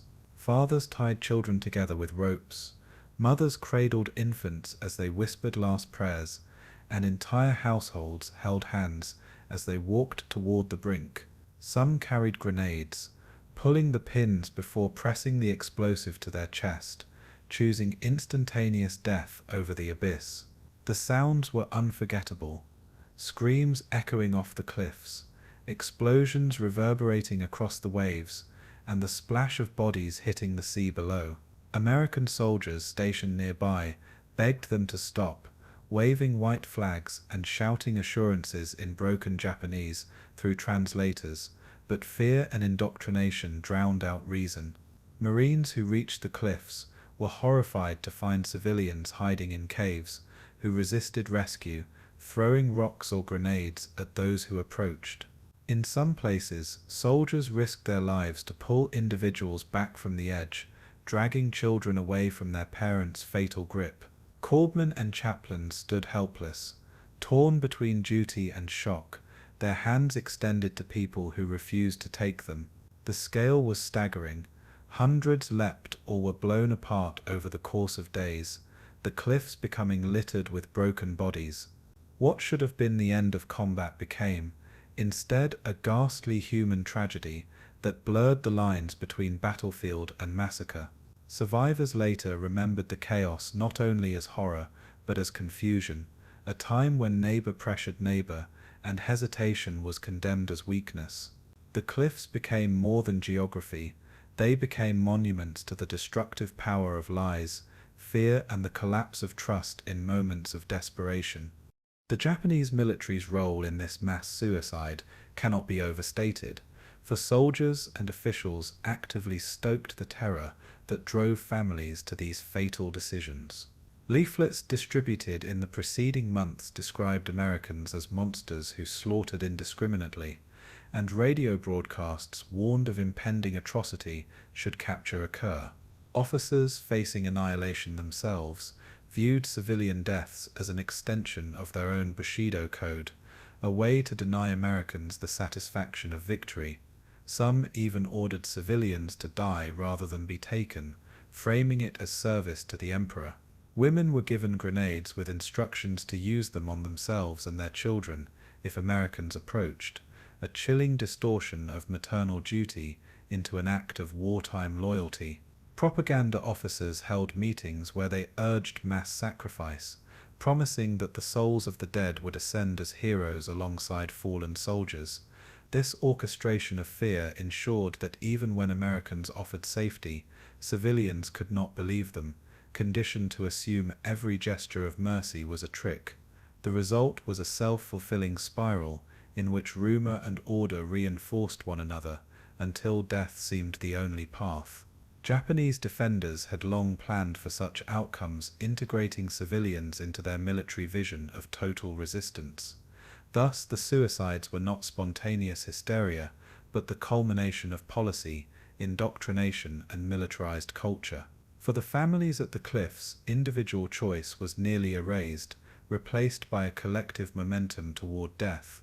In that grim moment, the distinction between soldier and civilian dissolved, leaving behind only victims of the same destructive ideology. Yet amidst the tragedy, there were acts of extraordinary courage and compassion as American troops tried desperately to save as many civilians as possible. Interpreters, many of them Japanese Americans serving with the Army's military intelligence service, were brought to the front lines to plead in the civilians' own language. They used megaphones to promise food, water, and medical treatment, invoking family and homeland to convince frightened groups to surrender. Marines and soldiers risked sniper fire to approach caves, sometimes crawling into darkness with only flashlights and open hands. Medics offered chocolate, cigarettes, and bandages as tokens of goodwill, slowly winning the trust of huddled survivors. In some cases, Japanese mothers were persuaded to hand over their children before leaping themselves, giving Americans infants to carry to safety. Units established makeshift refugee centers where food and medicine were dispensed under guard, and survivors were gradually reassured that life could continue. Soldiers who had spent weeks fighting savagely now found themselves holding babies, comforting the wounded, and carrying the elderly. The transition from combat to compassion was jarring, yet many embraced it, recognizing that victory was measured not only in territory seized, but in lives saved. Photographs captured Marines cradling children and offering water to haggard families, images that stood in stark contrast to the scenes at the cliffs. For those soldiers, the effort to save civilians became a redemptive duty after so much destruction. Though many could not be convinced, those who were pulled back from the brink became the living proof that compassion could still cut through terror. The scale of civilian suffering on Saipan was immense, for the island's population had been drawn directly into the vortex of a modern industrial war. Official U.S. records later estimated that between 20,000 and 25,000 civilians were present at the time of the invasion, and thousands perished in the fighting or in the suicides at the cliffs. Survivors often carried physical scars from grenades or falls, and psychological wounds that lasted for decades. For Chamorros and Carolinians, the battle brought devastation to their homeland as their villages were shelled, their fields burned, and their families displaced or killed in crossfire. Many Okinawan laborers, conscripted to work on Japanese military projects, found themselves trapped in a conflict not of their choosing, yet still subjected to the same propaganda and pressures to die. Japanese settlers, many of whom had lived on Saipan for years as farmers or merchants, saw their lives destroyed overnight, their children among those driven to the cliffs. The blending of these diverse civilian groups under the same shadow of propaganda created a universal tragedy that cut across cultural lines. Each community's stories were later recorded by anthropologists and historians, piecing together a mosaic of suffering and resilience. For the Americans, tallying the dead and rescuing survivors became part of the grim administrative work after the island was secured. But numbers could not capture the loss, the shattering of families, the extinguishing of generations, the weight of grief etched into the land itself.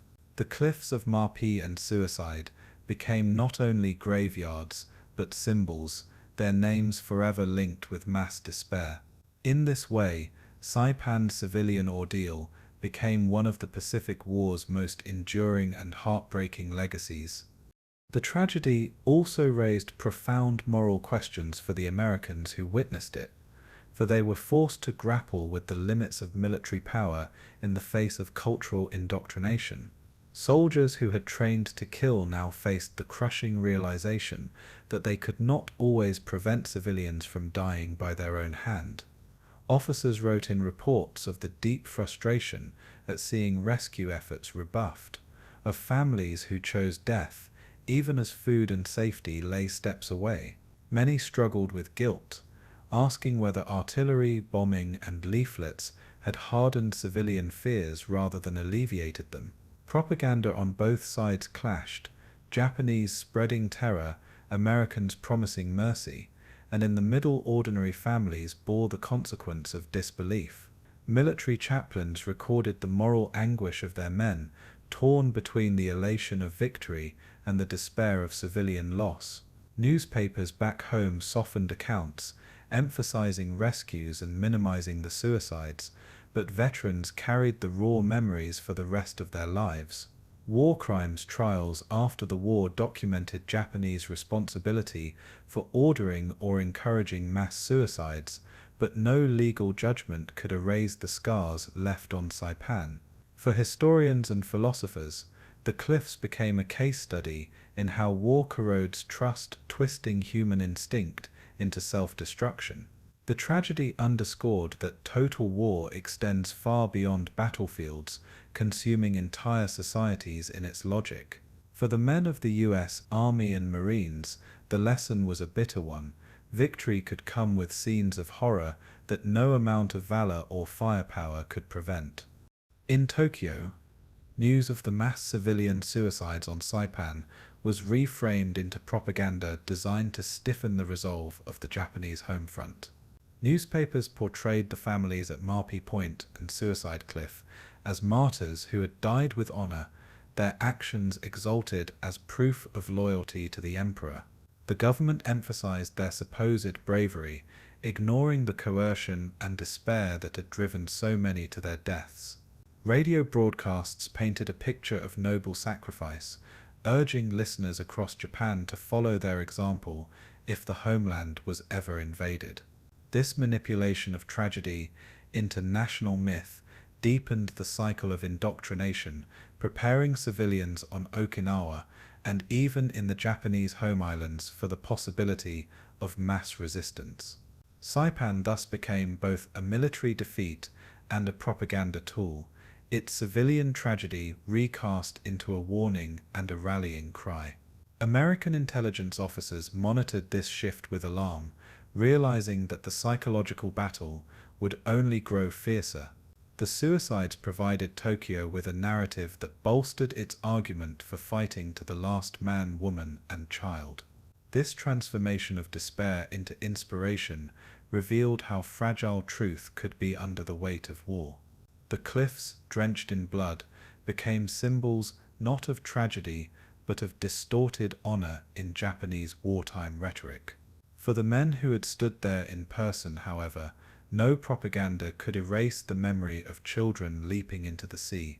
The divide between propaganda and reality, between myth and memory, remained one of the most haunting aspects of the Battle of Saipan. Over time, the memory of Saipan's civilian tragedy was preserved in monuments, testimonies, and commemorations that sought to give dignity to the dead and meaning to the survivors. After the war, the Japanese government and local communities established memorials at Suicide Cliff and Banzai Cliff, where families and pilgrims still gather to offer flowers, incense, and prayers. Survivors' stories, once silenced by shame, began to be recorded in oral histories, revealing the complexity of fear, coercion, and survival. The US military also contributed to remembrance, designating parts of the battlefield as historical sites and supporting memorial ceremonies. Historians continue to debate the balance of responsibility, how much blame rested on Japanese indoctrination, how much on the chaos of battle, and how much on the limitations of American efforts. For descendants of survivors, the cliffs represent both sorrow and resilience, a place where tragedy gave rise to renewed cultural identity. Chamorros and Carolinians, whose communities were devastated, have also used memory of Saipan to assert their place in history, ensuring their suffering is not eclipsed by narratives of Japanese settlers or American soldiers alone. In this way, remembrance became a shared, though contested, act that linked nations and communities. The cliffs today are quiet, their sweeping views of the Pacific serene, belying the horror once witnessed there. Yet visitors who stand at the precipice often speak of an intangible weight, as if the air itself still carries echoes of despair. In the stillness, memory lingers, and history whispers its warning across generations. Ultimately, the fate of Saipan's civilians serves as a stark reminder of the ways in which war erases the boundaries between combatant and non-combatant, dragging entire populations into its vortex of violence. The suicides at Marpi Point and Suicide Cliff were not inevitable. They were the product of choices made by leaders who weaponized fear and demanded sacrifice from the powerless. The Americans, despite their best efforts, could not fully counteract decades of indoctrination or undo the psychological hold of imperial propaganda in the space of days.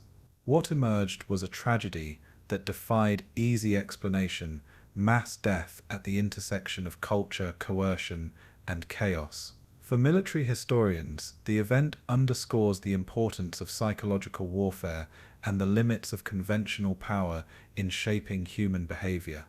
For survivors and their descendants, It is a story of loss, but also of resilience, of those who chose life amid despair. The cliffs themselves remain as silent teachers, offering lessons about trust, fear, and the human capacity for both cruelty and compassion.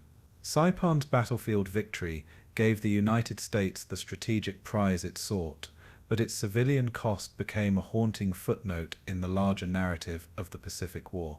The mass suicides are remembered today not only as a tragedy of one island, but as a warning of what happens when truth is suppressed and fear becomes absolute. In the story of the Battle of Saipan, the fate of the civilians is not an epilogue, but a central chapter, a reminder that war's deepest scars are often left not on armies, but on ordinary families. The echoes of their final cries still resonate, urging future generations never to forget. After the shattering final Banzai and the collapse of organized Japanese resistance, American commanders shifted from large-scale assault to deliberate mop-up operations across Saipan's caverns and heights. Units of the 2nd and 4th Marine Divisions and the Army's 27th Infantry were parceled into small clearing teams tasked with sealing tunnel mouths, reducing pillboxes, and sweeping jungle hollows. Tactical doctrine now emphasized methodical clearance. Flamethrower teams advanced behind suppressive fire, while engineers emplaced satchel charges at cave entrances and demolition crews collapsed internal galleries. Night and dawn raids gave way to daylight breakthroughs, supported by pre-registered artillery and tightly coordinated close air support to avoid friendly fire in the labyrinthine terrain. Naval gunfire remained indispensable, its plunging shells collapsing roofed positions and masking the approach of assault squads by generating concussion and dust. Forward observers rode the ridgelines with binoculars and maps, plotting targets to within yards so rockets and shrapnel could be brought down on precise enemy concentrations.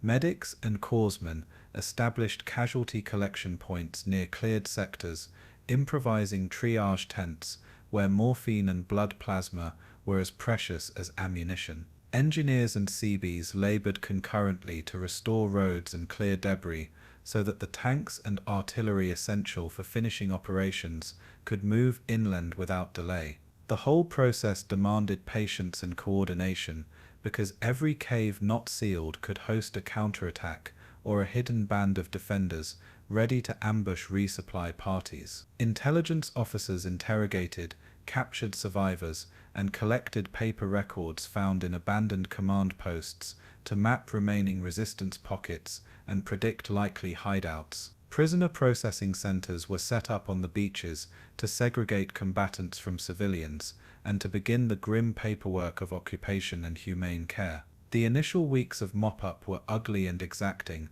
alternating small tactical victories with harrowing reminders that the island's subterranean defenses had turned victory into a grinding enterprise.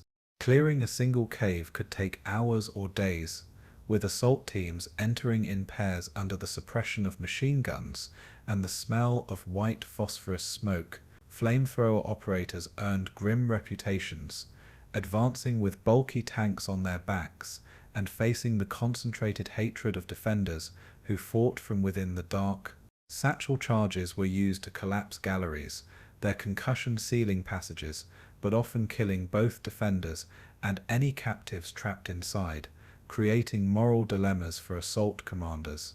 Engineers had to devise drills to detect pressure plates, trip wires, and improvised mines that littered cave approaches and the narrow trails between ridges. Small detachments who specialized in cave warfare, many seasoned by earlier battles, developed hand signals, touch lights, and simple breathing protocols to communicate where radios failed. Stories spread among units of squad leaders who crawled into tunnels alone to throw grenades at silent apertures and emerged with hands burned and eyes full of dust. The work was nursing at the edge of survival. One misstep might trigger a booby trap or collapse a roof, turning clearance into catastrophe in a matter of seconds. Photographers later captured images of charred interiors and charred human remains, testimony to the ferocity and finality with which many caves were neutralized. Prisoner interrogations revealed that some defenders had been ordered to resist to the last man, and those orders produced resistance beyond any rational military calculus. For the Americans, each cave emptied and each ridge secured brought both strategic relief and a mounting tally of casualties, a ledger that would harden public memory. Chaplains and medics were often the first outsiders into cleared positions, offering water and last rites to men who had survived underground for days with little food or light. The psychological exhaustion among clearing crews was profound, and command rotation policies were implemented to prevent collapse from fatigue and shell shock. On the exposed ridgelines and cliff faces, the fighting took on a different character, with snipers and isolated machine gun crews harrying supply lines and commanding observation posts. Americans used creeping barrages from artillery and precision fire from destroyers to comb these heights, while tanks would attempt to breach spur lines when terrain permitted. Japanese holdout parties often operated in pairs or small squads, slipping between gullies and using the island's volcanic geology to mask movement until they struck with bolt-action rifles and grenades. Counter-sniper teams emerged as a specialty, pairing spotters with counterfire to unmask concealed marksmen whose shots could halt convoys for hours. The casualty pattern in the mountains reflected attrition rather than decisive battle, with constant harassing fire producing steady medical evacuations rather than sudden spikes. Weather compounded dangers. Heavy tropical rains turned trails into quagmires, washing out bridges and complicating the movement of heavy guns needed to reduce entrenched positions. Engineers fashioned rope bridges and corduroy roads from felled trees and steel matting, risking exposure while laboring under sporadic fire to enable artillery and supply movement. Naval and carrier aviation remained on call for dangerous pockets, executing pinpoint strikes when reconnaissance drones or scouts confirmed concentrations of defenders. Commanders balanced the need for speed with caution, aware that rushed assaults up exposed slopes could produce casualties that would slow the entire campaign. Casualties on both sides mounted in silence as the island's geography denied swift victory. Each ridge taken required men to climb, clear, and hold against counterattacks. The Americans learned to value intelligence from locals and captured documents that sometimes indicated where remaining units were hiding, reducing pointless assaults. By early July, the mountains had been ground down into a series of cleared knolls and observation posts, secured at the cost of thousands of man-hours and hard-won losses. While combat crews cleared caves and ridges, Seabees and engineers were racing to transform Saipan from a battlefield into an airbase capable of hosting strategic bombers. At Aslito and other damaged fields, coral runways were filled, graded, and overlaid with pierced steel planking and mast and mat to accept fighters, and later the first B-29 test flights. Fuel bladder parks and tank farms were established inland, under camouflage to sustain the enormous daily consumption that long-range bombing operations would require. Logistics officers coordinated a continuous flow of oilers, fuel barges, and truck convoys to stock the newly emerging depots, while supply ships unloaded equipment at hastily repaired piers. Hospital ships and casualty evacuation networks moved wounded men away from the island as surgeons worked in improvised operating theaters to save limbs and lives. Medical planners established protocols for infection control and shock treatment, knowing that wound care in the tropics was as much about hygiene as surgery. Prisoner of war camps were set up with tents and guard details, where interrogations could be conducted and civilian needs assessed by civil affairs teams. Civil affairs teams coordinated with Navy and Army medical detachments to set up temporary clinics, wells, and latrines to prevent disease outbreaks among displaced populations.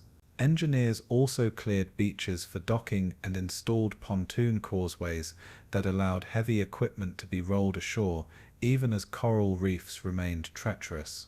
The pace of construction amazed commanders who watched airstrips appear within weeks and supply throughput increased to levels sufficient for long-range operations.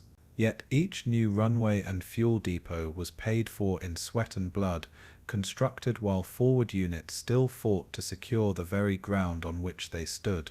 By the time the first heavy bomber staged over temporary matting for a test sortie, Saipan had already been remade into a logistical hub that would change the air war over Japan. Processing prisoners and caring for civilians became an enormous and morally complex task, as the number of non-combatants under American control swelled in the aftermath of the fighting. Military police and the provost marshal organized screening to distinguish combatants from civilians, separating those to be detained for interrogation from those needing food and shelter. Civil affairs teams coordinated with Navy and Army medical detachments to set up temporary clinics, wells and latrines to prevent disease outbreaks among displaced populations. Burial details moved through cleared areas to recover the dead, cataloguing effects and marking graves, a somber administrative task that confronted men with the scale of the slaughter. Photographs, identification papers, and Japanese military documents recovered from caves formed the backbone of intelligence that would be used in later operational assessments and tribunals. Interpreters played a vital role, translating confessions, mapping captive statements, and helping to reunite frightened children with surviving relatives where possible. The arrival of civil engineers and relief organizations signaled a transition from combat operations toward stabilization and reconstruction. U.S. commanders faced the challenge of reconciling military security with humanitarian obligations, debating policies on food distribution and the management of evacuees. Disease control measures, vaccination, sanitation, and rodent control were implemented rapidly, reflecting hard lessons learned in earlier Pacific campaigns about the dangers of neglecting public health. The grotesque scale of war crime evidence collected on Saipan would later feed into Allied legal processes as investigators pieced together orders, directives, and instances of wartime coercion. For many soldiers, the hands-on work of burying comrades and attending to civilian survivors became the rawest memory of the campaign, an intimate duty beyond the glory of battlefield victory. The island slowly began to take shape as a governed territory, but the scars of combat, the scars on the ground, and the scars in memory remained visible to every returning footstep. The human cost of securing Saipan was stark. American units logged thousands of casualties, with many more men evacuated for wounds that would disable them for life. Japanese military losses were catastrophic, with defenders annihilated in ground combat and in mass suicides that erased whole settlements and units from the map. Civilian deaths, driven by bombardment, starvation, and the tragedies at the cliffs, numbered in the many thousands, a demographic catastrophe for the island's communities. Hospitals overflowed, morgues were established, and the work of burying the dead continued long after the guns fell silent, a grim ledger of sacrifice that shaped public memory. The psychological toll on surviving troops became evident in reports of combat fatigue, nightmares, and in some cases long-term neuroses that would shape veterans' post-war lives. Chaplains, social workers, and unit commanders developed debrief practices to ease reintegration, though the stigma of trauma meant many men suffered in silence for decades. In military terms, the attrition of Japanese strength on Saipan removed a strategic anchor in the Marianas and opened the way for subsequent operations across the Central Pacific. The island's loss deprived Japan of a defensive buffer, enabling the 20th Air Force to project power within reach of the home islands and catalyzing a shift in strategic calculation. The immediate operational effect was a new rhythm to Allied planning. Bases could be supplied, long-range raids staged, and naval resupply operations protected with less fear of interdiction. For locals, however, the end of fighting marked the beginning of a long recovery in which agricultural fields had to be reclaimed, housing rebuilt, and communities reconstituted. Monuments and cemeteries were later established to honor the fallen on both sides, a fragile attempt to find meaning amid overwhelming loss. The tally of casualties became a somber index of the island's cost, reminding commanders and civilians alike that strategic gain often comes at the highest human price. By early July, commanders aboard 5th Fleet headquarters and theatre command staffs concluded that major organized resistance had ceased and began preparing to declare Saipan secure. The formal declaration, issued in staged communiques and flag raisings, signaled a transition from assault to occupation, but belied the extensive work still required ashore. Military governors were appointed to administer civil affairs, restore rudimentary services, and coordinate with local leaders to re-establish order among surviving populations. Construction of hard-surfaced runways and logistics nodes accelerated with an urgency born of a new strategic imperative to position heavy bombers within operational range of the Japanese home islands. The appearance of the first test flights and later the operational deployments of large 4-engine bombers transformed Saipan from contested ground into a platform of global consequence. The strategic calculus that had driven the invasion to bring Japan's industrial heart within reach was now visibly paying dividends as bases matured and airlift capacity expanded. Meanwhile, occupation units maintained security, rounded up remaining holdouts, and conducted sweeps to dismantle isolated resistance in the northern cliffs and valleys. Economic and civil recovery began haltingly, with agriculture restarted on reclaimed plots and repair crews restoring water and power where possible. News of Saipan's capture reverberated through command centers in Washington and Tokyo, prompting reassessments and, in Tokyo's case, shock and attempts to spin the narrative to preserve public morale. Allied planners quickly integrated Saipan into broader operational plans, scheduling long-range raids and logistical flows that had once been merely aspirational. The island's transformation from battlefield to base was swift by peacetime standards, testimony to the logistical muscle and urgency that characterized Allied operations in 1944. Still, the declaration of security was both triumph and mandate, an obligation to manage the human consequences of conquest as well as the military gains it delivered.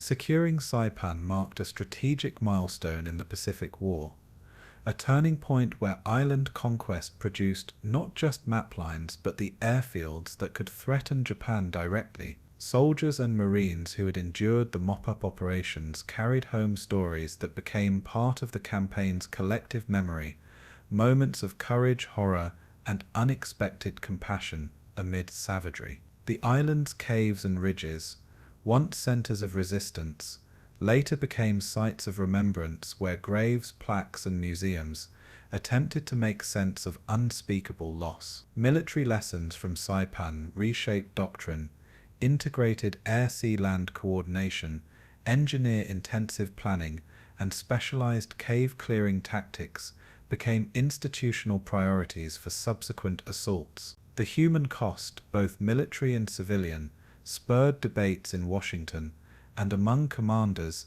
about the ethics of island hopping and the calculus of strategic necessity. For Pacific strategists, Saipan validated the idea that Seabee's logistics and overwhelming firepower could convert brutal cost into strategic advantage when executed with precision and resolve. For the island's surviving communities, Saipan was a rupture, a place where cultural life was interrupted and later rebuilt under the shadow of foreign occupation and memorialization. The 20th Air Force would use the Marianas to impose a new level of strategic pressure on Japan, setting the stage for the air campaigns that would follow in late 1944 and 1945. In classrooms and war colleges, historians sifted through after-action reports, oral histories, and photographs to extract tactical insights while honoring personal narratives. Veterans organizations and memorial groups worked for decades to preserve battlefields and tell stories that balance battlefield valor with the memory of civilian suffering. The securing of Saipan thus stands as both a military achievement of immense consequence and a moral chapter of the war, forcing society to reckon with the price exacted to reach a strategic goal. In that duality, triumph intertwined with tragedy, Saipan's mop-up and final securings remain a deeply instructive, profoundly human episode in the history of the Second World War. Once Saipan fell, American strategists saw an opportunity. The island's position in the central Marianas placed the Japanese home islands within reach of a new generation of long-range bombers. Planners at Pacific Fleet and Army Air Forces headquarters moved quickly to convert beaten ground into a forward base for the B-29 Superfortress, a plane whose immense range and payload promised to transform the air war. Easley Field, built on the wartime scar of Aslito Airfield, was identified as the primary site because its flat interior and proximity to sheltered anchorages offered the best combination of runway length and logistical access. The imperative was strategic and urgent: get heavy bombers within striking distance of industrial Japan before winter, while denying Tokyo the chance to reinforce or fortify its defenses. To accomplish that would require not only runways but fuel farms, maintenance depots, housing for tens of thousands of support personnel, and the uninterrupted flow of supplies across thousands of miles of ocean. Admiral Nimitz, theater planners, and air command officers coordinated in a rare high-stakes joint effort that placed enormous pressure on naval construction units and logistics planners alike.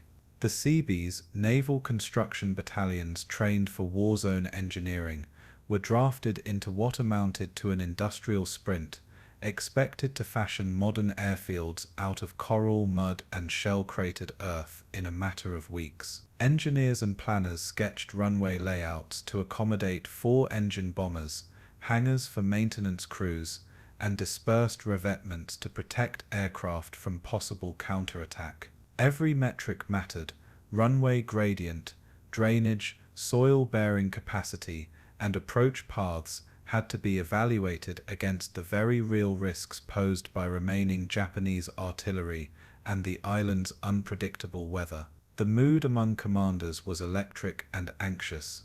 Victory on the ground would be hollow unless the island could be turned into a staging base for the strategic air offensive that Washington demanded. Construction schedules were locked to tide tables and convoy timetables. A single delayed shipment of steel matting or aviation gas would ripple through operations and risk missing the narrow strategic window. Thus began the race to build Easley Field, an enterprise that would combine military engineering, naval logistics, and sheer human endurance into one of the war's less visible but most consequential achievements. Easley's pre-war incarnation, Aslito, had been repeatedly shelled and left cratered by naval and aerial bombardments that targeted Japanese air operations before the invasion.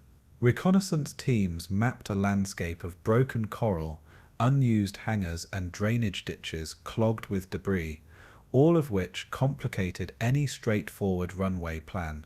Topographic surveys revealed pockets of loose coral that would not bear the weight of heavy bombers without mass compaction and engineered fill. Engineers had to reckon with the island's high water table in low-lying areas, which meant that simple grading could turn into quagmires under monsoon rains. The tropical climate presented immediate maintenance nightmares. Typhoons could rip away temporary matting, salt spray corroded metal, and incessant heat attacked both men and machines. Planners identified higher ground pockets for dispersed revetments and maintenance zones, trading proximity to shore for firmer foundation and better drainage. Existing coral runways were judged too short and too damaged for B-29 operations, so expansion plans called for slicing into adjacent flats and importing thousands of tons of coral fill and steel surfacing. Topsoil and vegetation had to be stripped, shell craters filled, and compacted layers installed to meet the bearing pressure requirements of a bomber weighing tens of tons at takeoff. CB leaders insisted on redundancy, multiple runways and taxiways, so that damage from enemy attack or typhoon would not cripple the entire airfield. Because raw materials were scarce on the island, supply convoys had to bring in specialized equipment, steamrollers, graders, portable crushers, and hundreds of miles of perforated steel landing matting, known as Marston mat. Logistical planners also factored in the need for extensive fuel storage, both for aviation gasoline and lubricants, arranged inland under camouflage to minimize aerial attack risk. All these assessments informed a detailed construction program that would test the capacity of naval construction and the resilience of the American logistics chain in the Pacific. Naval construction battalions arrived within days of the island being tentatively secured, their ranks swelling into the thousands as CBs, heavy equipment operators, and stevedores went to work. They organized into work gangs that ran like clockwork, clearing crews, coral crushers, mat layers, compaction teams, and electrical crews who strung lighting and radio networks for night operations. Bulldozers dug and leveled, graders smoothed the surfaces, and portable crushers turned raw coral into engineered fill suitable for supporting the dynamic loads of takeoff and landing. The distinctive sound of steel-plated Marston mat being unrolled echoed across the island as thousands of feet of perforated steel were bolted together to form temporary runways and taxiways. Heavy rollers completed compaction passes, measured by geotechnical tests that certified the subgrade could sustain the B-29's mass under operational cycles. CBs constructed revetments from coral cement blocks and pierced steel planking to shelter aircraft, and they erected Quonset huts and maintenance sheds for engine overhauls and avionics work. Aviation logistics demanded entire ecosystems ashore, ordnance magazines for tons of bombs, warehouses for spare props and engines, and machine shops to rebuild landing gear and oil seals damaged in long Pacific hops. Night work became routine. Illumination and blackout protocols were carefully balanced to allow construction to continue while minimizing vulnerability to any residual air raids. Medical detachments accompanied the builders, treating tropical diseases, heat exhaustion, and the inevitable construction injuries that accompanied an around-the-clock schedule. CB ingenuity produced improvised solutions, concrete mixers powered by shipboard diesels, makeshift cranes built from salvaged masts, and floating docks to speed unloading of heavy gear. Their tempo was relentless. Runways grew by the hour, taxi strips lengthened by the day, and within weeks ground that had once been a contested battlefield began to look like a functioning airbase. The human story was one of exhaustion and quiet pride, as men who had fought or watched men fight turned raw coral into an instrument that would extend American reach across an ocean. The logistical chain stretched thousands of miles back to Hawaii, the West Coast, and supply depots in the Central Pacific, a choreographed ballet of convoys that kept construction moving forward. Dozens of LSTs, cargo vessels, and fuel oilers rendezvoused with the Marianas task group to unload everything from spare B-29 engines to drums of high-octane aviation gasoline. Port facilities were primitive and often damaged, so floating pontoons, islet docks, and beach discharge operations had to be mastered to get heavy equipment ashore rapidly. Ammunition ships delivered tons of ordnance, while ordnance crews established magazines buried and revetted to limit accidental detonations amid the tight working areas. Fuel was the lifeblood. Bladder farms and fuel pipelines were in place, with tanker deliveries scheduled meticulously to keep daily sortie rates from falling. Maintenance cycles demanded spare engines and propellers, each a multi-million-dollar component that required precise handling and storage in humidity-controlled spaces, a challenge under field conditions. Supply officers tracked consumption with obsessive detail, forecasting fuel burn, bomb expenditure, and replacement parts down to weekly resupply thresholds. Protective measures, camouflage nets, revetments, and dispersed storage minimized the damage if enemy reconnaissance or occasional air raids tried to target the nascent base. Communication between sea and shore used HF radio, signal flags, and courier launches to keep the pipeline resilient in the face of storms and operational disruptions. The civilian, merchant, marine, and navy auxiliaries performed the back-breaking work of pushing tons of material into newly formed supply dumps that would sustain weeks of heavy bomber operations. Every successful sortie flown later over Japan would be paid for in the hours of shipboard unloading, forklift creaking, and the precise choreography of supply convoys arriving under convoy escort. In this way, the logistical effort to turn Saipan into a forward bomber base was less a single achievement than a sustained industrial process that linked dockside laborers with bomber crews over an oceanic supply chain. Even as runways took shape, engineers confronted persistent technical problems that tested engineering resolve at every step. Salt-laden, air-corroded metal, faster than mainland shops expected, forcing maintenance teams to adopt accelerated inspection and replacement schedules for hydraulics and airframe skins. Typhoon season lurked as a calendar threat, and every structure had to be anchored or designed to survive gusts that could reach hurricane force and rip away loose matting. Drainage remained a constant battle, with culverts and French drains installed in numbers sufficient to channel monsoon runoff away from taxiways and fuel farms. Heat and humidity were the unseen adversary. Engines suffered overheating, lubricants thinned prematurely, and men coped with relentless fatigue and tropical illness in equatorial conditions. Corrosion control became a daily ritual. Aircraft were hosed with fresh water, interiors dried, and electrical connectors greased to keep strike capabilities intact. Airfield lighting and radar sets required constant maintenance, their performance critical for night operations and the increasingly long-range missions planned for the superfortresses. Workshops were stocked with spare compressors, magnetos, and precision tools, and engine overhaul bays ran almost continuously to keep B-29 SEV flying on schedule. Fuel quality was another concern. Impurities or water contamination could ground fleets, so filtration systems and storage discipline were enforced rigorously. Living conditions for ground crews were austere.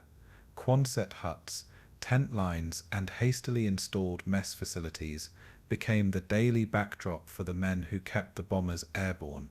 Despite these hardships, a mix of improvisation and strict maintenance doctrine turned fragile startup operations into a surprisingly reliable base within months. The conversion of raw terrain into an operational hub was a triumph of adaptation, engineering, and relentless preventative maintenance under combat conditions.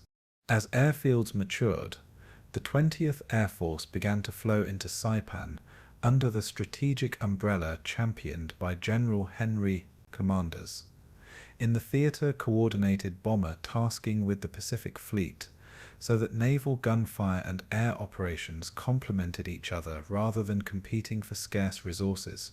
Ground crews, ordnance specialists, and radar technicians trained intensively to handle the unique demands of the B-29, a complex aircraft whose Wright engines and pressurized cabins required specialized attention.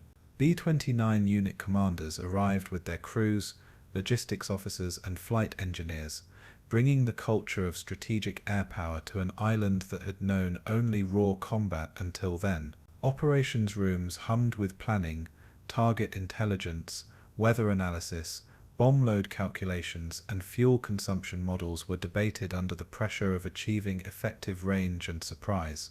The first training sorties tested runways, navigation routes, and the endurance of both machines and men, as crews rehearsed long over-water navigation and mass formation assembly.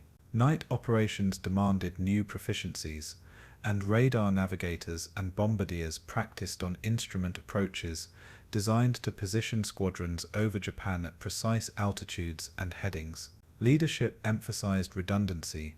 Spare aircraft and crews were held back in reserve, ready to replace machines disabled by mechanical failure or battle damage. Relationships between airmen and Seabees were close and sometimes tense, as flight crews demanded perfect pavements and immediate repairs, while builders faced tight timelines and blunt shortages. Personalities mattered. Pragmatic commanders, who listened to maintenance chiefs and intelligence officers, tended to produce higher sortie rates than those driven solely by aggressive schedules. Morale among bomber crews was complex. Excitement at finally reaching Japanese targets, mixed with apprehension about the long overwater flights and fear of flak or night fighters. Yet, as the 20th Air Force settled into Easley's ramps and hangars, a new phase of the Pacific Air War was underway, one that would increasingly bring the industrial heart of Japan within American reach. By late 1944, B-29 crews were ready to test the strategic promise of the Marianas with their first operational missions, launched directly from Easley Field. Missions were carefully planned around moon phases, weather windows, and the fuel margins needed for round trips that would traverse thousands of miles of ocean and enemy airspace. Typical mission profiles demanded hours of navigation over sea, rendezvous in assembly boxes, and then long runs toward contested Japanese industrial regions where bombers would each carry several tons of ordnance. Bomb loads varied from high explosive payloads aimed at specific military targets to later shifts toward incendiary mixtures designed to exploit densely built urban areas. Early missions tested route security and reception by Japanese air defenses. Crews learned quickly that flak, searchlights, and occasional night fighters could threaten formations, but that the distance from Japan complicated enemy effective response. Bombardiers and navigators relied on celestial fixes, radar bombing aids, and dead reckoning, their instruments calibrated carefully to account for winds aloft and jet stream effects that could alter fuel consumption dramatically. The sheer scale of ordnance amassed on Saipan, tens of thousands of bombs, required ordnance crews to work around the clock, slinging 1,000 pounders and incendiaries into racks under strict safety protocols. When the first significant raid struck production centers and urban districts on the home islands, the psychological impact in Tokyo rippled through government halls and civilian life alike. Losses on both sides were calculated and grim. Mechanical attrition grounded many B-29s. Some crews failed to return, and the toll of such sorties weighed heavily in operational planning. Nevertheless, the sustained ability to launch heavy bombers from an island in the Marianas represented a strategic shift that had been inconceivable before the construction of Easley and its sister fields. Intelligence officers tracked damage reports, refining future target selections and teaching crews how to exploit weaknesses in Japan's industrial geography and transportation networks. Within months, what had been an audacious strategic vision became an operational reality, with Saipan as the linchpin in a bombing campaign that would increasingly press Japan toward capitulation. The human dimension of building and operating Easley Field is vivid. Pilots caressing battered flight decks before long sorties, mechanics pooling spare parts under blackout curtains, and Seabees collapsing into sleep between mat-laying shifts. Maintenance crews developed intimate relationships with particular airframes. A B-29 returning prematurely would be greeted with wrench-in-hand relief and immediate diagnosis by teams who understood every bolt and bearing Aircrew letters home spoke of the surreal feeling of flying over Tokyo at night. An engineer's son from Ohio describing the city lights and ash plumes that made abstract strategy brutally real. The arrival of the 20th Air Force also brought moral debates among officers. Some argued strategic bombing was necessary to shorten the war.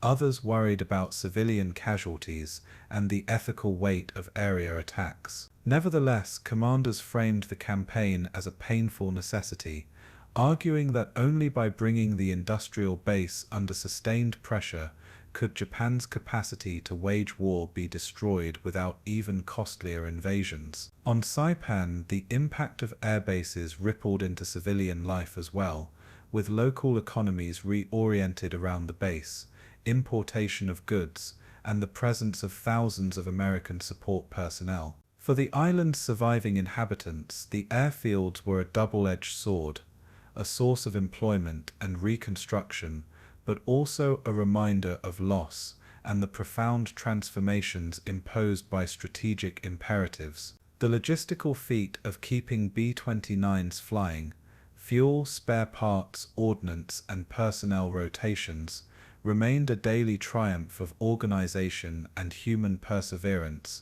as much as an engineering achievement. In Washington, planners used Saipan's success to justify continued investments in strategic bombing and in the logistical networks that enabled power projection across oceans. For historians, Izili Field stands as an example of how tactical victories on isolated islands converged to enable strategic operations that reshaped the final year of the Pacific War. The runway is both a monument to engineering under fire and a quiet site of memory for the thousands who labored, fought, and died, so that a bomber could carry its payload thousands of miles to the enemy's heart. When the first waves of B-29s lifted into the dawn from Izili, they carried not only bombs but the culmination of an immense joint effort, a logistical, technical, and human achievement that altered the course of the war. The Battle of Saipan was more than a clash of armies. It was a crucible of human suffering, measured in blood, grief, and shattered lives.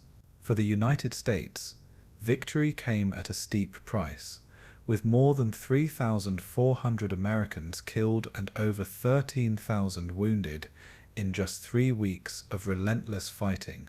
Marines and soldiers alike endured combat that fused the brutality of amphibious assaults with the grinding attrition of cave warfare, where every ridge and bunker exacted its toll. Navy corpsmen and Army medics worked under fire, dragging the wounded from cane fields and shattered ridges while shells burst overhead. Field hospitals filled to capacity, their canvas walls trembling as waves of stretcher-bearers delivered men torn by mortar shrapnel, machine gun bursts, or bayonet thrusts. Surgeons operated for days without sleep, amputating limbs and suturing wounds, while corpsmen poured plasma and prayed supplies would last until the next convoy. Letters returned home to families carried the blunt news of sons lost on an island many Americans had never heard of before 1944. Yet amid loss, there was resolve. Men often returned to the line after convalescence, unwilling to let comrades carry the fight alone. Saipan's casualty lists were a stark reminder that victory in the Pacific was not cheap, and that each stretch of coral, each smoking hill, had been purchased dearly with American blood. For those who survived, scars, visible and invisible, would shape the rest of their lives, binding them forever to the memory of an island that demanded everything. If the American sacrifice was immense, the Japanese losses were catastrophic, a slaughter that defied comprehension. Over 29,000 Japanese soldiers perished, fighting to the last in a campaign that offered them little chance of survival from the outset. General Yoshitsugu Saito had ordered his men to resist until death, and most obeyed, either killed in desperate counterattacks or annihilated in caves by flamethrowers and grenades. Unlike in Europe, Surrender was almost non-existent. Men who could no longer fight turned their rifles on themselves or launched suicidal charges in one final act of defiance. Entire battalions melted away in Banzai assaults that left fields littered with thousands of bodies, testament to the ferocity of a warrior culture, unwilling to admit defeat. Tank crews chose to die inside their burning machines, preferring immolation to capture, while artillerymen fired until overrun, spiking their guns with grenades in suicidal explosions. Japanese officers carried pistols not to fight, but to end their own lives when positions collapsed, denying the Americans the satisfaction of taking them alive. Reports from the front told of Marines stepping cautiously through the silence of caves, only to find ranks of corpses, rifles still clutched by men who had chosen death over surrender. Saito himself fulfilled the grim code, committing ritual suicide after ordering his men to their final charge. The sheer scale of Japanese losses shocked American commanders, who knew they had faced fanatics, but had not fully grasped the depth of devotion to a hopeless cause. Saito became the graveyard of an entire garrison, a place where surrender was erased by ideology and death became the only outcome. Beyond the battlefield, the suffering of civilians added another layer of horror to Saipan's human cost. A tragedy often overshadowed by military statistics. Tens of thousands of Japanese settlers had been brought to the island before the war, encouraged by Tokyo to transform Saipan into a showcase of its Pacific Empire. Alongside them lived native Chamorros and Carolinians, whose lives were upended as their homeland became a fortress. When the invasion came, these civilians were caught in the maelstrom, bombarded, shelled, and trapped between two warring armies. Japanese propaganda had convinced many families that Americans would torture and murder them if captured, driving parents to commit the unthinkable acts of killing their own children before taking their lives. At Marpi Point and Suicide Cliff, entire families leapt to their deaths, their screams carried on the ocean wind, while horrified American soldiers watched helplessly. Some Marines tried to save women and children, shouting in broken Japanese that they would be safe, even wading into the surf to rescue drowning survivors. Yet the fear ran deeper than words, and waves of civilians chose death over the possibility of life under American occupation. Military was haunted by these scenes, recording in official reports both the horror of mass suicides and the futility of efforts to prevent them. Estimates of civilian dead ran into the thousands, making Saipan not only a battlefield but a graveyard for innocents who had never held a rifle. Their tragedy underscored how war had blurred the line between soldier and civilian, turning an island paradise into a theater of mass death. The psychological toll of Saipan was immense for those who endured it, leaving scars that no statistics could capture. Marines spoke of the endless days of clearing caves, of the smell of charred flesh from flamethrowers, and of the cries of civilians echoing through the night. Soldiers wrote in diaries of exhaustion so deep they could hardly raise their rifles, yet they pressed forward because retreat was unthinkable. The Japanese survivors, few though they were, carried their own trauma, torn between shame at surviving and grief for comrades and families lost in the struggle. Chamorro and Carolinian islanders lived with memories of bombings, forced labor, and the collapse of their communities into chaos under occupation and invasion. War correspondents described Saipan as a place where the line between humanity and savagery grew thin, where compassion battled daily against the necessity of destruction. American medics who had tried to save Japanese wounded found themselves shaken by their refusal of care, choosing to die rather than accept help. Survivors of the final Banzai charge recalled the surreal vision of thousands of enemy bodies strewn across the fields, their faces frozen in fury, pain, and resignation. For many veterans, nightmares would never fade, replaying the charge, the cliffs, the desperate cries of civilians. Saipan imprinted itself not only as a military victory, but as a wound carried by all who walked its ground. It was a battlefield where courage and horror stood side by side, forever etched into memory. Strategically, the human cost carried consequences far beyond the island's shores. For American planners, the scale of casualties provided a sobering preview of what an invasion of Japan itself might entail.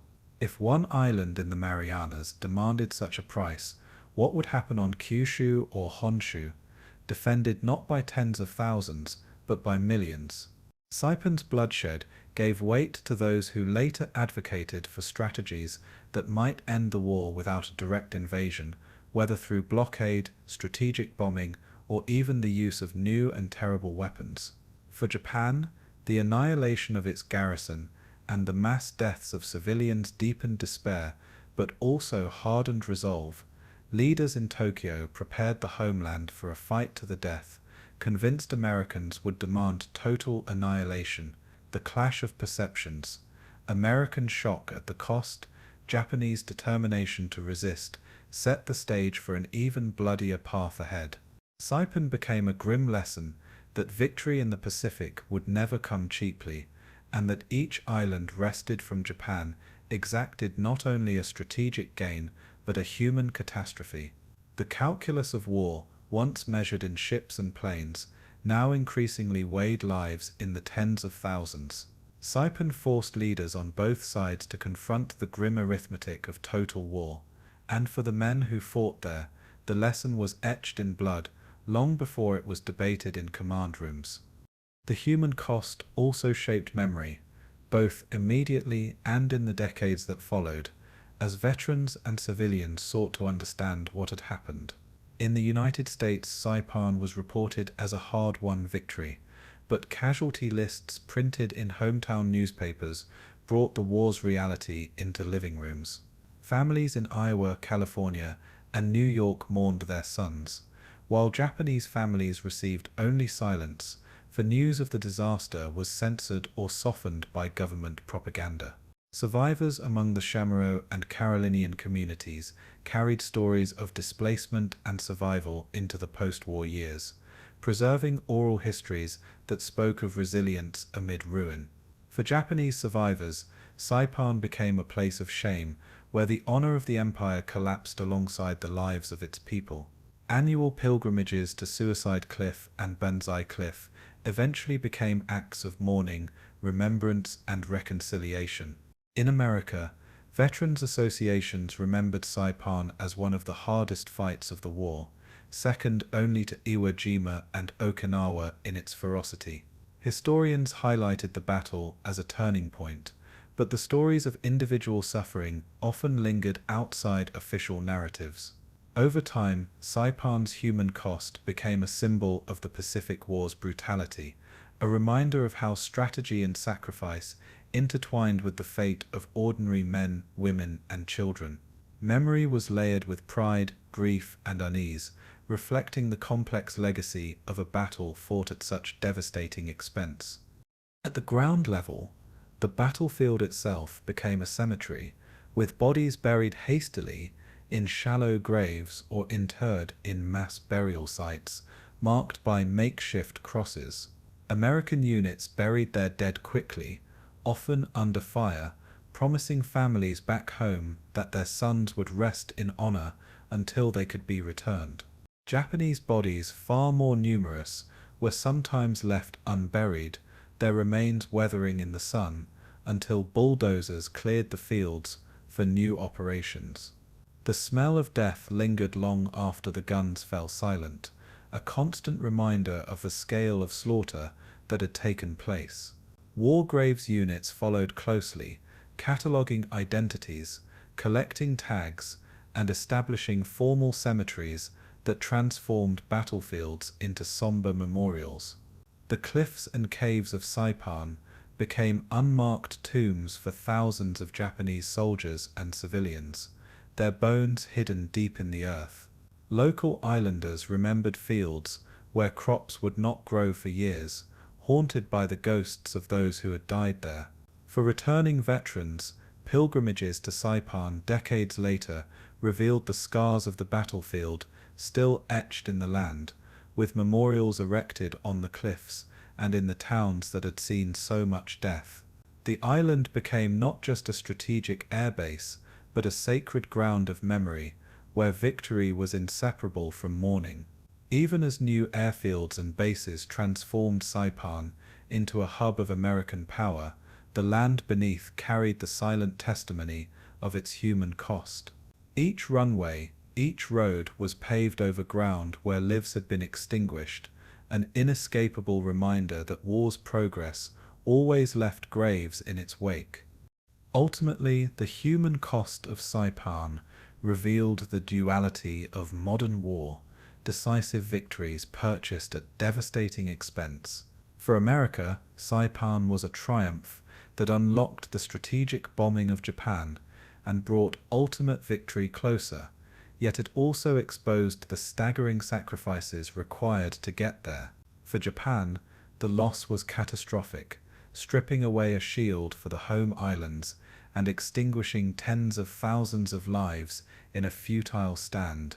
For the civilians, it was an unspeakable tragedy, their suffering a reminder that in total war, no one remained untouched. The battle fused strategy and sorrow, triumph and tragedy, into a single narrative that still resounds decades later. Saipan was not simply a conquest of land, but a crucible where nations clashed, cultures collided, and humanity was tested at its extremes. Its legacy is measured not only in the bases built or the campaigns it enabled, but in the blood spilled by soldiers, the grief carried by families, and the memories that refuse to fade. When historians recall the island's capture, they speak of strategy, but when veterans recall it, they speak of faces, voices, and the lives lost beside them. Saipan's human cost endures as a lesson that even in war's greatest victories, humanity pays the final price. In the end, the island stood as both a symbol of American resolve and a monument to the lives consumed in the inferno of the Pacific. The fall of Saipan in July 1944 marked far more than the capture of a single island. It marked a strategic pivot point in the Pacific War. For the first time, the United States had seized territory within bomber range of the Japanese home islands, altering the geography of war itself. The B-29 superfortresses, with their unprecedented range and payload, could now take off from Saipan and strike directly at Tokyo, Nagoya, and Osaka. This geographical shift shattered Japan's assumption that its homeland lay beyond reach, stripping away a psychological shield that had protected its civilian population. The loss of Saipan also fractured Japan's defensive perimeter, unraveling a chain of bases from the Marshalls to the Marianas that had guarded the empire's heart. Strategically, it meant that Japan could no longer fight a war of attrition, for the Americans now had a forward base from which to intensify pressure without pause. In Washington, the Joint Chiefs hailed Saipan as the beginning of the end, for it gave them a platform to launch the decisive air campaign they had long envisioned. In Tokyo, however, the news reverberated like an earthquake, for Saipan was more than a military defeat. It was the first breach of Japan's shield over its own soil. The implications were both immediate and profound, signaling to both sides that the war had entered its final, most destructive phase. Saipan, once a distant name, was now synonymous with inevitability. The political impact of Saipan in Tokyo was swift and devastating, toppling the government of Hideki Tojo and exposing fractures in Japan's ruling elite. Tojo, who had led Japan as prime minister and war minister, had promised the emperor and the people that Saipan would never fall. When the island was lost, the illusion of invincibility crumbled, and faith in his leadership evaporated overnight. Within days of the defeat, Tojo tendered his resignation, his government collapsing under the weight of broken promises and military catastrophe. The cabinet reshuffle that followed revealed a government in crisis, struggling to maintain unity while defeat loomed larger with each passing month. Japan's leaders understood what Saipan meant. With the Marianas lost, the homeland was now within reach of American bombers. Newspapers tried to soften the blow with carefully crafted propaganda, but the truth seeped through in whispers and rumors that spread among the population. Civilians in Tokyo began to fear the war would soon arrive at their doorsteps, and for the first time doubts about ultimate victory took hold. In the emperor's court, debates turned darker as advisors recognized that Japan's position was slipping beyond recovery. Tojo's fall was not merely a change of government, it was a public acknowledgement that the empire's grand strategy had failed. Saipan had shaken not only Japan's defenses, but the very foundations of its leadership. For the United States, the capture of Saipan was a triumph of logistics, planning, and sacrifice, but its true value lay in the airfields carved from its coral. Even as fighting smouldered in the island's caves and cliffs, Seabees and army engineers swarmed over the terrain, transforming it into the forward base for the 20th Air Force. Runways stretched across ground that had once been soaked in blood, wide enough to accommodate the massive B-29 bombers designed for intercontinental warfare. Warehouses, fuel depots, and repair facilities grew like cities overnight, supplying the machines that would carry the war to Japan's skies. Within months, the first B-29C were taking off from Islay Field, their engines roaring across the Pacific toward the Japanese homeland. These flights marked a new era of warfare, in which American bombers could bypass the fleet and the island garrisons to strike directly at Japan's industrial heart. For the men who had fought at Saipan, the construction of airfields validated their sacrifices, proving that the battle had not been for territory alone. The island became the spearhead of America's air campaign, each sortie a reminder that the fall of Saipan had rewritten the map of war. The battle for one island now rippled across an entire ocean, altering the course of global conflict. The psychological shockwaves of Saipan's fall reverberated deeply within Japan, shaking its people to their core. For years, Tokyo had assured the population that the empire's outer defenses, the Marshalls, the Carolines, the Marianas, would shield the homeland from foreign attack. Now, with Saipan gone, the myth of security evaporated, replaced by the grim reality of looming bombardment. Civilians began to prepare for air raids, digging shelters, rationing supplies, and bracing for destruction from the sky. The government's propaganda machine struggled to reconcile the rhetoric of certain victory with the undeniable reality of strategic collapse. Families who had once believed in Japan's divine destiny now whispered fears of defeat, though such words were dangerous under the watch of the Kempeitai. Soldiers stationed in the home islands faced the sobering truth that their next battle might not be in distant seas, but on their own soil. The knowledge that American planes could reach Tokyo fed an undercurrent of dread that grew stronger with each passing day. In Saipan's fall, the Japanese people glimpsed a future where their cities might burn and their families might perish. This shift in psychology mattered as much as the material loss of an island. For the first time, Japan faced not only military defeat, but the crushing weight of inevitability. In Washington and Pearl Harbor, Saipan's capture vindicated the island-hopping strategy that had guided the Pacific War since 1942. Critics who had doubted the wisdom of bypassing certain strongholds or feared the costs of frontal assaults now saw proof that the method worked. Each successive conquest, Tarawa, Kwajalein, Eniwetok, had built toward Saipan, and now the payoff was undeniable. With the Marianas in American hands, the path to the Philippines and Okinawa lay open, while the skies over Japan could now be reached with devastating effect. Admiral Nimitz and General MacArthur saw their strategic visions converging, with Saipan acting as the hinge between Central Pacific and Southwest Pacific campaigns. In the halls of Washington, the Joint Chiefs celebrated Saipan as not merely a battle won, but as a harbinger of total victory.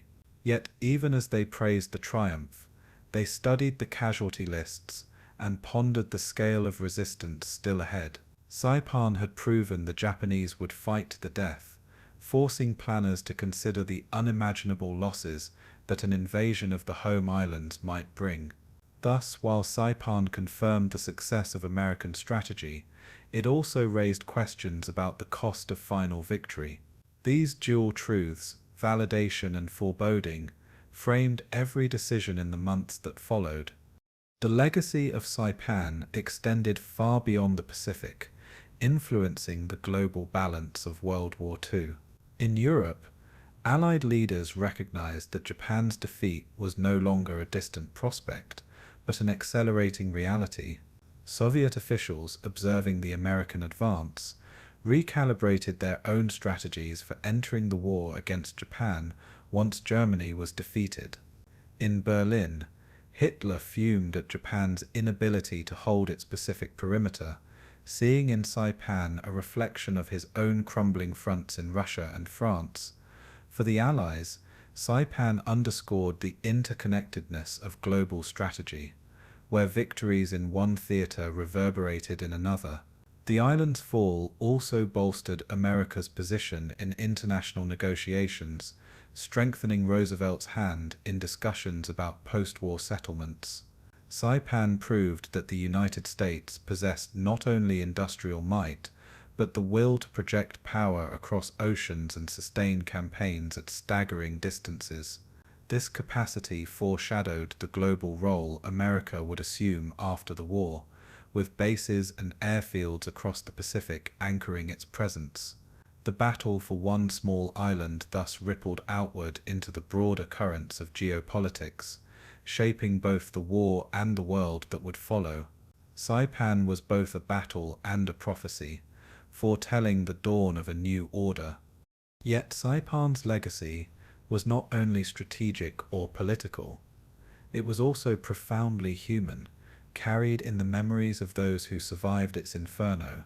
For American veterans, Saipan was remembered as one of the hardest fights of the war, a crucible of endurance that tested every fiber of their being. For Japanese survivors, the island became a place of loss, haunted by the suicides at Marpi Point and the destruction of their comrades. For Chamorro and Carolinian islanders, Saipan was both liberation and devastation, for the battle destroyed homes and lives even as it ended years of occupation. Each group carried its own narrative, layered with pride, grief, and scars that could never fully heal. Memorials erected on the island in later years honored the dead of all nations, standing as silent witnesses to the price of war. Pilgrims came from Japan and America alike, seeking reconciliation on the cliffs where so much blood had been shed. In this sense, Saipan's legacy transcended strategy and entered the realm of memory, where the human cost became as important as the strategic gain.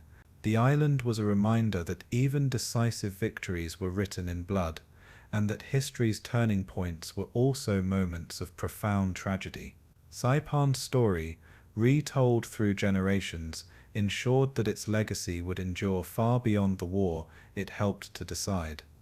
Ultimately, the capture of Saipan made the bombing of Japan, and eventually Hiroshima and Nagasaki, inevitable, setting in motion the war's final, most devastating chapter.